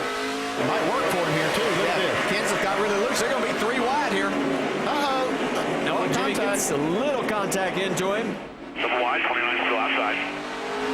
Still hanging to bumper. Got the 48 up top now. Dale Earnhardt Jr. continues to lead at Martinsville. Jimmy Johnson, though, is where the action is. He's been beating and banging on several guys. Johnson's reputation here at Martinsville is for bringing the car back without a mark on it. He will not do that this afternoon. Oh, yeah, go get him, buddy. Trouble. Uh-oh. 2 cars into the wall on turn number 2. So far, we are still green. There is your top 3. Dale Earnhardt Jr., he has now led a total of 30 laps. He's one of 11 different leaders. And second place, Jeff Gordon is under attack from Jeff Burton. He is under attack. Burton's really driving his car off in the corner extremely hard. He's got a fender underneath him. Now, side by side. And he's going to clear him. Yes, he does. There you go, man. We're going to be all right. 183 to go. Think about what you need. Let me know. Brakes? I mean, it's not the brakes, but his car is way more comfortable getting in. He's just, I mean, he drives it so much deeper. Here comes Jimmy Johnson, then Kevin Harvick, and Denny Hamlin. They're 3 points contenders. All right, my man, I know them things are spinning hard back there, so treat it like you got an egg under the pedal. Get all you can. Drive it off straight. 3 wide, 2 wide. Still clear behind the 48. Good job, man. Use your foot. So you're turning that steering wheel, bud. Whoa, contact. Hamlin gets into the 48. Whatever it's worth, you say sorry, hit the curb. Nothing behind you. Got a left side forward grip with no gain in the center. Yeah, I can't. Pretty well tapped out, but up to you, man. It's up to you. You got to carry us the rest of the way, buddy. I'm sorry. Trouble in turn 2. Greg Biffle is up against the outside safer barrier. All right, so we see the yellow flag waving once again here this afternoon. Yeah, it looks like a classic case of a right front tire, brake heat. Pit road is open here at lap 350. These stops coming up at lap 351 as leaders come in for service. Here we come, fellas. Shore mark. Now. Turn in, turn in, turn in, turn in.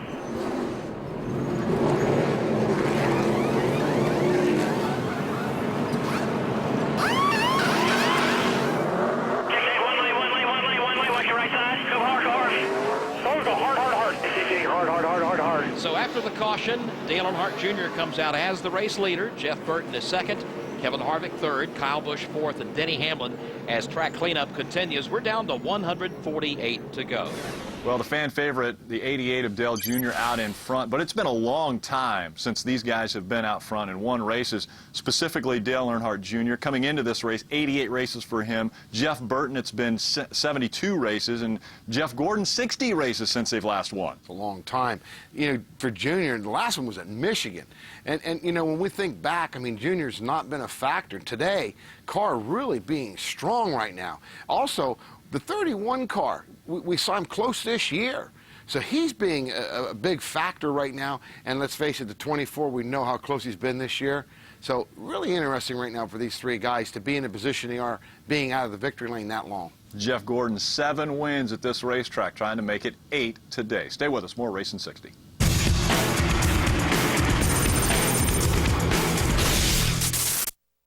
NASCAR said, "Have at it, boys," and the drivers sure took that to heart. It's all about no limits in Texas. Hell, we've seen Gordon and Burton scrapping on the backstretch, and Kyle Busch lost his damn mind. These are my kind of guys. Great front stretch seats still remain for the AAA Texas 500. See me, Trace Atkins, in the Axe Salute to the Military pre-race concert.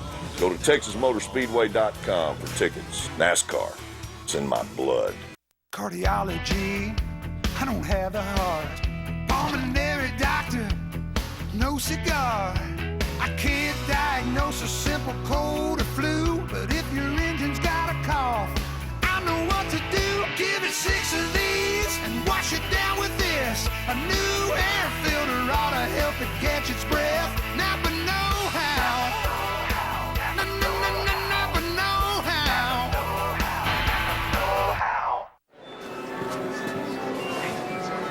Where's Tommy? I thought he was with you. No. Jack. Tommy? Go get him.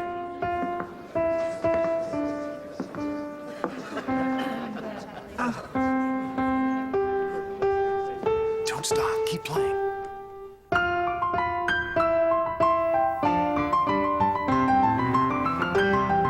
Here we go. Here's the fun part. Did you do this?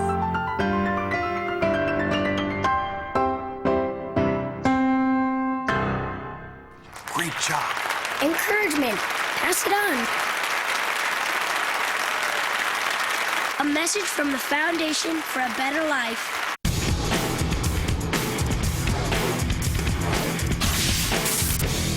Here they come off turn number 4 as the green flag goes in the air once again over the Tums 500. And here they come, coming up to speed, going to turn number 1. Junior with a good restart. Pulls out in front of Jeff Burton, slides up the racetrack, and Kevin Harvick makes some contact there. Earnhardt slid up the track, made contact with the back of Jeff Burton. That got him loose. Harvick tried to take advantage. He got into Earnhardt as well, but all shakes out off of turn 4. Burton charging to the outside lane, trying to get after Dale Jr. for the lead. That's not going to happen. Now he just wants the bottom of the racetrack. He slides down in line across the nose of Kevin Harvick. Easy coming into 1. You got 1 up high, caution's out. Easy right here, easy. Well, so much for teammate love. Harvick's wearing the back bumper out of that 31. I have done nothing wrong, and I will not tolerate it. I have done nothing wrong. The hole is there. I filled the hole. I will not put up with it. I'm a good teammate, and I'm not going to take him running into me. Copy that. I'm telling you, Gil, he's out of mulligan. I mean, he's done it to me. That's the 3rd time now. Did it at Indy, did it at Loudon, done it here. Simple. Field set for the restart. Pace car heads for pit road. Dale Earnhardt Jr., Jeff Burton, Kevin Harvick, and Kyle Busch, the front 4. Great jump for Junior. He's away by a car length by the time they hit turn 1. But here comes Jeff Burton. He'll rally back on the outside lane. Can't get the launch off of turn 2 that he needs. Contact between himself and Kevin Harvick, albeit slightly. Harvick to the bottom. Jeff Burton hung on the outside lane. Harvick and Burton make contact again. Harvick to the bottom. They bounce off of each other, exiting the corner. There'll come a point when he realizes that everybody in the world is not against him. And every time it's a conflict, he's involved. And you would think over the amount of years he's done it that he would get the hint that he's always in the middle of it. And maybe sometimes if he just backed up a little bit and caught his breath, he'd be okay. Clear, clear. All right, 2 wide behind you. They're holding each other up. Make ground on the 88 now. And we have a pretty good battle shaping up for the lead once again. Kevin Harvick has caught Dale Earnhardt Jr. and is moving in turn 3. Dale Jr. pushes high off the corner, opens the door again for Harvick. Here comes Kevin Harvick to the inside, blows to the low groove. He'll take the lead away in turn 1. 24 just moved to 2. He'll come back and give us a shot, cross us over, and he'll wreck us. Yep. Trouble on the front straightaway. Kurt Busch turns Jeff Gordon around, and Gordon makes hard contact with the inside retaining wall. Now that incident may spell the end of Jeff Gordon's championship hopes. You know, Kurt Busch doesn't have a very long fuse, so, you know, either it was payback or he just got angry really quick and decided to wreck us. That just shows the game that we're going to play. You know, one bump versus another bump, it still seems like the scorecard isn't even. Have at it, boys. Jimmy, being an expert on aggressive driving, would you say that this is retaliation? Is it justified? It started with the 24 getting into the 2 car, entering turn 3. And in turn, I think the 2 said, you know what, I'm not happy with what happened here. Comes off of 4, he catches Jeff and just turns him into the inside guardrail. And those guys weren't teammates. How about the teammates getting together? Very interesting here, the 29 and the 31. Really a lot of friction. And this started when we hear Harvick say, this is his 3rd mulligan. You know, between Indianapolis and Loudon and now here at Martinsville. Harvick very upset, but yet Jeff Burton says, wait a minute, I'm a good teammate. There was an opening there and I took it. So I believe the teammates now are saying, with these as competitive as each car is, looking for a break from one another, and neither one of them giving it. And Dale Jr.'s got to be happy. He led 90 laps today. During the previous part of the season, only 70 laps total. So a good day for Dale Jr. here at Martinsville. Stay with us, more Racing 60.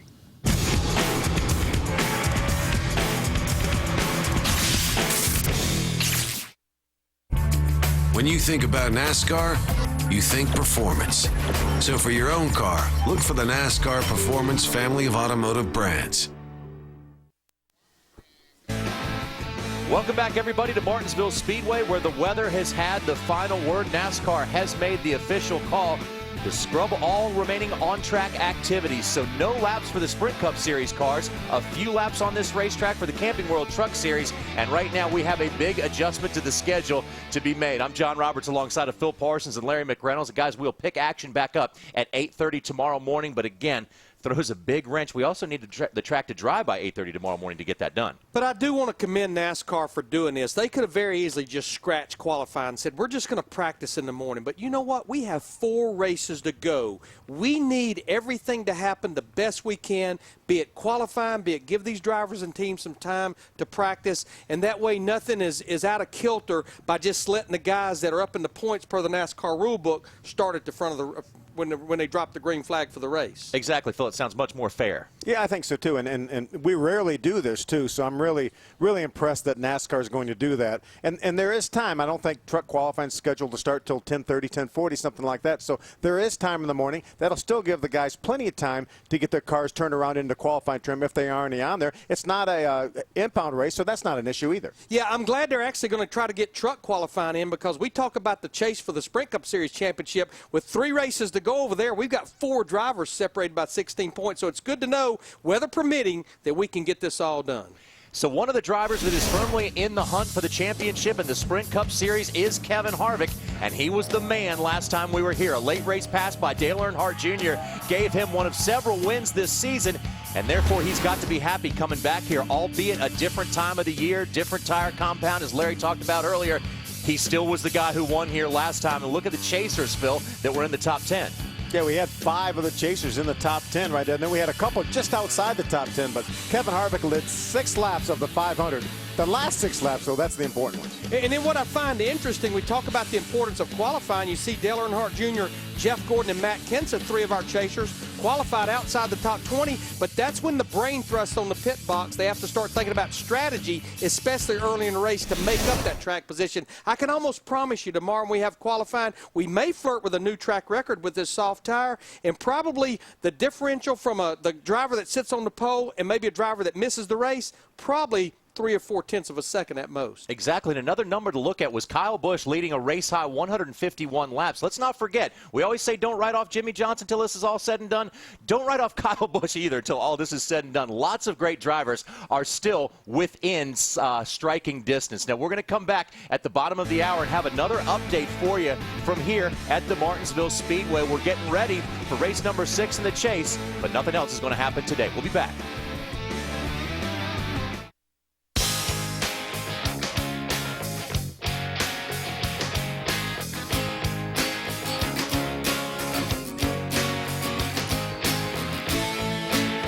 For 125 years, Sunoco's been fueling victories on and off the track. Why? Because winning is the greatest feeling in the world.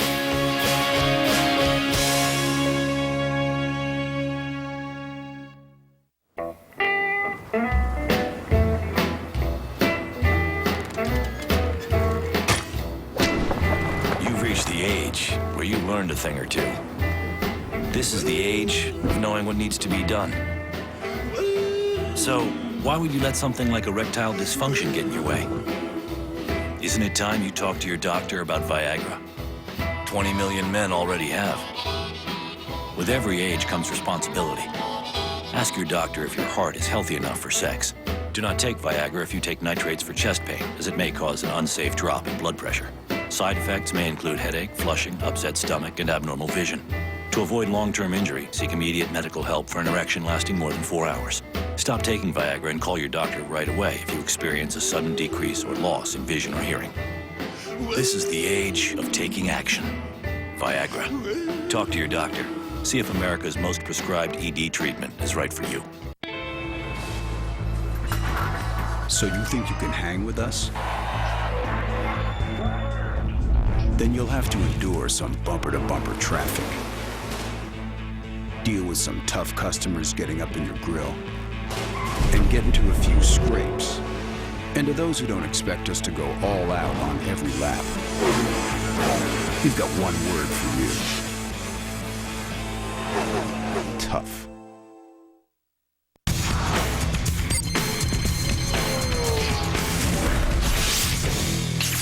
With Kenny Schrader staying out, it kind of reversed all of the positions here on who was going to start inside and outside. Harvick won the race off pit road, but he will start on the outside. 26 the leader here? Where's the 26 leader? I thought we were the leader. Yeah, he's 26 is the leader because he stayed out, Kevin. You're second. Sorry, I just told 26. Did he understand what was going on here? Well, it'd be better off to just leave him on the bottom, Billy. We're going to drive right by him. We just need to be prepared for Burton putting the 26-3 wide, too. It wouldn't be the best for RCR, would it? Down to the line, green flag in the air. Schrader gets a pretty good jump at the drop of the green, but Harvick powers around him at the entrance to turn number 1. Kevin Harvick to the lead. Now to the outside, it's Denny Hamlin for second. And Kenny Schrader right now at the bottom of the racetrack. He's going to be the meat in the 3-wide sandwich. Jeff Burton goes to the inside. Schrader holds his line. They're still 3 wide off of 4. Junior down to the inside. They're bumping and banging, trying to get by Kenny Schrader. Here comes Jimmy Johnson, Joey Logano. Up front, though, it is Kevin Harvick showing the way. He has 4 car links over the second place battle. That's Denny Hamlin holding the second spot. Jeff Burton riding in the 3rd position. 4th, Kyle Busch. 1 car in trouble in turn number 4. It's Tony Raines, the A&W Ford. Makes hard contact with the turn 4 safer barrier. 98 to go when you take the flag. And 4. You'll be on the inside here behind the 31. Here comes the field. Back to the line for the green flag. Harvick and Denny Hamlin up front, and it is Harvick with a good restart. He jumps out in front. Jeff Burton pulls in behind him as they race off 2. Kevin Harvick trying to clear Denny Hamlin off the second corner. He'll be successful in doing so. Now Hamlin left to battle with his RCR teammate. Jeff Burton dives to the bottom of the racetrack, racing for the second spot. It's Jeff Burton. Burton takes the number 2 spot at the start-finish line. Hamlin will slam it back down into the low groove. 831's in P2. You know where he's been strong at. He's back to running his left side down the black both ends. Kyle Busch, Jimmy Johnson side by side. This is the battle for the 4th spot. Johnson at the bottom of the racetrack. Kyle Busch on the outside lane. Neither driver yielding an inch. Go, but good job. Just stay ahead of that 18. Those guys are going to come back to us, man. They're running pretty hard. Enough for a grip. 11's right with you by himself, looking to the inside. Clear.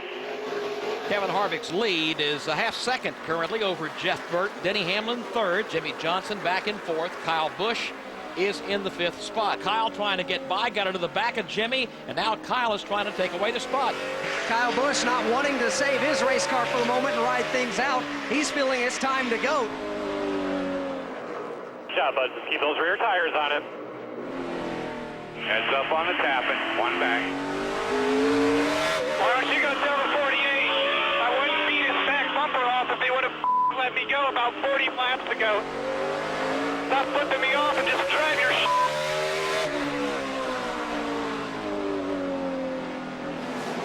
Jimmy, let's just not with him too much, man. Last thing we need to do is get spun. I agree. I'm not chopping him. I'm leaving him all kinds of room. Oh, just telling you. What an amazing race this has been. The first 100 laps of this race, only 1 caution. 300 laps in the middle, we had 13 cautions. And now, with just 50 laps to go, it looks like we may go caution-free. It seems like these guys have maybe figured something out on the racetrack now.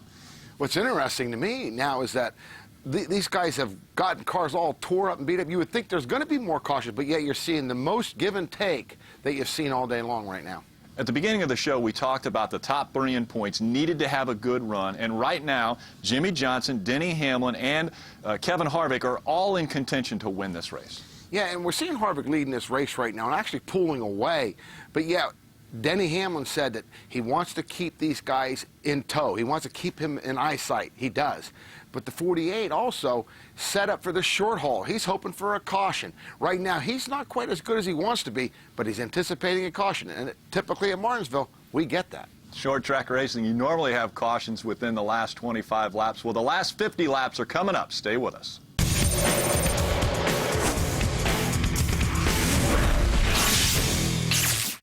Race in 60 is brought to you by Honey Nut Cheerios. Be happy, be healthy. Sunday, NASCAR race day revs up in Martinsville. We'll look back at how Talladega shook up the chase. And Richard Childress discusses his 100th career win. NASCAR race day built by the Home Depot, Sunday at 11 Eastern, live on Speed. As your power steering pump ages, seal leaks may occur, causing the power steering system to lose fluid. Your power steering system may also develop an annoying squeal, and the steering may become more difficult to handle. By using Lucas Power Steering Stop Leak, you will stop the seal leaks, reduce slack in rack and pinions, eliminate the squeals and hard spots in your power steering system. It is guaranteed to stop seal leaks or your money back. Lucas Power Steering Stop Leak. It works. These are the crescents you love on a holiday, and these are the ones you'll love on a school night. Pillsbury Crescent Dogs. With just a few ingredients, you have an easy dinner. Pillsbury Crescent Dogs. School night ideas made easy.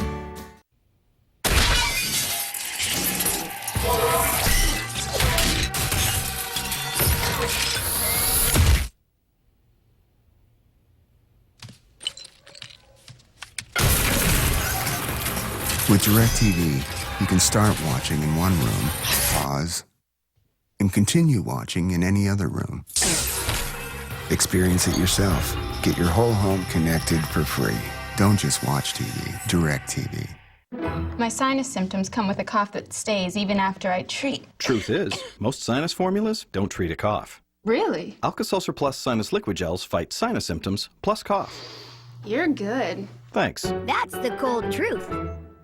40 years ago, we invented a whole new kind of ATV. Machines built to work the farm and the trails. And now we're offering deals that are just as reliable as our ATVs, like fixed APR financing as low as 1.99%, up to $500 in bonus bucks, $200 in factory-to-dealer incentives, and 4Trax models starting at just $3,899. Get a quote today at powersports.honda.com.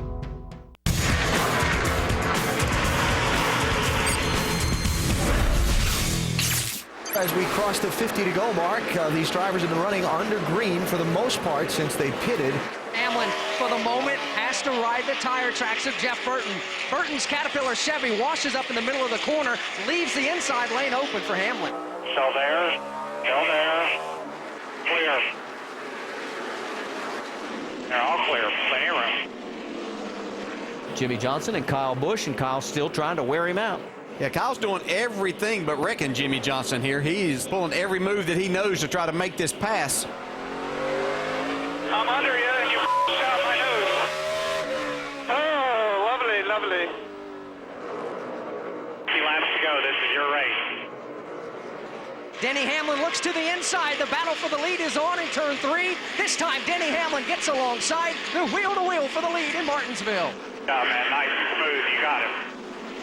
Denny Hamlin with that advantageous low line, but Kevin Harvick, he is strong upstairs. Back at him he comes in the outside lane. Still inside. They're still side by side for the lead. Hamlin on the bottom of the racetrack. Harvick on the outside lane. Now off turn 2. Denny's going to take over and grab the lead. Denny Hamlin slides up in front of Kevin Harvick. Harvick now tries the crossover in turn 3. He'll get the bottom of the racetrack. They swap directions here in turn number 4. Nearly coming together at the exit of turn 4. Clear. Side by side off turn 2, Kyle Busch to the bottom. The Chevrolet of Jimmy Johnson, the outside lane. Into turn 3 they go. Who's going to outbreak the other? They're still dead even off of 4. This one's got all the makings of a bare knuckler. There has been contact between those two time and again this afternoon as they battle for the spot. Still there. Stay clear. Amen. 20 laps to go at the stripe. Uh-oh, that could be a problem right there. That's bad news. Something coming out of that car. No caution on the racetrack. So gear lube and think that there's oil on the track. Set 4. Oil all over the track. Oil down the back for sure. There's a big line. Rotor temps look good, right? 4. Lots of blown right fronts right now to take good care of it. No pressure from behind. It's a good thing for Mark Martin here. He's had a lot of damage. His rear bumper is completely missing off the back of that 5 car. It lets that air get out from underneath the car. Also, the back of that car is jacked up in the air. It's got to make everybody feel good because of the kind of season that this team has had. He's the fastest car on the racetrack right now. He is just flying. I'm used to people passing me. I was passing good cars, you know, the way they usually do me here, and I never could figure out how they did that, and now I know. 2 1/4 seconds. Just take care of it here. Denny Hamlin, what a day this has been. Second lead. Nice and smooth. Lap and a half to go. He's going to have just one more lap to go for Denny Hamlin.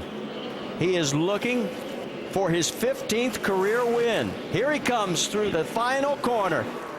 We're back, baby. Awesome job. Checker flag. That was awesome, Denny. Mike, guys, awesome job.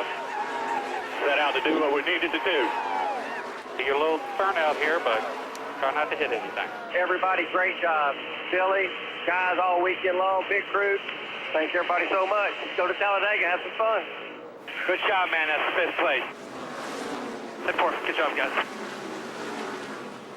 Today we didn't have the dominant car. The Childress guys really kind of had us covered up until that last run. And just for me, that pit crew did it for us. They got us out there out front, you know, in third on that last restart. And it just allowed me to then be patient and save the car until the very end. Amazingly, over the last 100 laps, caution-free at Martinsville. And Denny Hamlin gets his 4th win at this racetrack. Now, between Denny Hamlin and Jimmy Johnson, over the last 9 races, one or the other have been to victory lane. Yeah, and what's really interesting is that this 11 car struggled early in this race, dropped back. He's only led 40 laps total, which is uncharacteristic of him.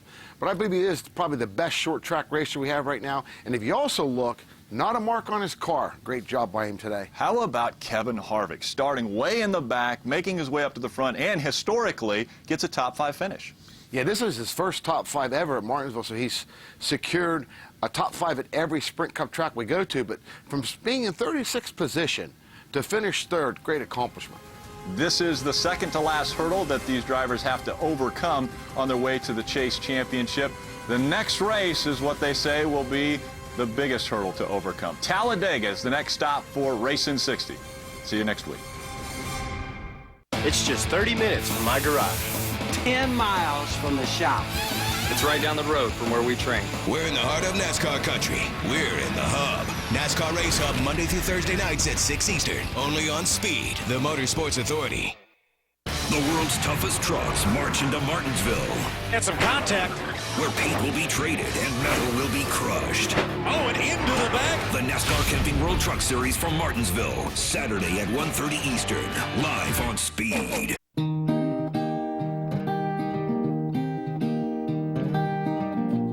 Give a little cheer to a family of a soldier. Just cut out the cheer from your specially marked box of Cheerios, write your message, and we'll see that they get it. Tonight, Southern Virginia will be rocking. Tune in as the wildest racing party on television gets revved up for round 7 of the chase. Don't miss NASCAR Trackside from Martinsville, tonight at 7 Eastern on Speed. More to go. The title fight is wide open, and NASCAR Race Day gets you revved up for round 7. We'll look back at how Talladega shook out the championship and tell you why the points leaders are not the favorites in Martinsville. Plus, Richard Childress discusses his 100th career win and Dale Sr.'s contributions to RCR's success. NASCAR Race Day, built by the Home Depot, live from Martinsville, Sunday at 11 Eastern.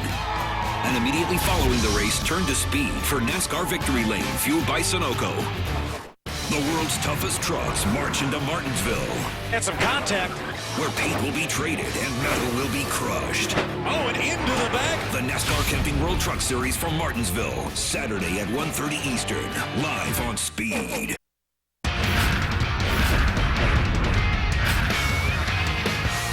Good afternoon from the Speed Center. I'm Adam Alexander. Here's what's happening. Formula One in Indy. A new track meant plenty of hurdles to climb for drivers and teams. Practice one this morning. Yes, that is a dog on the track, and there's Jenson Button on track. He was quick early in the session. Red Bull teammates Mark Webber, Sebastian Vettel, second and third. Lewis Hamilton, the quickest overall by the end of the day, but he was penalized. He'll lose 3 spots on the grid for going not slow enough and a yellow flag period. On now to practice number 2. Jerome D'Ambrosio, one of those having problems. This incident bringing out the red flag, and drivers trying to figure out just how hard they can push it on the new facility. Some finding out the hard way. Felipe Massa looking good. He was quick in P2. And what about his teammate? Fernando Alonso, 24th in the opening session. He jumped to 3rd on the board in practice number 2. There you see the Ferraris, 1st and 3rd. Sebastian Vettel 2nd. Lewis Hamilton and Mark Webber rounding out the top 5. You want more F1 this weekend? We got it. Saturday, 4:30 a.m. Eastern Time. We will set the grid for what's happening in India. Your connection to Formula One right here on Speed. A big track, a big weekend off track as well for Formula One. The official announcement came on Tuesday that the series will race in New Jersey in 2013. Governor Chris Christie among the dignitaries on hand. And so I can assure the people from Formula One that they are going to have warm and welcoming hosts, that you're going to have great crowds here to watch your event, and that this is going to be one of the wisest decisions you've ever made to come and to hold this event right here in New Jersey. The course features a 150-foot elevation change. 3.2 miles is the length of the track. Speeds are anticipated to reach over 200 miles per hour. The event is expected to have a June date on the calendar. It's less than 2 years away. We are now less than a week removed from the accident that took the life of 24-year-old MotoGP rider Marco Simoncelli. The Italian was laid to rest on Thursday. Tens of thousands of mourners came out to pay their respects to this up-and-coming star. And it has now been reported that 2-time AMA Superbike champion Josh Hayes will fill in for the injured Colin Edwards at Valencia. Edwards was also involved in the incident which claimed the life of Marco Simoncelli last weekend in Malaysia. Speed Center has a full report tonight at 8 p.m. Eastern Time. We're talking about everything that happened on track today, and there wasn't much for NASCAR in Martinsville, Virginia. Some interesting items for some Truck Series title contenders. It happens on Speed Center tonight at 8 p.m. Eastern Time. Right now, we're going to send it to Martinsville for all the latest in Southern Virginia. John Roberts anchors our coverage from the track. Welcome back once again to the Martinsville Speedway up here in Virginia, where all on-track activities for the rest of the day have been canceled because of a steady rain that have kept this half-mile racetrack wet pretty much from the get-go. The Camping World Truck Series had a little bit of action on the racetrack today, but no laps for the Cup Series, as you see the last few straggling Cup Series crew members making their way outside of the racetrack, and therefore we will pick the action up again tomorrow at 8:30 as NASCAR has shuffled the schedule a little bit, trying to get a little bit more activity on the track, and that's exactly what Kevin Harvick wants to see. I'd rather see practice because I don't believe that obviously the 99 and 17 are, I don't think this is their strong suit. So, I'd rather not see it line up by points. So I think if we can, either way, I mean, it is what it is. So it's not something that you can control. But I'd like to see practice. I don't think it will affect us in a tremendous amount, but it will have an effect on, getting the small things right, and the things that you do at the beginning of the race will probably, trying to build a little more adjustability into your car. So rather not see all that happen. So here's what we will see happen, of course, weather permitting. Once again, Sprint Cup final practice at 8:30 Eastern Time. The Camping World Truck Series will then qualify at 10:30. Sprint Cup qualifying scheduled for noon Eastern Time, and then the Camping World Truck Series setup show, Kroger 200 at 2 o'clock Eastern Time. And, of course, we have you covered all day long on Speed.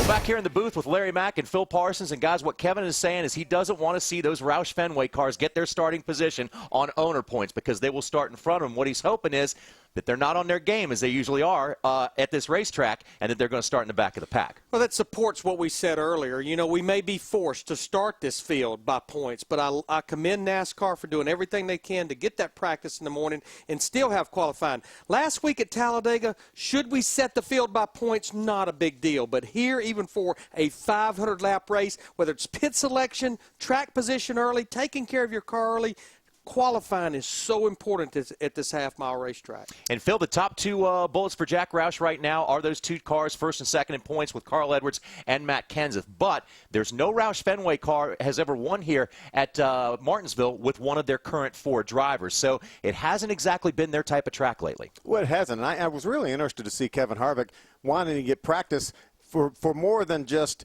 the fact that he needed to practice. He wanted to get practice so we didn't set the field by car owner points, which would put the two Roush Fenway cars up front. So I thought that was very interesting. Kevin Harvick obviously has a good combination here. He won back in the spring, so he knows how to get it done. But I'm telling you right now, this thing is far from over here. We've got Carl Edwards with a 14-point lead over Matt Kenseth. You've got Kevin's just 20-some points behind. But if the Roush Fenway cars would have a so-so race here, that would really close up that top 4 or 5. Now, history tells us that some of the drivers back in the 5th, 6th, 7th positions mathematically have never been able to make up that kind of gap in the old point system. But this is a new chase, a new point system, and we're looking at a whole new ball game. Yeah, this is our 8th year of the chase format, and we have a template. We have a blueprint from what the points would do in the past. But this is kind of creating a whole new scenario. We feel like we pretty much have a 5-man race. But should those top 2 or 3, so easy to get caught up in something here. It's easy to burn a gear up. It's easy to cut a tire down on the green. Should those top 2 or 3 have an issue, next thing you know, drivers like Kyle Busch, Jimmy Johnson, Kurt Busch, they're right back in this thing. And last time we raced here, Dale Earnhardt Jr. finished second. He's looking to end a long winless streak, regardless of where he is in the points. And Bob had a chance to talk to his crew chief. Johnny Steve Latar, crew chief for Dale Earnhardt Jr., and nobody wants to see rain on any day of the weekend. But from tomorrow's perspective and how it's kind of a different schedule now, what type of obstacles does that present for trying to get that car dialed in, Steve? Well, I think as long as you're close off the truck, it's not a huge change. The beauty of having a couple of days to think about it, though, being able to practice today would have gave you a night to sleep on it if you had to really think about any decisions for qualifying. But now it's going to be a busy day tomorrow. It looks like rain again tomorrow, so we'll have to see. We were fortunate enough to take part of the tire test a couple months ago, so rain or shine, we're pretty happy with it. Hopefully we'll see how it works. You've had some good success here with Jeff Gordon, and obviously that spring race with Dale Jr. finishing second, that was pretty good as well. How close do you think you're going to be this time around, or has this place changed a lot from the springtime? Oh, no, I don't think it's changed a whole lot. We have a different tire, but we were able to come tire test on it, and we were very happy with our car. We were very competitive at the tire test, so we're excited. You know, we made the chase. That was a major goal of ours, and the next big goal is try to get Dale Jr. back to victory lane. Came so close in the springtime. Steve Letarte going to try to get that 88 back to victory lane here at the Paperclip. Yeah, and Bobby certainly can. Sprint Cup final practice at 8:30 tomorrow morning. We'll have you covered on that one, as well as Camping World Truck Series at 10:30 a.m. Eastern time as well. Sprint Cup Series qualifying at noon, and the Camping World Truck Series setup at 1:30 Eastern time, followed by the truck race. It is always a great weekend here. The Camping World Truck Series, one of the most competitive, and when you get to the short track beating and banging, when we have the chase on the line here, Larry, it's going to be fun. But that was an interesting point Steve Letarte made. Goodyear did a tire test here back in August. Now, it was about 40 degrees warmer, but Steve Letarte, Dale Earnhardt Jr., and one of the chase drivers that did the tire test, guess who another one was? Brad Keselowski, and that 2-car did the tire test as well. All right, so perhaps a slight advantage going their way, but who knows what's going to happen when you race with 43 cars on only a half mile of asphalt and concrete here at Martinsville. Anything can and will happen. Right now, we're going to send you off to a Hall of Fame biography on Junior Johnson. So long, everybody.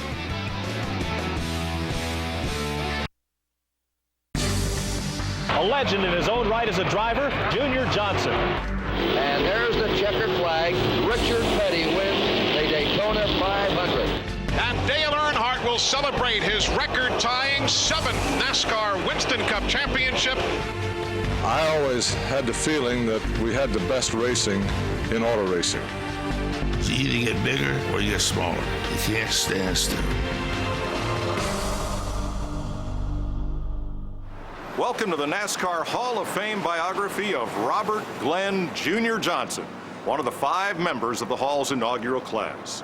Jr. was a true pioneer, a bootlegger's son who drove from the back roads of North Carolina to victory lane. His story was told in the pages of Esquire magazine and on Hollywood's silver screen in a film appropriately titled The Last American Hero. And now Jr.'s story will be told by one of the stars of that film, actor Gary Busey. Throughout the history of NASCAR, there is no bigger legend than the life of Junior Johnson. And though mixing fact and fiction is a slippery slope, the best thing about the legend of Junior Johnson is it's all true.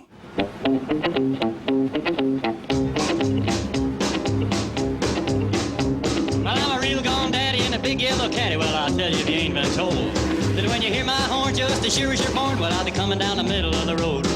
You gotta have a luck or a 10-ton truck if you shouldn't meet me down the line, 'cause I'm a real gone daddy in a big yellow caddy and 3/4 of the road is mine.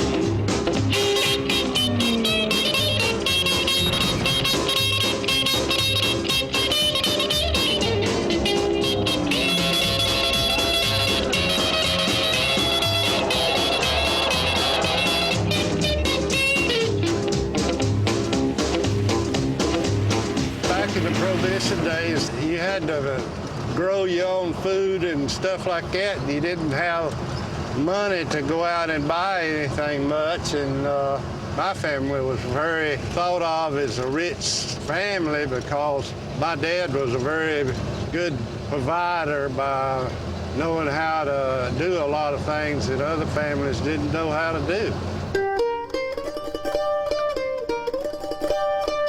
One thing Robert Glenn Johnson Sr. could do was make a legal corn whiskey, better known as moonshine. My dad, he hauled whiskey till he got a little age on us. Then we started taking over the customers that he had, and it continued on. It had all to do about survival, basically. This particular area was very isolated away from big towns and stuff like that, and it was the ideal place that you had a lot of covered streams and stuff to, make moonshine. Making moonshine was risky business, but the Johnson family made the best moonshine in the state, and that made for good business. something Junior learned early on from his father. He'd make the whiskey, and me and my brothers would haul the whiskey. So if you make it, you got to sell it for wholesale and to somebody to retail. And if you got both ends of that, you make a lot more money. Once his legs were long enough to reach the pedals, Junior Johnson learned to drive a car by running moonshine on the back roads of Wilkes County. You would be going down the road to running somebody, and that's where the 180s turnaround came in, because if you didn't learn the 180 before you could spin that thing around in the road and go back and meet whoever was chasing, and you had to outnerve him, most of the time just go straight towards him and he'd give up. There's a lot of pride in who makes the best whiskey and who's got the best liquor card and stuff like that, you know.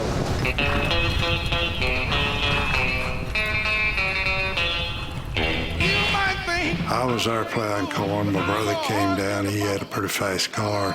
He was hauling whiskey about every night. They decided to run a bootlegging race, have a bootleggers race up there. And my brother entered it and wanted me to drive his car. And I went up there and drove it, and I finished second in the thing. That was where I first ever drove a race car on a racetrack. It wouldn't be the last time Junior Johnson found himself behind the wheel of a race car.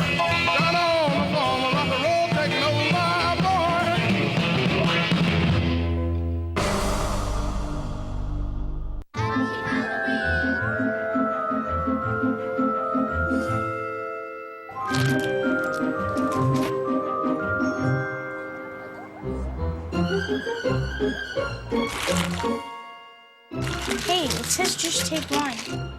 I can't read. Walmart has low prices every day for Halloween. From bags of candy to bigger bags of candy. Backed by our ad match guarantee. Save money, live better. Walmart.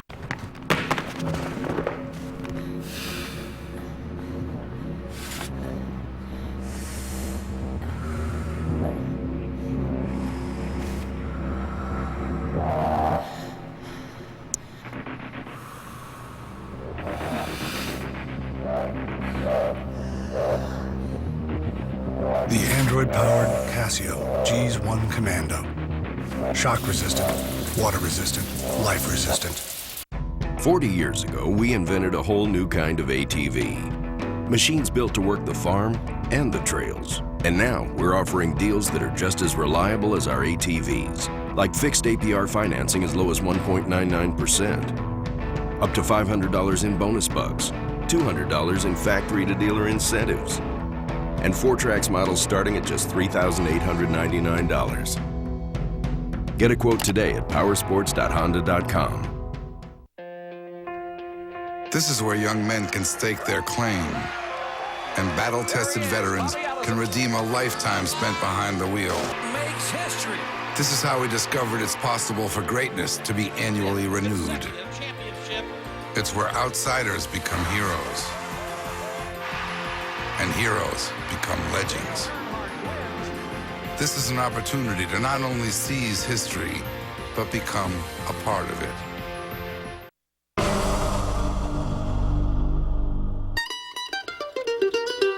By the early 1950s, there was a new sport emerging down south, NASCAR. Men were actually getting paid to race stock cars. To a young Junior Johnson, that sounded like a pretty good deal. I started messing with the racing just a little bit, you know, driving cars for people on amateur stuff like that. And it just kept growing and growing. Darlington, 1953. For a country boy used to racing back roads and dirt tracks, Junior Johnson's first NASCAR race was bigger than life. You just couldn't imagine that you could get around that thing as fast as you could, because you got about that much to spare, you're going to be knocking that wall down, you know. I turned my car over and it caught a fire. And and I had to put it out. I pulled my T-shirt off and put the fire out. I smothered it out over the carburetor. I left there without a T-shirt. After a handful of races scattered over the next 2 seasons, Junior's career finally turned the corner in 1955. He won 5 races, driving a number 55 Oldsmobile. The legend of the Wilkes County Wild Man was born. Everybody knew that Junior started off as a bootlegger. He'd haul his liquor during the week and race his car on the weekends. Now, every time he raced, Junior was the car to beat. Despite his success on the track, Junior kept on running moonshine. Well, to tell you the honest God truth, I can make more money. Moonshine was twice the money what I could make running NASCAR. Occasionally in Wilkes County and the surrounding counties, they'd bring a bunch of revenuers in and just clean the county out. They'd cut every steel, find every steel. Back in the 50s, we used to use dynamite exclusively. First time I ever heard of Junior Johnson was when in about 1956, when I went to Rockingham, North Carolina, and the guy in charge of the post of duty, he was sitting out waiting for Junior to bring a load of liquor in to the racetrack. He was sitting out with a seized Mercury waiting for Junior to come by. Couldn't have caught him in 100 years driving those old cars we had. Only if you run out of gas or threw a rod, maybe. Moonshine hauling was more exciting than racing. You just knowed if you got caught, you was going to jail. I had run a race up in Oxford, Pennsylvania, I believe it was. And I drove all night to get home the next morning. And when I came in and went in the house, my dad hollered at me before I went to bed, asked me if I'd go in and fire steel up for him.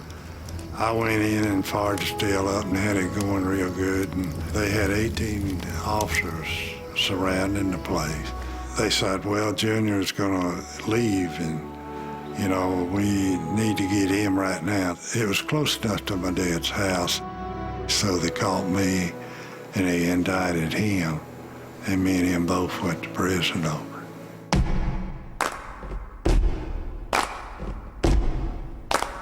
Junior's sentence was 2 years federal prison in Chillicothe, Ohio.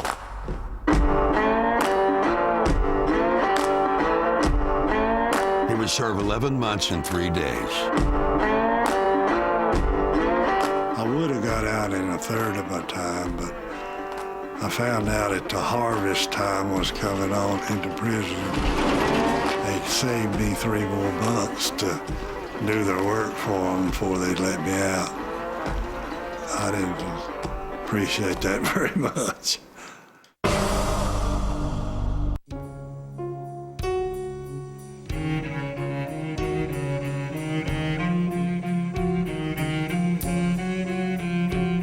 For 125 years,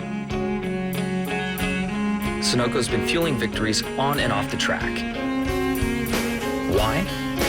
Because winning is the greatest feeling in the world.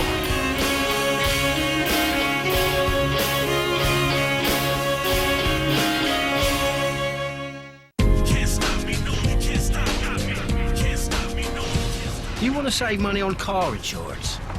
No problem. You want to save money on RV insurance? No problem. You want to save money on motorcycle insurance? No problem. You want to find a place to park all these things? Forget about it. This is New York. Hey, little guy, wake up! Oh, come off it, mate. Geico, saving people money on more than just car insurance. It's our weekend. But let me ask you, should we spend it wandering in some home improvement warehouse? No. I say we go to Ace. Yeah. Get help when we walk in the door. Yeah. Fix that garbage disposal before lunch. Yeah. Because we will maintain our homes. But we will also maintain our weekend. Ace, Ace, Ace, Ace, Ace. It's It's time to get your weekend back and turn your to-do list into a to-done list. Ace, the helpful place.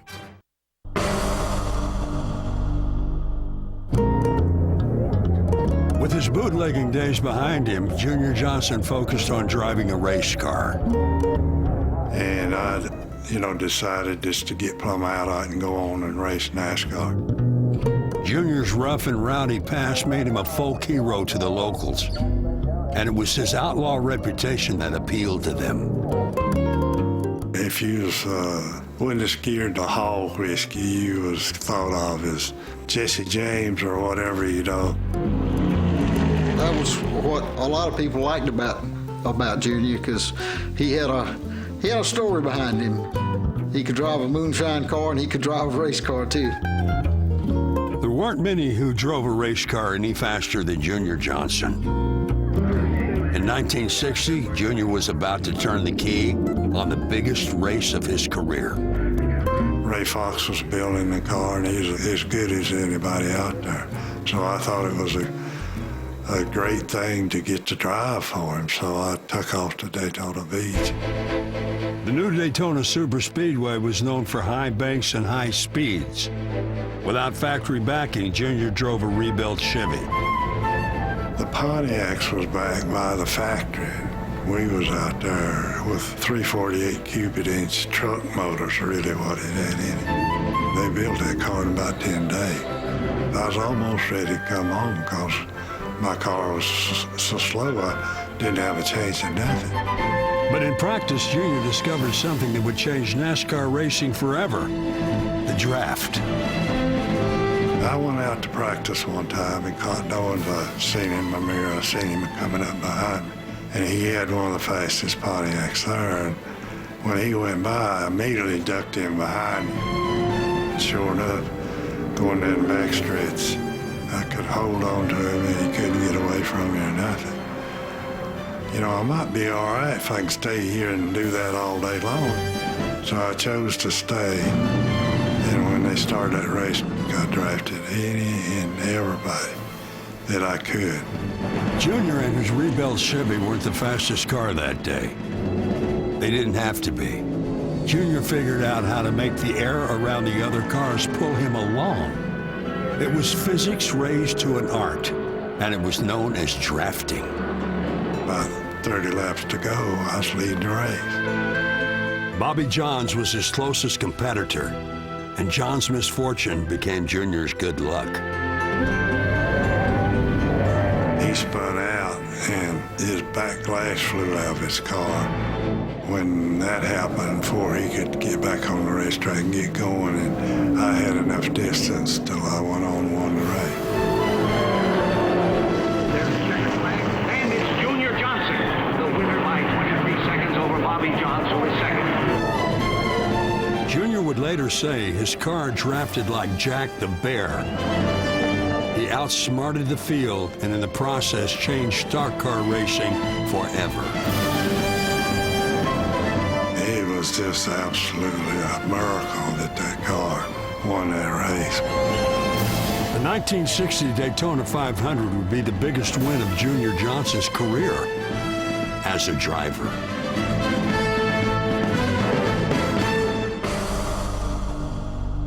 Meinke's personal pricing on brakes. I tell you what I can spend. I do my best to make it work. I'm back on the road safely. And I saved you money on brakes. Well, that's personal pricing.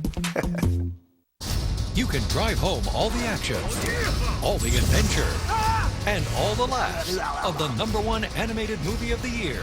I want to siphon your gas. Disney Pixar's Cars 2, rated G, on Blu-ray combo pack this Tuesday. I have a cold.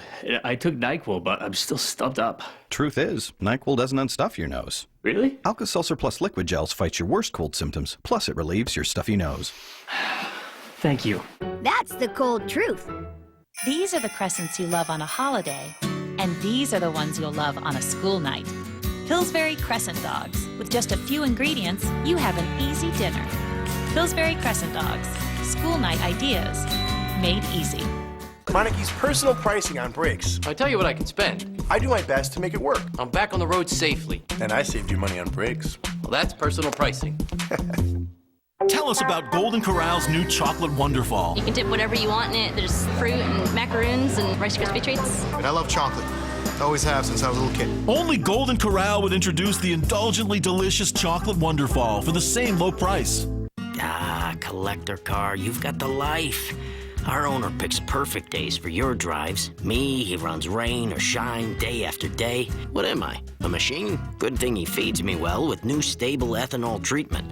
It removes water and prevents corrosion caused by today's ethanol fuels. Even cleans my fuel system. I feel like I can run forever. Nothing's gonna dampen my enthusiasm. My tires? Maybe. But not my enthusiasm.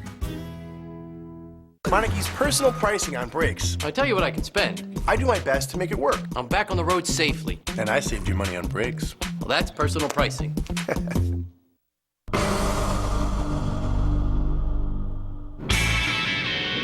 With Ray Fox turning the wrenches and Junior Johnson turning the wheel, the Daytona 500 winning tandem were tough to beat. Junior was a kind of driver that he wanted to run up front as much as he possibly could. He wouldn't lay back. He wouldn't wait on anybody. He ran every lap just as hard as he could run it. Some, like Junior Johnson, say almost nothing, but they'll race anybody till the wheels fall off. He was short with his words. You know, you might say, oh, Junior, listen to him. He sounds a little bit country. Maybe he's a farmer. He's this. Let me tell you what, that is a brilliant man. Well, I think I'll wait to see what speeds is going to be and how the tire wear is going to be and try to finish it. Because I think if you go out right at the start as cold as it's been here, no more chance we got to spread rubber down on the racetrack. We might have a lot of tire wear. He did a lot of things that people don't realize that he did. I mean, mechanically. He was an innovator.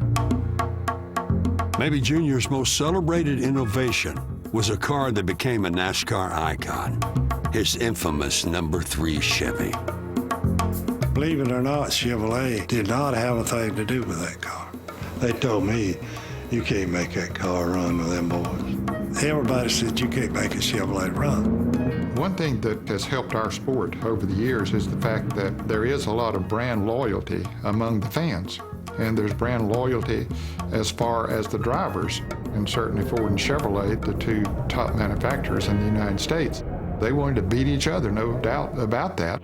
That's according up to the Ford guys. If they want to run, we'll run. If they want to stroke, we'll all stroke. Ford and them fought that thing the rest of the year, and they never did outrun it. The 3 car was dominant, and people wanted to see Junior run it. When he entered a race, it was as if the crowd itself gained horsepower. I'm a little boy listening on my transistor radio in Owensboro, Kentucky. Now, I'd finally find a station, and I'd be listening to this radio, and Junior Johnson in his Chevrolet is leading the race. It's Johnson barreling into the backstretch at better than 140 miles per hour. Everybody's finally figured out the big advantage Junior Johnson has is he has a 427 Chevrolet mystery engine. Wow, a mystery engine? Has anybody else got a mystery engine? NASCAR officials tried to declare the mystery motor illegal, but it passed every inspection. It'd have to blow up or something for them to win the race. Meanwhile, the Chevy engine, which wasn't supposed to last, has Johnson still in front. If it's a 400-mile race, he might be able to keep it together long enough to win. If it's a 500-mile race, you could bet in that last 100 miles, that mystery engine would come flying apart. The crowd jumps up. There's smoke trailing Johnson's car, and there were only 4 miles to go. The 3 car personified Junior's go or blow mentality. Of the 33 races he ran in 1963, he celebrated 7 wins and posted 21 DNFs. That car was a part of the innovations that went into a lot of the stuff that I built. A guy in a Chevrolet, which nobody else had a fast Chevrolet, and they got a mystery engine, and his name is Junior Johnson, and he's a former moonshiner.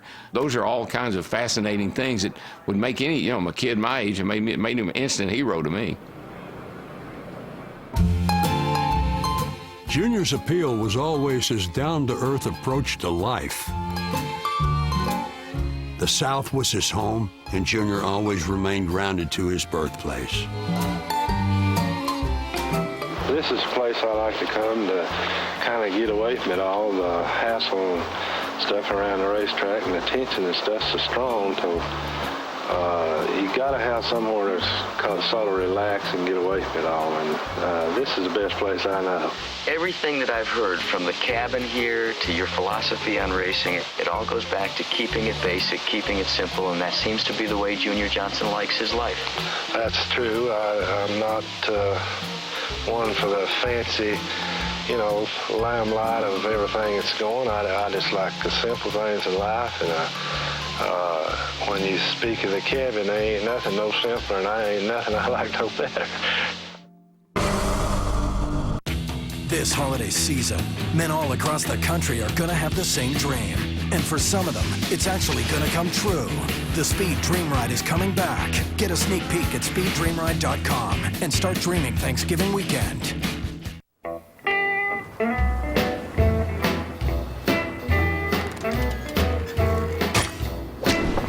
You've reached the age where you learned a thing or two. This is the age of knowing what needs to be done. So, why would you let something like erectile dysfunction get in your way? Isn't it time you talk to your doctor about Viagra? 20 million men already have. With every age comes responsibility. Ask your doctor if your heart is healthy enough for sex. Do not take Viagra if you take nitrates for chest pain, as it may cause an unsafe drop in blood pressure. Side effects may include headache, flushing, upset stomach, and abnormal vision. To avoid long-term injury, seek immediate medical help for an erection lasting more than 4 hours. Stop taking Viagra and call your doctor right away if you experience a sudden decrease or loss in vision or hearing. This is the age of taking action. Viagra. Talk to your doctor. See if America's most prescribed ED treatment is right for you.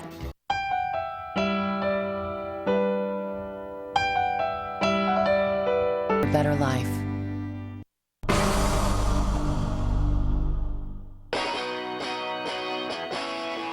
When I was driving, I was kind of attractive to people that like to, they want to race, if they want to race hard, win or lose. 1965 would be a career year for Junior Johnson. Aided by crew chief Herb Nabb, he set a blistering pace for the rest of the field. I think I was fearless. You know, I could beat anybody. That year, Junior beat all comers.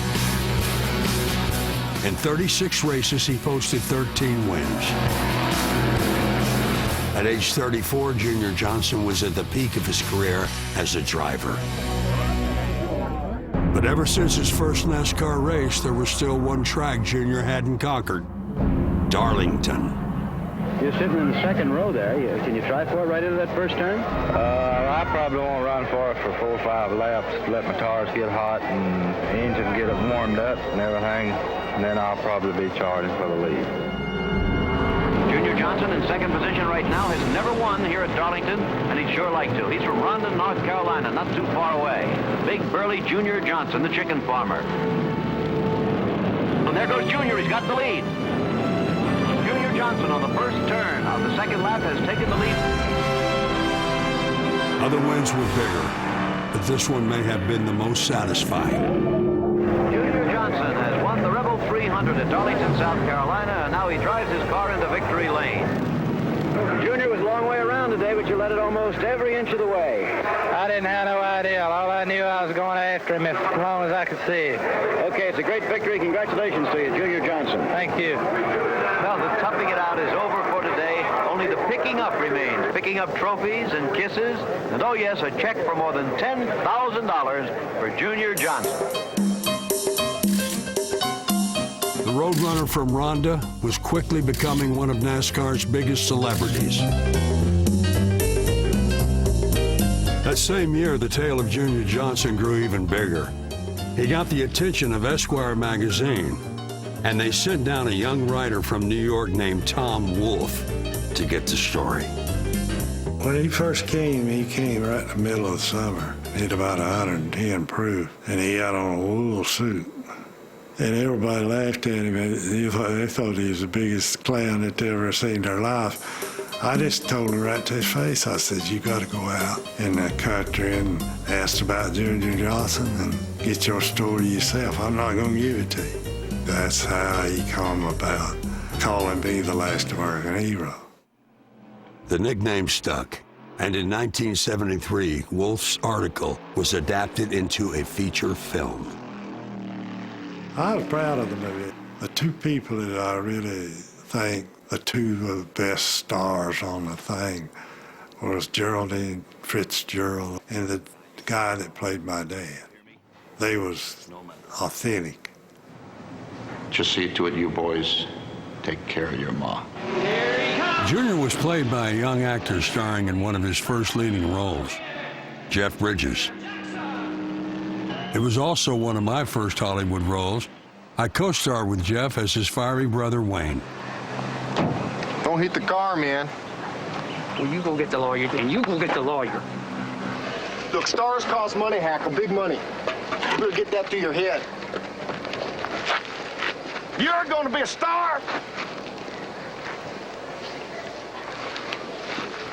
You watch me at Hickory. Jeff was fine. He did a good job. He was a funny, classy person. And it proves it, you know, by his latest Oscar that he won.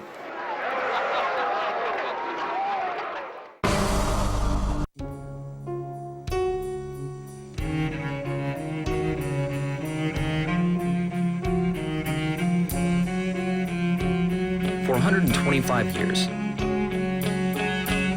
Sunoco's been fueling victories on and off the track. Why? Because winning is the greatest feeling in the world.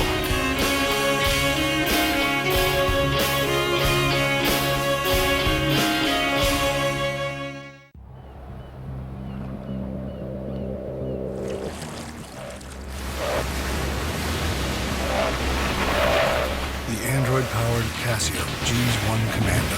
Shock resistant, water resistant, life resistant.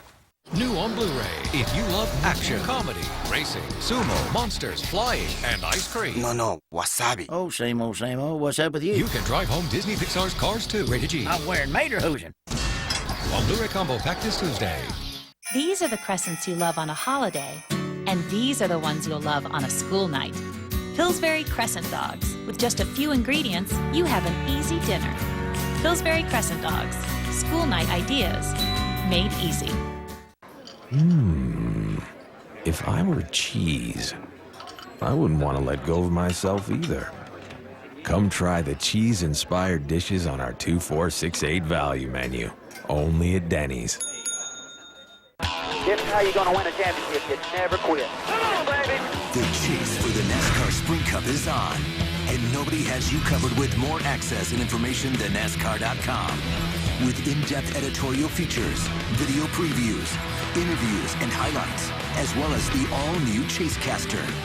There's no better place to follow your driver's every move. Bring it home, baby.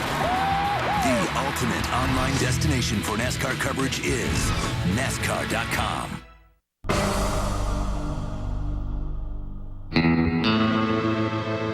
North Wilkesboro would always be Junior's home track. It was the first place he ever drove a race car, and it was still his favorite. We'd rather win here at our hometown than anywhere else because I hate to be run home and whooped in my own backyard. This place we like to win a little bit over any other place we run. Junior never ran enough races in one year to compete for a season title. When he retired with 50 career victories, he was the winningest driver never to win a championship. This is what the home folks came to see. Old Junior out front and still charging. That win in North Wilkesboro would be the last time Junior, the driver, ever set foot in victory lane.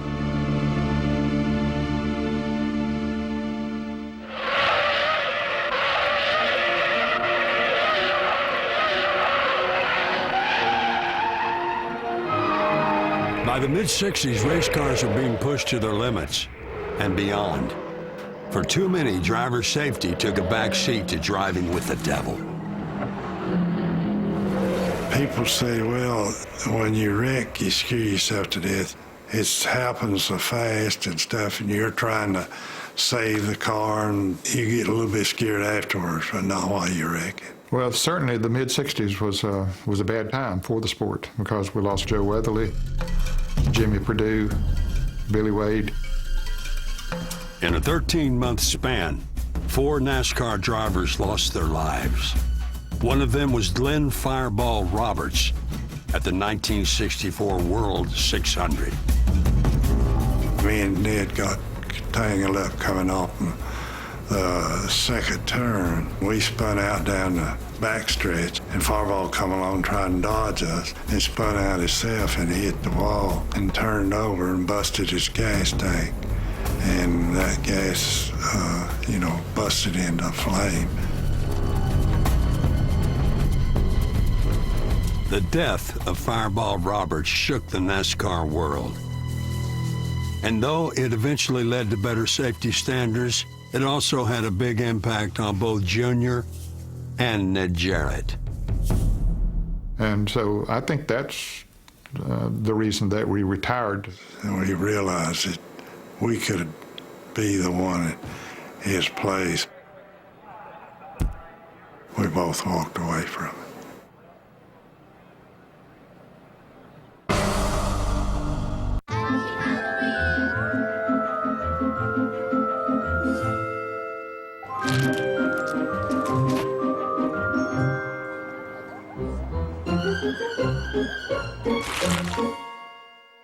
Hey, it says just take one. I can't read. Walmart has low prices every day for Halloween. From bags of candy to bigger bags of candy. Back by our ad match guarantee. Save money, live better. Walmart. My sinus symptoms come with a cough that stays even after I treat. Truth is, most sinus formulas don't treat a cough. Really? Alka-Seltzer Plus Sinus Liquid Gels fight sinus symptoms plus cough. You're good. Thanks. That's the cold truth.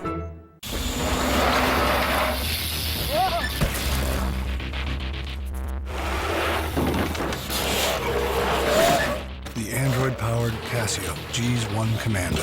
Shock-resistant, water-resistant, life-resistant.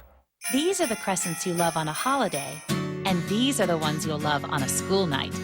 Pillsbury Crescent Dogs. With just a few ingredients, you have an easy dinner. Pillsbury Crescent Dogs. School night ideas made easy.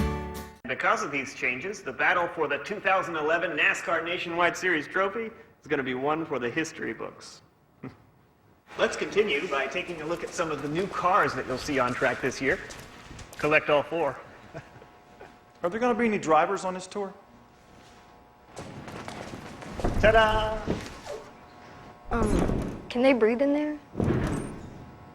The 2011 NASCAR Nationwide Series. Something new around every turn.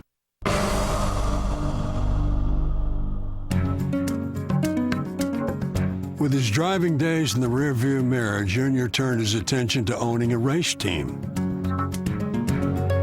I'd always hooked with the factories where I could depend on parts and pieces and knowledge. And that was a big, big factor of me being able to do stuff by myself. Tucked away in the mountains of Ingle Hollow, North Carolina, Junior built the engines that would power the next chapter of his life. After a carousel of talented drivers, he settled on Leroy Yarborough. He did not fear anything. Nobody had as much nerve as he had. When Junior and Leroy clicked during the 1969 season, they knew they had found something special.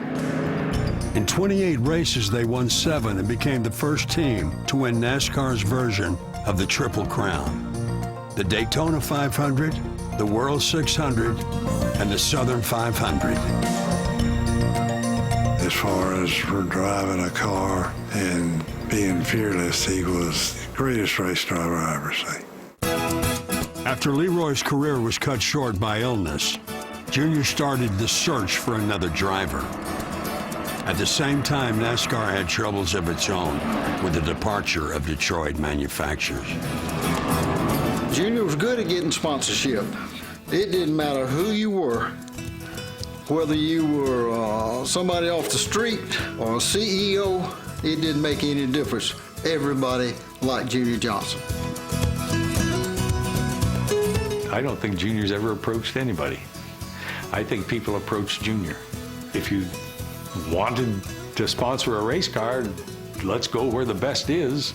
And Junior Johnson seems like the best place. Win or lose, they contacted me, factories and sponsors and everybody. To see Junior going into a corporate office in Winston-Salem, it kind of make you wonder, but I bet he held his own. I got a meeting with RJR going after him for a sponsor.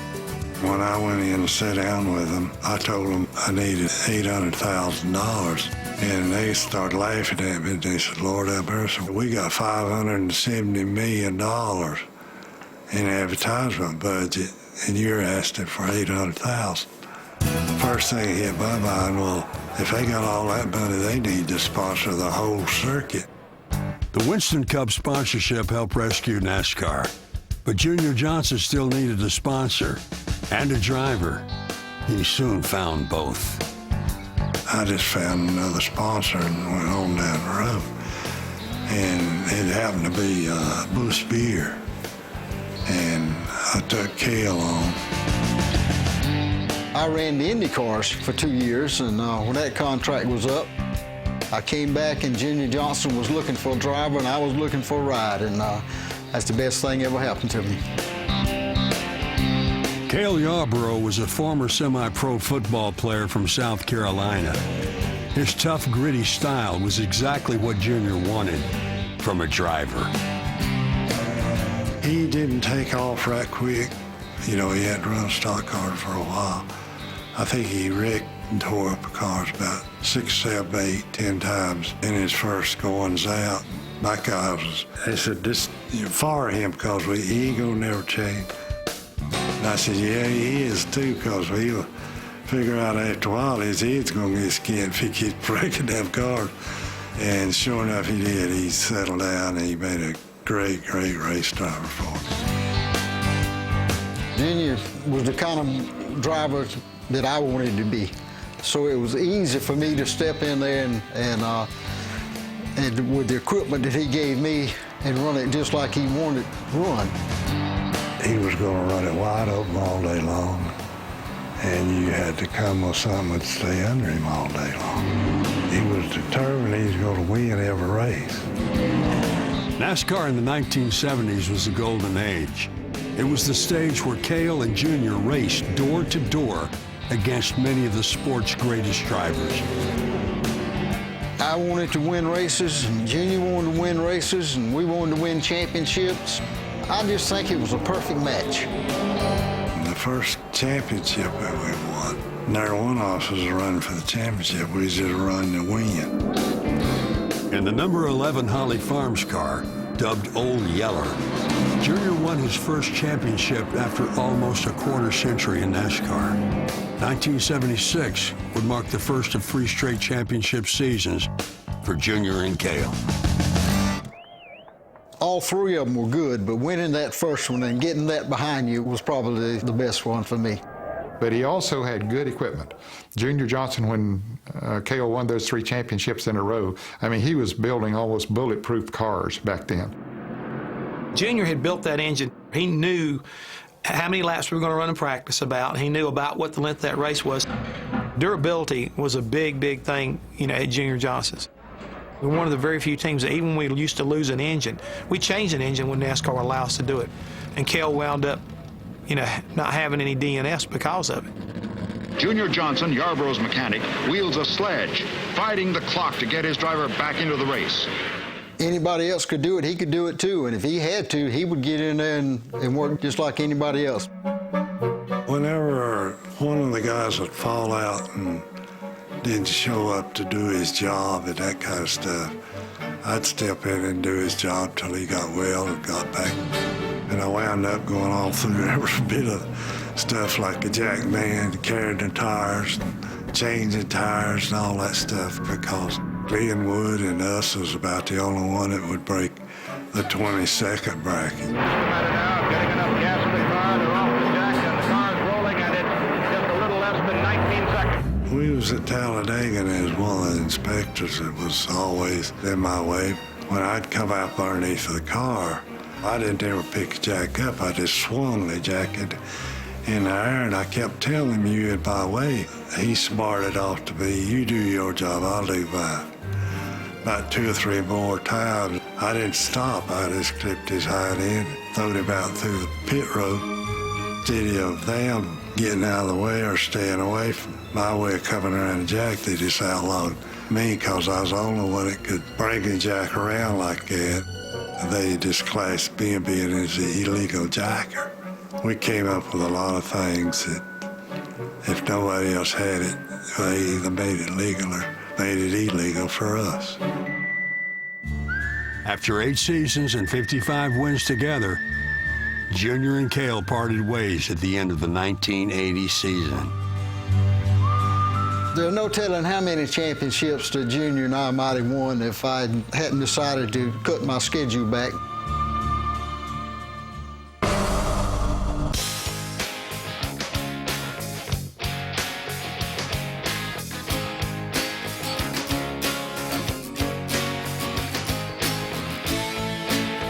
For 125 years, Sunoco's been fueling victories on and off the track. Why? Because winning is the greatest feeling in the world.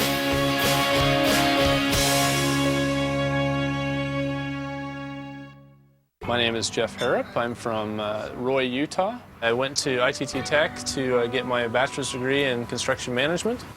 Education is a foundation for us as individuals, not only for us now, but also for generations to come. My hobbies are baseball. I coach my kids' teams.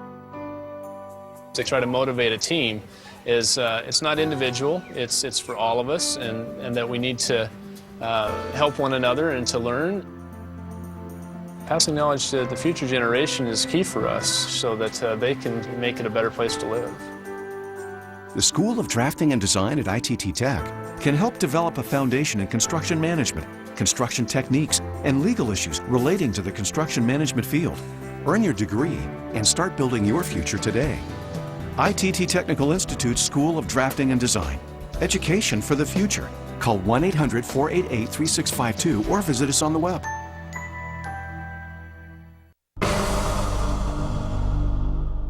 Why is it so difficult for a new name to appear in a winner's circle in this kind of racing? I think the biggest thing, Chris, is that it takes a tremendous amount of money and also a tremendous amount of experience. Well, Darrell wasn't no question he's going to be a great race driver. When I lost Cale, I knew that he was the next up-and-comer. He'd talk junk about Cale. Cale would talk junk about him. Yeah, I named him Jaws. He could talk. You got any comment? Ain't you got anything to say? You don't have to get bossy. Yankees are all alike. You don't have to get bossy. Never know what to say. Back to the tower.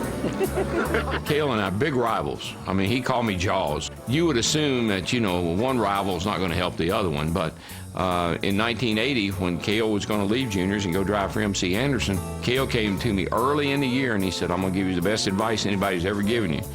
I'm leaving juniors at the end of the year. I don't even know if anybody else knew it or not. That's something I decided to do on my own. I didn't talk to Junior about who replaced me with. I knew Darrell had a lot of talent, and he could do the job at Junior Johnson. They had just come off a season where I think they won 6 races and 10 or 12 poles. And I walked in and I said, let me tell y'all what y'all did wrong this year. I said, y'all won 6 races and 12 poles.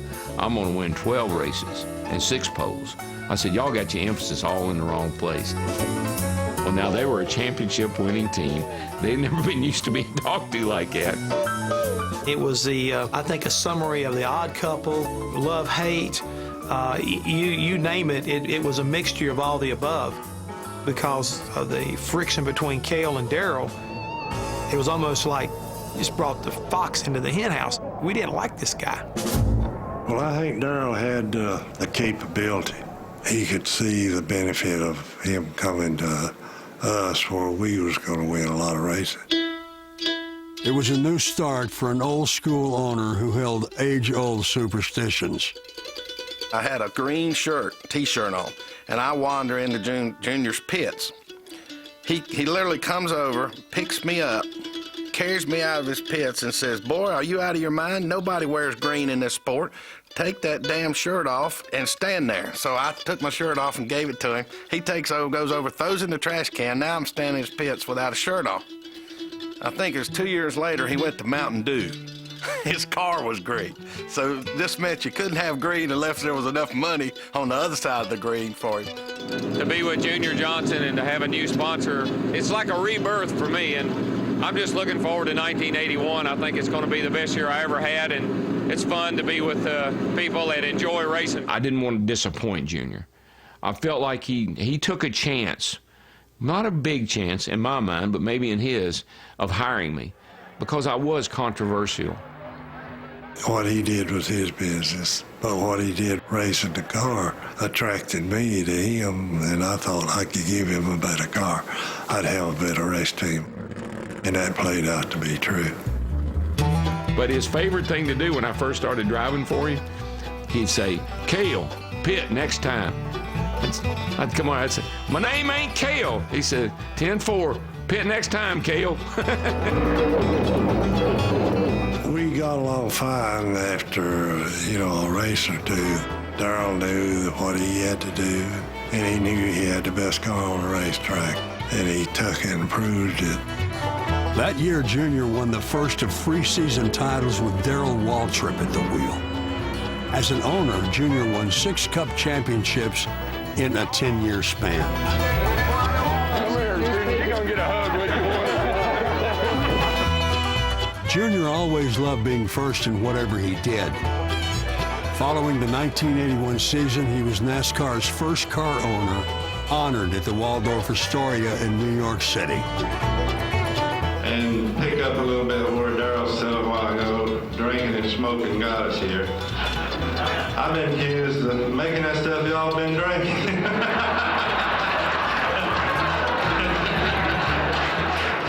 I really didn't make it. I hauled it. That's how I found out about how to work on these cars.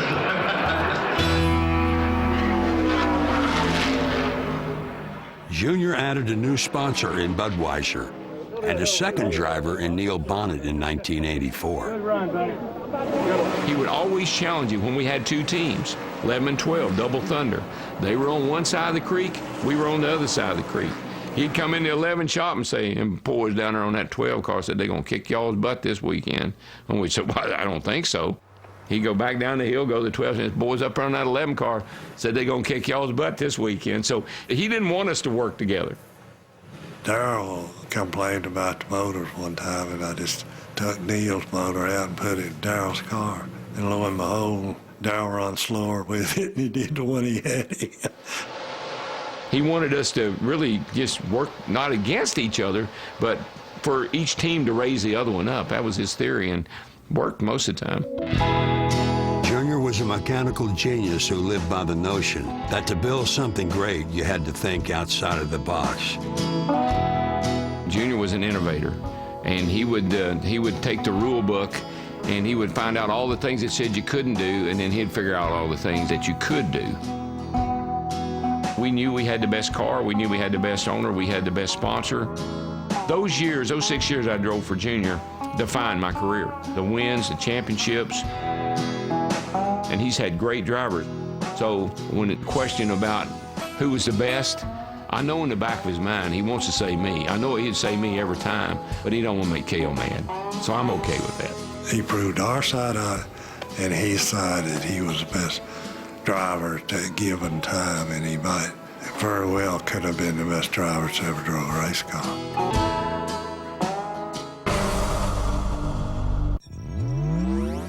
There is less than 1/100th of an inch of motor oil protecting your car's engine.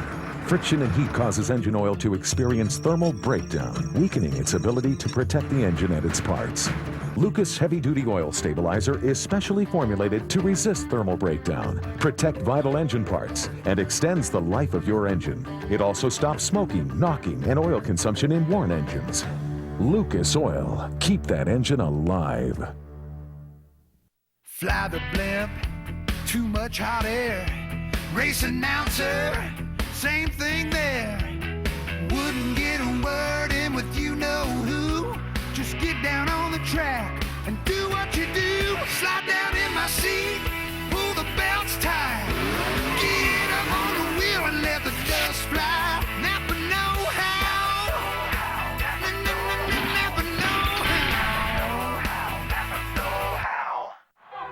Why would any fun-loving, red-blooded, all-American male give up watching football to upgrade his headlights?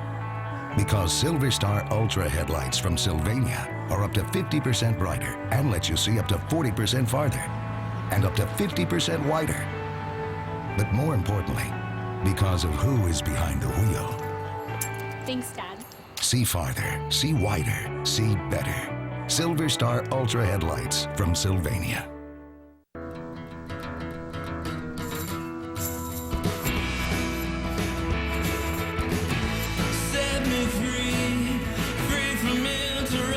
And slow down. We're CenturyLink. We're committed to improving lives and linking Americans to what matters most. With honest personal service, 5-year price lock guarantees, consistently fast speeds, and more ways to customize your technology.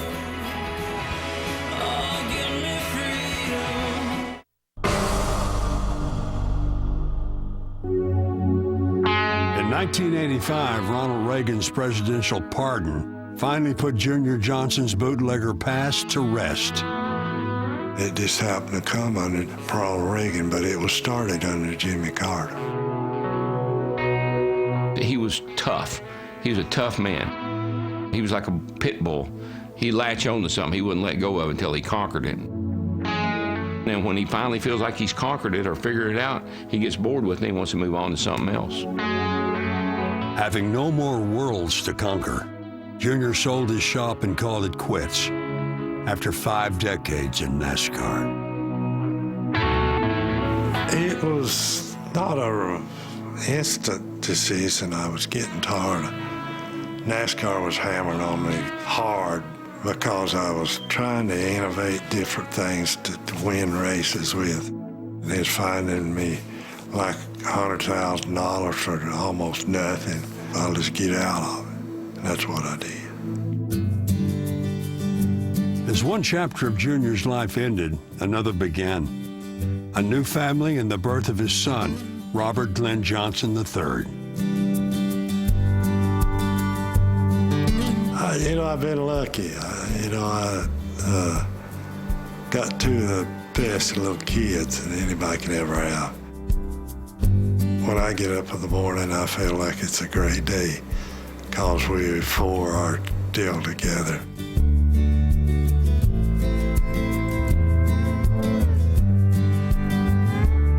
The birth of Robert led to a racing rebirth in Junior.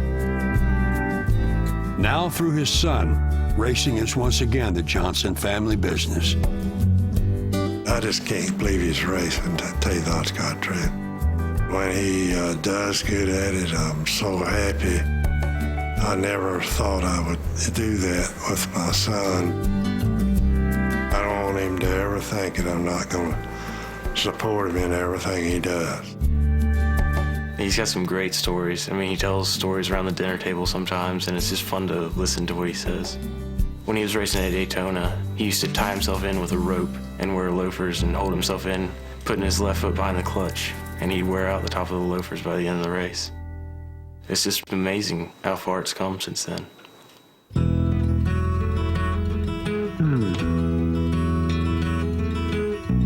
Like the pine trees lining the winding road, I've got a name, I've got a name. And I carry it with me like my daddy did, but I'm living the dream that he kept here. Moving me down the highway, rolling me down the highway, moving ahead so life won't pass me by.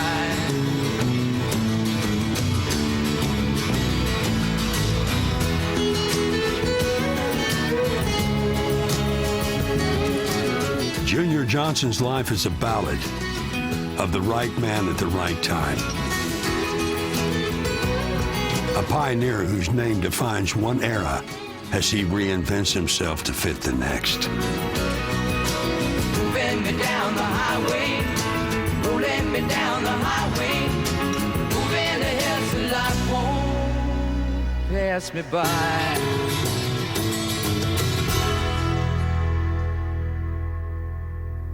Without Junior Johnson, there might not be a NASCAR Hall of Fame. Then again, absent Junior, NASCAR itself might not have survived. He was a pioneer on and off the track, and his contributions to stock car racing cannot be overstated. A NASCAR oval has 4 corners, and at every turn, Junior Johnson made history. You can experience the life and times of Junior Johnson and the history of stock car racing by visiting the NASCAR Hall of Fame in Charlotte, North Carolina. Race fans, start your engines for a non-stop thrill ride. He's the real deal. Unmatched. It's the most high-octane countdown show ever. Bringing you the 10 greatest NASCAR drivers of all time. He is NASCAR. From Jaws. It's me again in victory lane. To the Silver Fox. He was sneaky. From Wonder Boy. Show me the money. To Superman. He's the man to beat. When does it stop? From the Spark Plug to the Awesome One. Awesome Bill from Dawsonville. From the grandfather to the king. He's one of a kind. From the leader of the gang to the man in black. He was the intimidator. But only one can be #1. They're in a class of their own. This is more than just a race to the finish line. It's a journey through time. He set the standard. Buckle up and hang on. It's the 10 greatest drivers in NASCAR history. This is number 10. The pride of Georgia, Bill Elliott, screaming car number 9 to bring it home. Bill Elliott. Awesome Bill from Dawsonville. The fan favorite. Bill definitely won his share of races and definitely connected with the fans. He was the good old boy from the South who won NASCAR's Most Popular Driver Award 16 times in a row. Bill's got numbers that you absolutely can't argue with. More than the wins, it was when he won. He won the biggest races. Bill Elliott gets the checkered flag. For the biggest money. Bill Elliott is racing into the record book. At the most important time. Bill Elliott is going toward immortality. Back in that day was like Superman. He really, really was. There were a lot of great victories for Bill Elliott. Whether it was winning the $1 million at Darlington. The $1 Million Man, how does it feel? I don't know. I think it'll settle in sometimes next week. I can't believe it. Or making up all the laps at Talladega. Bill Elliott wins here at Talladega, overcoming almost 2 laps down early this afternoon and coming back to win. You knew if Bill Elliott was in the race, he had a chance to win. There was a huge amount of interest that came to this sport because of Bill Elliott's run of dominance. His dominance on the racetrack and how cool that Coors number 9 looked on the racetrack made him as popular as he was. If he was still running every single race, I think the fans would still be voting him most popular. Just a neat guy who could really handle a race car. Number 9. I think when you talk greatest drivers, you include my grandfather, Lee. Lee Petty was the patriarch. So he was really the first professional driver that NASCAR had. Won races, set the standard. Lee Petty was the first guy that ever looked at this sport as a business instead of a hobby. Once NASCAR started running, then he said, you know, I can make a living driving a race car. He tallied it up. He knew where the money came from. He knew where the money went. Took what he loved, turned it into a passion, turned it into a dream for his family. He raced for wins because the wins paid the most. If second place paid more than first, Lee Petty would have finished second every single week. Incidentally, I didn't get to kiss the girl, and incidentally, I didn't get the trophy, but accidentally, I got the purse about 4 or 5 days after the race. 25% of the races you race in, you win, and you're not a great driver, you're a damn good driver, I can tell you that, if you win those kind of numbers. He was able to do what he needed to do to win races. He decided when to stop, when not to, when to change tires, when not to. He was a thinking racer, even though he didn't mind knocking somebody out of the way from time to time. Those guys don't get the credit because it was pre-TV, pre-radio, pre-newspaper, pre-everything. He set the standard for modern-day teams by looking at this sport as a business. But most importantly, showed his kid, a youngster named Richard, what big league racing was all about, and the training obviously stuck quite well. Number 8. There was a guy that won 85 times in 9 different brands of cars for 15 different race teams. You're talking to. Bobby Allison was a racer's racer. Bobby Allison could win in anything he drove. He could drive just about anything, and he could drive it fast. So Bobby Allison came out of nowhere with a piece of junk Chevy and beat these guys. And these guys didn't like that. Bobby was a hard-nosed driver who knew the race cars and he knew the racetracks. There's one word to me that describes Bobby Allison: combative. Combative. Now, he's the ultimate bad boy. And there's a fight. Bobby Allison is stopped by his brother for help. When it came time to put that helmet on, Bobby Allison was there for one mission. Behind the wheel, I had no friends. You know, there was a time where he wasn't going to let his son pass him. Bobby Allison, Davey Allison, his son in second. Bobby Allison holds him off. I'll take on anybody, and I'll win because I'm tougher than you are. When you got out this morning, did you feel like you had a chance of winning this race? Yeah, I did. Bobby was a hard-working driver. He worked really hard, and it paid off in a lot of wins. Bobby Allison, 80-something wins. Every time I've interviewed him, and I say, great career, 84 wins, and he's 85. Bobby, to this day, will tell you that NASCAR is wrong, he is right, and he deserves one more win. And he will name the date, the lap, the time, everything that happened in that race. One of these days, we'll get that straightened out, and I have 85 wins. The one win, I don't think is all that important to him. The fact that it puts him one up on Darrell Waltrip, that's a big deal. Next, drivers that define the 70s, 90s, and the new millennium battle it out. He beat Petty. He beat Pearson. He could beat anybody. You are looking at the 5-time champion. Put him in the Hall of Fame now. He was a new type of driver. Show me the money! When the 10 greatest drivers in NASCAR history returns. 40 years ago, we invented a whole new kind of ATV. Machines built to work the farm and the trails. And now we're offering deals that are just as reliable as our ATVs, like fixed APR financing as low as 1.99%, up to $500 in bonus bucks, $200 in factory-to-dealer incentives, and 4Trax models starting at just $3,899. Get a quote today at powersports.honda.com. We're going to do it this year. All or nothing. Double down. I need to see something, and I need to see something soon. If we don't, I'm done. We have no place else to go but here. Come on, man. Where you going? In a second. That's payback time. Season premiere of Gold Rush. Check your local listings, only on Discovery.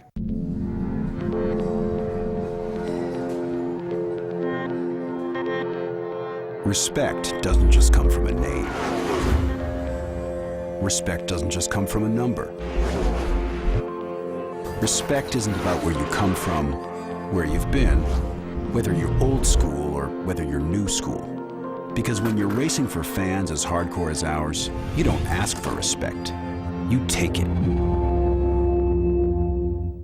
I would say definitely that my education, it's like one of the greatest investments I've ever made. My name is Adam Lopez. I work in the healthcare organization. I'm a IT business consultant. Very accomplished, like you're on top of the world now. You know, you're walking proud, you know, with the degree. I have that confidence now, the confidence to succeed. I feel like I am on the right track right now. I've been at the age of 24 and having the degree and a great job. Everything is going great, actually. I'm not done yet, like I'm not settling down yet. There's still more to come. The School of Information Technology at ITT Tech helps students develop knowledge and skills they can use to pursue career opportunities in a variety of entry-level positions. Acquire skills that can be valuable in today's digital marketplace. ITT Technical Institute School of Information Technology. Education for the future. Call 1-800-488-3652 or visit us on the web. Time now for the honorable mentions that just missed the 10 greatest drivers in NASCAR history. Gentleman Ned Jarrett. Ned Jarrett belongs in the Hall of Fame for so many different reasons. Two-time NASCAR champion, 50 career wins. He is the perfect face for NASCAR. The forgotten thing about Ned Jarrett is he retired very young. He was at the top of his game when he stopped. Probably would have had a lot more wins. Mark Martin, without a question, is the greatest driver to never win a championship. How about that? That's a big surprise. Mark Martin doesn't have the championships, but he is a champion racer. He's able to run fast no matter the circumstances, and he's been doing it a long time. If he ever is able to win a championship, there will be a party on pit road that'll last 6 or 8 weeks. Number 7. Headed for tri-oval, side by side. It is Cale Yarborough breaking in front. Yarborough pulling away by 8 car lengths. Cale Yarborough will win the Alabama 500. Cale Yarborough would have to be considered one of the all-time greats. In fact, in his autobiography, he called himself that, the greatest race car driver ever. A lot of folks took issue with that, but he certainly has some credentials. He won championships. He won a lot of races. He was the ultimate competitor. He could flat handle the race car, no question about that. Back straightaway, Yarborough and Allison, they're at it again. And he had the guts to put that pedal to the metal in every situation. He beat Petty. He beat Pearson. He could beat anybody. Darrell Walter. It doesn't matter. Pound for pound, Cale Yarborough is the toughest man I've ever watched drive a race car. People do describe him as a fire plug. Short, stocky little guy that could just wheel anything. Probably a foot shorter than the trophy queen, no neck whatsoever. The guy just looked like a stock car racer. He was a brute, and he could be a brute behind the wheel. When he strapped the helmet on, you're in for a battle, and he'd fight you tooth and nail every lap. Donnie Allison flies. They get again. They climb in the turn. They're hitting the wall. They're head on the wall. This tough as nails. He's the kind of guy that you didn't want to mess with. And there's a fight between Cale Yarborough and Donnie Allison. The tempers overflowing. Cale Yarborough was one of the toughest race car drivers ever. And man, he was fun to watch. Cale Yarborough, absolutely one of the best drivers that this sport has ever seen. This is number 6. Well, Rick Hendrick, you picked a good one in this kid. That's the best medicine Rick Hendrick could get. Jeff Gordon is the original young gun. Young kid. Totally different than Earnhardt, totally different than what the King was. Wasn't a good old boy from the South. He was a new type of driver. Totally different than the old model of driver. Jeff is the new model of driver. How much money? Show me the money. How much money did I win, man? This is awesome. When Jeff came along in 1992, there was still sort of the establishment, and we needed an infusion of some youth in the sport. So he brought in new fans, he brought in a new way of marketing, sort of represented a whole new style of driver. This just took this team to a new level. You know, before Jeff Gordon came along, kids didn't win races. They definitely didn't win championships. Wins his first championship in 1995. Championships in 1995, 97, 98, 2001. Has had 13 race win seasons, has just done everything there is to do in NASCAR. Jeff Gordon trying to become the second 3-time winner of the Winston 2001. Jeff Gordon is again a champion of NASCAR's All-Star Night. Even in his down years, he's a top 5 guy in the point standings. He contends for championships, he wins races, he runs up front. Jeff Gordon's the complete package. And Jeff Gordon, I don't think he's done winning. Number 5. Jimmy Johnson could end up being the greatest driver of all time. You're looking at the 5-time champion. What he's been able to do in this Cup Series car is nothing short of incredible. And if you don't think he's going to be one of the greatest, think again. To run in the top 10 every weekend is tough to do, let alone win races, let alone win 5 championships in a row. I think 5 in a row puts me in the conversation, and that's all I can hope for and ask for. I think you can make the argument that what Jimmy Johnson has accomplished may be the greatest feat in NASCAR racing. It's just wild for me to imagine. That I've got 5 of these big trophies and done something that's never been done before. Who you would consider to be the very best drivers in the sport can't touch what he's done. Now think about that. Put him in the Hall of Fame now, because there's only 2 people that have won more championships, and nobody's won 5 in a row. If we go off the competition standpoint, the competition is probably as greater today than what it was in 1970. And it was greater then than what it was in 1950. So every 20 or 30 years, it's like the competition doubles or triples almost. He and Chad Knaus have this brotherly type feeling between them. And I think that's what has made their success what it is. The bottom line is they all start the season with the same opportunity to go win the championship, and he wins it year after year. For me as a driver, at least, it makes it fun because he's the man to beat. And if you can go out there and beat him, it means a lot. He is still writing his own history and will be writing his own history. When does it stop? When does he stop winning championships? I have a ways to go to catch Petty and Earnhardt, but I think I'm off to a good start, and we'll see what the future holds for me. Next, DW taking on Pearson. And here comes David Pearson. I always looked at David as being the best driver that I drove against. Honey, it's me again in victory lane. Darrell Waltrip brought it. They know this is the car they got to beat. When the 10 greatest drivers in NASCAR history returns. It's time for the Polaris Factory Authorized Clearance, your last chance for incredible deals on the best machines of 2011. Get up to $1,000 in rebates and financing as low as 2.99% on legendary Sportsman, powerful Rangers, and razor-sharp razors. Hurry to your local participating Polaris dealer and get up to $1,000 in rebates and financing as low as 2.99%. The Polaris Factory Authorized Clearance, going on now while supplies last. When Valvoline asked me to try recycled oil with next-gen technology, I jumped on it and jumped on it and jumped on it. Never knew recycling could feel so good. Valvoline Next Gen. It's a win for your engine and the environment. With a number of those other sites, it's kind of more of a numbers game. You get 1 million people on there and you're emailing some girl and you know she's getting 100 emails the same day you email her, and you have to rifle through thousands and thousands of profiles. And it's a totally different experience here when you use eHarmony because they just kind of do most of the work for you. You know, I've had 1 date so far. I'm going on my 2nd date tomorrow night, actually, so maybe by the time this commercial is on, you know, I won't be single anymore. Review all your matches for free at eHarmony.com. Tell us about Golden Corral's new chocolate Wonderfall. You can dip whatever you want in it. There's fruit and macaroons and Rice Krispie treats. And I love chocolate. Always have since I was a little kid. Only Golden Corral would introduce the indulgently delicious chocolate Wonderfall for the same low price. Where's Tommy?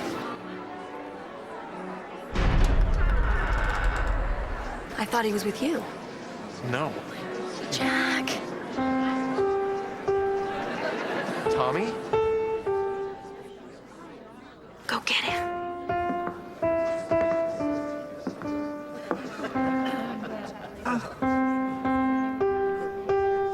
Don't stop. Keep playing.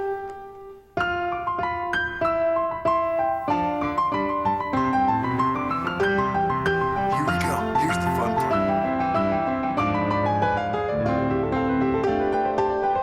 Did you do this?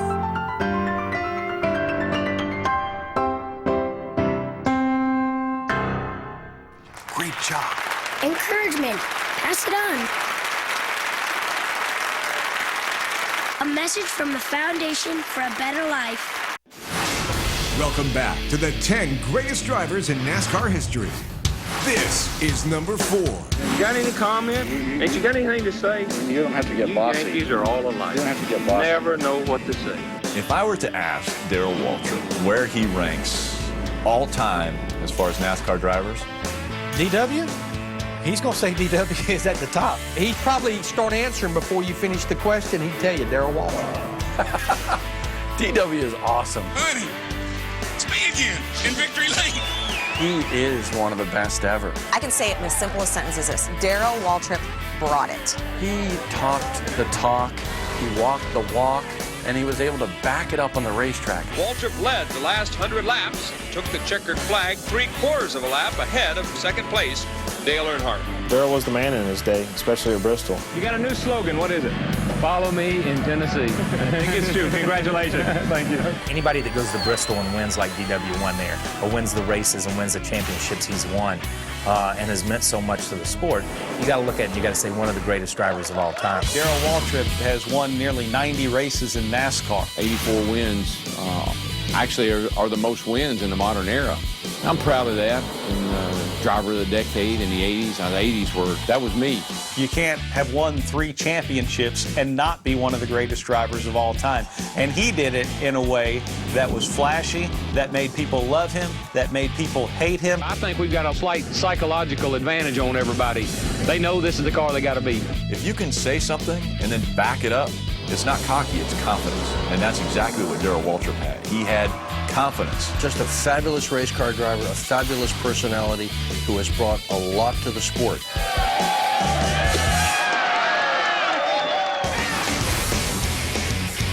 Onto the tri-oval, both cars are flat out. Petty can't make it, and David Pearson flies under the checkered flag, winner of the 15th World 600. You know, I always looked at David as being the best driver that I drove against, as far as being able to understand his equipment and knowing when to race and when not to. He was the man to beat when we went to any kind of racetrack. He just knew what he needed. He knew how to give the race car what it needed that day. And here comes David Pearson down off the high bank 4th turn onto the tri-oval for the checkered flag. He was just pure. I mean, he was a pure driver, and he loved to play games, mind games. He was one of the first to realize that over the course of a 500-mile race, you didn't have to lead 500 miles. You only had to lead half a mile, and that's the half a mile at the end of the race. You got 15, 20, 30 laps to go, miles to go, and you're tooling along pretty happy, and you look in the mirror. And then all of a sudden, here he comes. Where'd he come from? So many times, David Pearson would be 15th with 50 miles to go and still win the race. He knew how to conserve the equipment, but he knew how and when to be aggressive. Seemed like I just laid back and took it easy, and then they run real hard. Of course, they had trouble. Here's a guy who could win in everything. Here's a guy who had triple-digit wins in his career. To have over 100 victories in NASCAR. If David Pearson had raced more, I think he would have numbers that are similar to Richard Petty's numbers. I think Pearson is the greatest stock car driver I've ever raced against. He is one of the all-time greats, no question. Next, 7-time champ versus 7-time champ, battling to be the greatest driver in NASCAR history. Without Richard Petty, NASCAR would not be NASCAR. Dale was hard to race with because he was so rough. He was the intimidator. Didn't mean to really turn around, meant to rattle his cage over. When the 10 returns. Most brewers have a dash of hops. We used a pound of hops per barrel. We add some caramel malt to that. Samuel Adams Lager is a full-bodied, complex beer. But everything is there in balance. We haven't deviated from the recipe because it works. It's a great beer. Ah, collector car, you've got the life. Our owner picks perfect days for your drives. Me, he runs rain or shine day after day. What am I, a machine? Good thing he feeds me well with new stable ethanol treatment. It removes water and prevents corrosion caused by today's ethanol fuels. Even cleans my fuel system. I feel like I can run forever. Nothing's gonna dampen my enthusiasm. My tires? Maybe. But not my enthusiasm.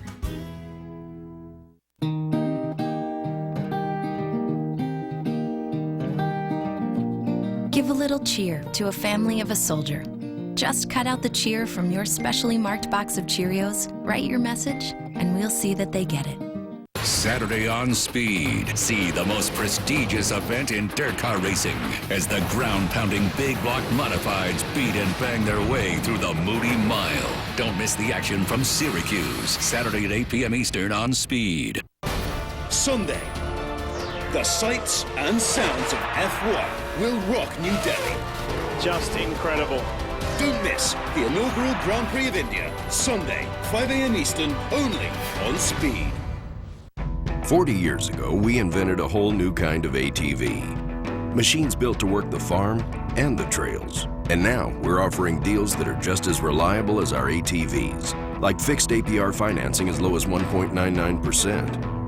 Up to $500 in bonus bucks, $200 in factory-to-dealer incentives, and 4Trax models starting at just $3,899. Get a quote today at powersports.honda.com. When it's your meal ticket, when it's your statement, protect it with Prestone. Engineering lasting relationships between cars and owners since 1927. When you own it, Prestone it. If I were cheese, I wouldn't want to let go of myself either. Come try the cheese-inspired dishes on our 2468 value menu, only at Denny's. Welcome back. We've brought you 8 great NASCAR drivers so far. Awesome Bill from Dawsonville. Bill's got numbers that you absolutely can't argue with. Like, I can't believe it. Lee Petty was the patriarch. He set the standard. 25% of the races you race in, you win. Bobby Allison could win in anything he drove. Now, he's the ultimate bad boy. Behind the wheel, I had no friends. Cale Yarborough would have to be considered one of the all-time greats. He'd fight you tooth and nail every lap. Show me the money! Totally different than Earnhardt, totally different than what the King was.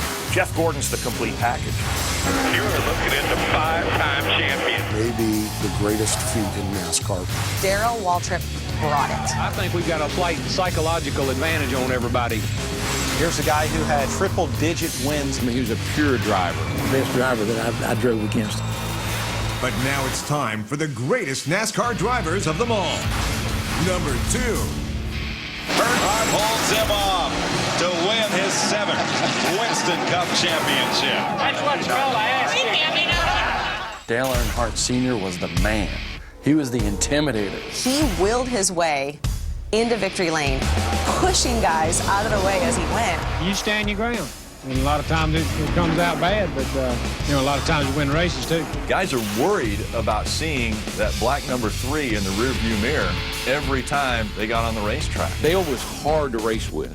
He would piss off people on the racetrack. He liked to hit you, and he liked to bang on you, and kind of liked to intimidate you if he could. He was going to race you as hard as anybody you've ever raced. It didn't matter if it was lap 1 or coming to the checkered flag. He was sort of the dividing line. People loved him, people hated him.